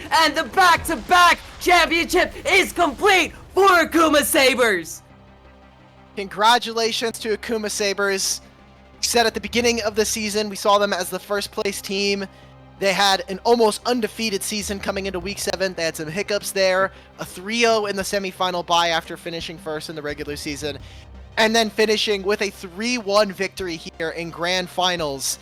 Fantastic stuff from them. I think they played so excellently throughout all of their series for the most part during playoffs. There were some hiccups. There are obviously some problems with some of their gameplay sometimes that I think they will be self-reported, but what an incredible series from them to kind of bring it all together in this last game, especially for someone like Veildir, who on this Akali just put up a masterwork of a game. Yeah, I mean, I was going to get to that myself. I was going to say I was really pretty well played all around from the side of Akuma Sabers. Holistically, a few hiccups from there, but that Veildir was the one that stood strong throughout basically this entire series across every single game. Veildir absolutely stood his own there. And I mean, he was voted MVP and really just proved why he deserved it in this game. In this series as a whole. I mean, overall, Akuma Sabers, there's just not enough. Congratulations to Akuma, really. They fully deserve it. Really great job coming in from, let me, real quick, I'm just going to invite Coffee. Let's get a winner's interview with all of Akuma Sabers. We're going to be moving them into the server right about now, actually. Here they are. Welcome in, welcome in, welcome in. Yo! Let's go. Let's go. Yo. Congratulations Feel to everybody. free to celebrate as much as you want before we get the I'm back to Yeah. back! Back to back. Back to back, minus folder. No, I'm back to back too. Yeah. Yeah.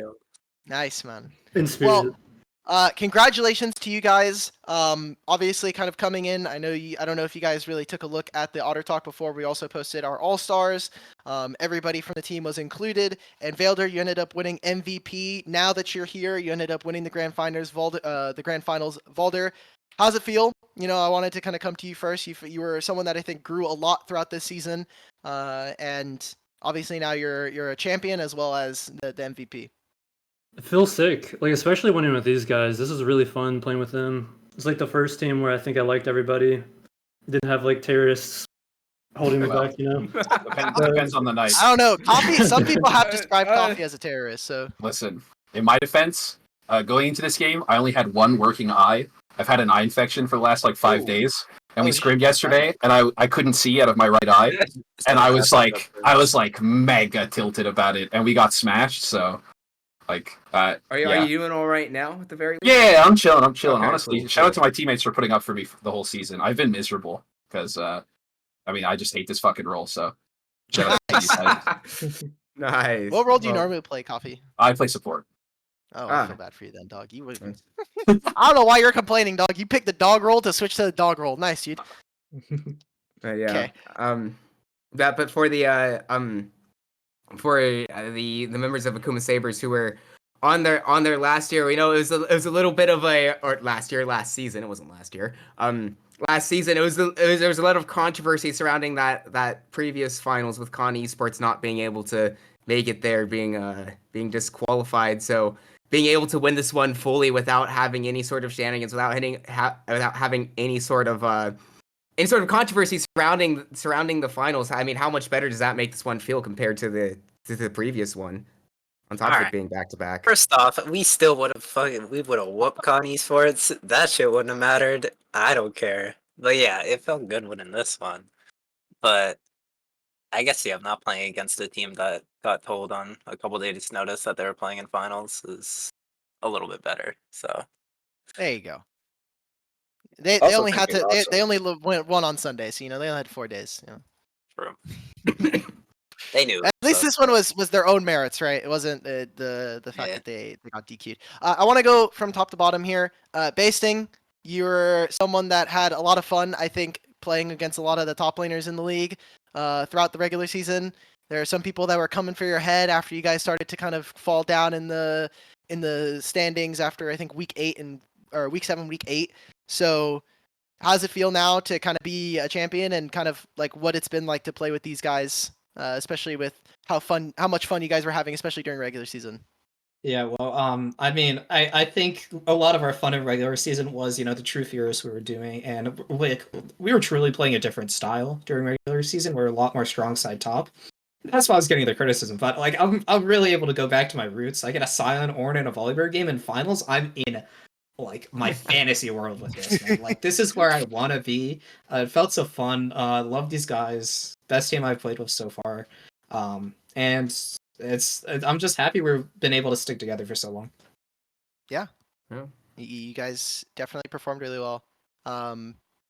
Coffee, you've been the biggest chatter in this server for literally forever now. Mhm. You said, are you confirmed done with competitive now? So you retiring at the ripe old age of 1,000,000 years old? So I'm just done with jungle, at least for the one split, because Okay. so Sabers is taking a hiatus, at least for a split. Spacing's going to Japan to study abroad. Yes. Yeah. And in the meantime, I'll be playing support for another one of our teams. But like to kind of look at the team as a whole, like Sabers for this split, I came in like kind of last second because our last jungler left. Yeah. And then I was excited to play with my brother Toomey, and then when Toom couldn't play, we had to try out mid laners. Vilder was kind of like the last guy we tried out, and it was the perfect one, right? Like it was a perfect fit. And obviously, I did that. like owning the org, it's kind of like I'm kind of free of all criticism because if they criticize me, I can kick them. Oh, But, true. Yeah, that's why you get to play Damn. Cassante jungle. True. But when Oh. I put this team together, especially the bot lane, when I put this bot lane together, because I do all the rosters for us last split, I kind of anticipated it kind of going something like this, right? Where you could plug in 3 players topside, and it really wouldn't matter because like my bot lane is the best bot lane in this skill bracket, and no one can really contest it. I think by far the best 2 people I've ever played with in terms of bot lane at this skill level. So Nice. shout out to them. Thanks, man. I think it's the first nice thing I've heard any of you guys say about Matt G. Great job. Yeah, I I think get praised a lot. it's the first nice thing I've heard out of just I'm glad it took anybody 9 in weeks of general. regular season and 3 weeks of playoffs, but It took a we'll bit, take but it. we got there. We'll take it. Vailder, I remember the first week of Blue Water. I came in and I'm like, I'm begging you. I joined voice call. We're like all sitting there. It was you, me, Basting, and Coffee, and we're like going over games. How's it feel to? I mean, like obviously you were just talking about your entrance into the team, but I think you're a much different player from week 1 to the end of the season now. Do you feel like that's true, or do you think you stay true to yourself? Yeah, I think I definitely have improved a good bit and sort of just got used to the play styles, especially like Coffee, compared to some of like the past teams I played with. I think I just needed to like settle in, and then like playing like the true fearless, like trying to pick a bunch of champions I'm not so used to did not help. Like it's kind of hard to to focus and play really well when you barely know how the champion works, or you don't have Yeah. that many games on it. So yeah, I think I've improved quite a bit. This series, not extremely happy. I think I made some weird Oh. plays actually. Yeah, I think I made Is some there one that mistakes. stands out? Like when I was in Tribush bot lane in the Hui game, I like missed a Zeri kill that was like completely free. Oh, okay, all right. Well, like a you're couple- nitpicking. They like the big thing for me this entire series was that like I'm watching them just like bully the shit out of Matt G, and then I'm just seeing Hui do 1,000,000 damage. I'm seeing Victor do 1,000,000 damage, and then the fight's over. I'm like, okay, well, Hey, shout out to the ICBM Karthus too, man.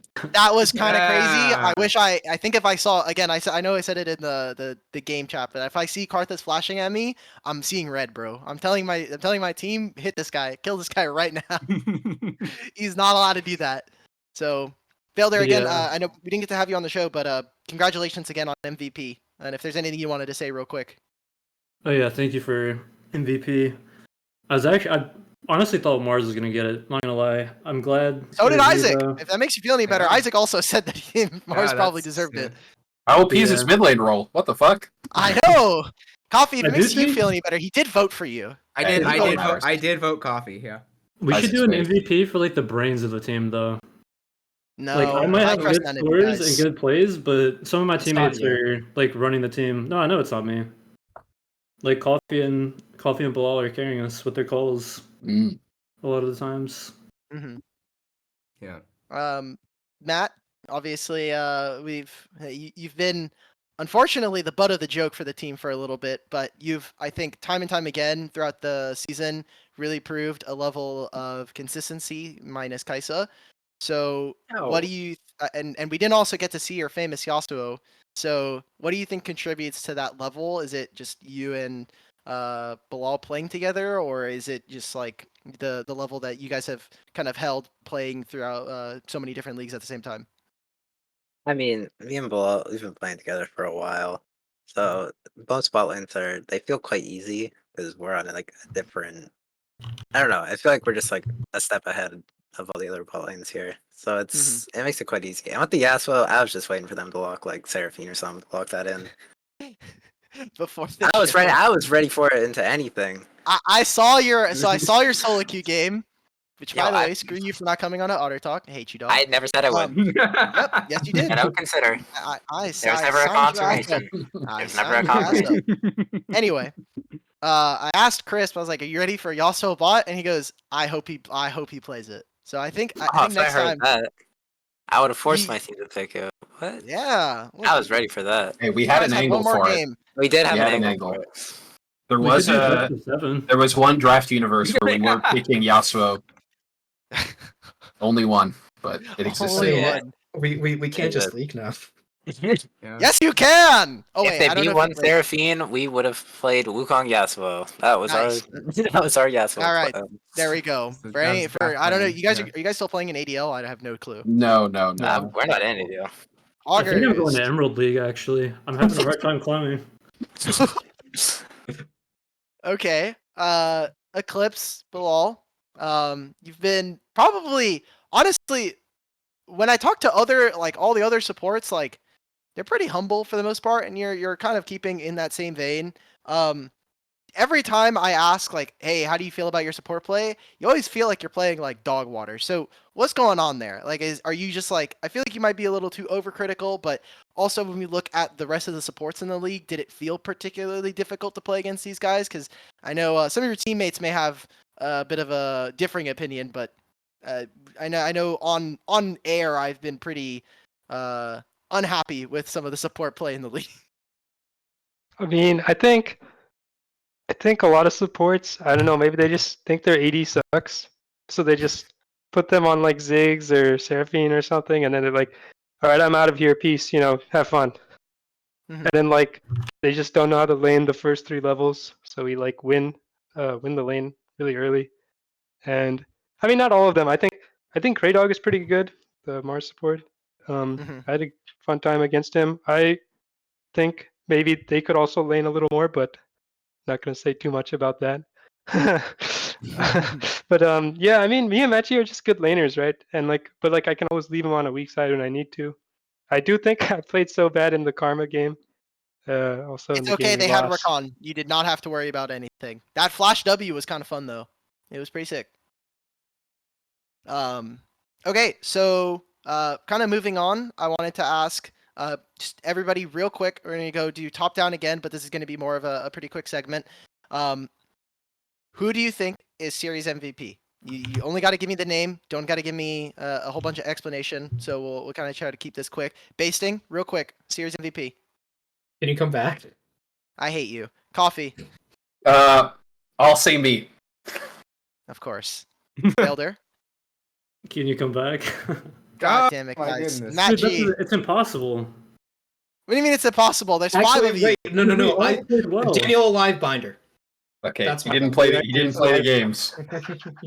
It don't matter. Hey, so far I'm It winning. does matter. Pick someone who played on your team in Lest grand we- finals. Lest I we pick forget the Boulder. Amumu queues, guys. Come on now. Can I give it to Toomey as a sub or? No. I'm saying Baldur Oh, MVP. fuck. Yeah, I said Boulder. Unwanted soul. Okay, I'm saying coffee MVP, so Basting's the final vote. Yep. There we go. Sorry, if it's Baldur or anyone else, I'm going anyone else. Yeah, coffee. Let's go. Let's go. Oh yeah. Let's go. That's crazy hate. That's crazy. Hey, I brought him into this team. I'll take him out of it. The Nice, Amumu queues secured this for us, okay? Actually, true though. Those are sick. Those were pretty good bandage tosses. Not gonna lie, Mm. pretty sweet. Yeah. I'm a freak on that chain. Your Vi game was definitely freakish. So. Okay, listen, there was a little disagreement about the Vi champ, but I will say, there was some disagreements on your life. I as will well. say, once we won game 3, like after game 3, I think like everyone went for a quick break, and then when we came back, we realized like Sejuani was available, so it was Yes. guaranteed a 3-1 no matter what. Because I think we're now 7-0 on Sedge this season. I was like, oh, they picked Sejuani champ. All right, well, this is just Coffee's just champ. I mean, Yeah, and then if we lost that game somehow, then we had the Nunu for game 5. So and you have super, yeah, exactly. Okay. Yeah. We also were like 6-0 Sejuani, but 0-6 Akali, so it This was is true. Yeah, It yeah, was- Akali was pretty sexy, dog. That It, was. it that was always pretty it nice. always is, but these guys like to feed when I play. So real, just to kind of close out on the show, did you guys coming into the series think that this was going to be like a 3-2? How are you guys kind of feeling about the playing against Marz? I'll be honest, I thought we were going to 3-0 them. Bro, I thought we were Fair. gonna lose. Yeah, I Yeah, was pretty we're both confident. below. I thought we were gonna lose. I was pretty confident. Damn. Dude, I was that too. Though I was like, "Yo, we're losing tonight. It's not a big deal." I just Like, like for work tomorrow. like looking at this Mars team. I swear. Okay, I'll put some respect where respect is due. They're good Oh, players, but Mhm. after game 2, what champions do they even have left? To be We did honest, steal their whole I'm draft. gonna be game real. A one. lot of the Cassiopeia flashes just Like- took me out of the game. like what do they IRL. have Okay. left that they can pilot? And like we're taking away their best players, 2 best champs as well. So Mhm. like I was pretty confident. I thought it was a 3-0, but we suck. So I suck. True. I think if Um, Marzion gets a couple of those champs, we probably lose a couple more games. He's sick Mhm. at them. Maybe even 3. Yeah, that's why. Hell no. Way B1, way That was B1, close. good steal. Hey, Matt Force G's them been on telling to- me for weeks that we're 3-0ing no matter who gets into finals. So Yeah. Close enough. Wasn't my One fault. game. You can like Yeah. scratch out the one and it counts almost. Yeah, you know, you Um, can do is like just like with the one, you can just kind of add a curve on either side, and then okay, but it's a 3-0 if you just like didn't watch the game we lost. So True. That's Look, what I if was I thinking. have to watch that game, so does everyone else. that's just good. I'm not watching it back when I rewatch this, so don't worry about it. Neither am I. I'm skipping that one. Nice. Isaac, is there anything else before we kind of give the last kind of bit of spotlight to these guys and then send them on their way? No, I think that's just about it, really. All right, guys, Congratulations. this is your time. Last time for celebration. Any shout outs you guys want to do? Floor is yours. Congratulations I'll- again to Akuma Sabers for winning grand finals here in the Blue Water Diamond League. Yeah, I'll start with my shout out. I gotta shout out Flame. He helped me prep. We did like 11 1v1s before the grand finals. And we've been prepping each other a lot. I mean, unfortunately, the one matchup we did practice a bunch was the one game we lost, which was the Scion into the Aurora answer. So unfortunately, the one thing we were at, because we were practicing the Aurora counter and the Olaf counter, and we just Mhm. they never picked Olaf, and the Aurora game. The Sion worked well, but we just lost. So Yeah, that It was not happens. your fault. That Sion game was not. I your agree. It wasn't my fault. Yep. Yeah, no, it was so yeah. Big shout out to Foyne. Definitely helped me prepped. Helped us set up a scrim last night too. And it's just been overall. I mean, he's a good bud of mine. Really unfortunate we couldn't get the real grand finals and play Omega. Mhm. But yeah, that's my shout out. Shout out Foyne. Hey, all right. Well, I'm gonna give shout out to my boys, my teammates, and obviously the rest of Akuma. Also, a special shout out for Dorado Gaming and Alex Carino for motivating me to make the greatest rosters of all time last split when they said that Akuma has no good teams. Fuck you, retards. And then whoa. also Whoa. shout out to you guys, Alt Battery, Isaac, for casting every game. You're the goats. Wow, that's thanks, man. Appreciate it. Actually, I'll count this win as my win too. It's my win too, guys, I know. for sure. Catching all the shout outs today. Hulk, Fielder? how does it feel? I mean, I'm just here to do my job. Nice.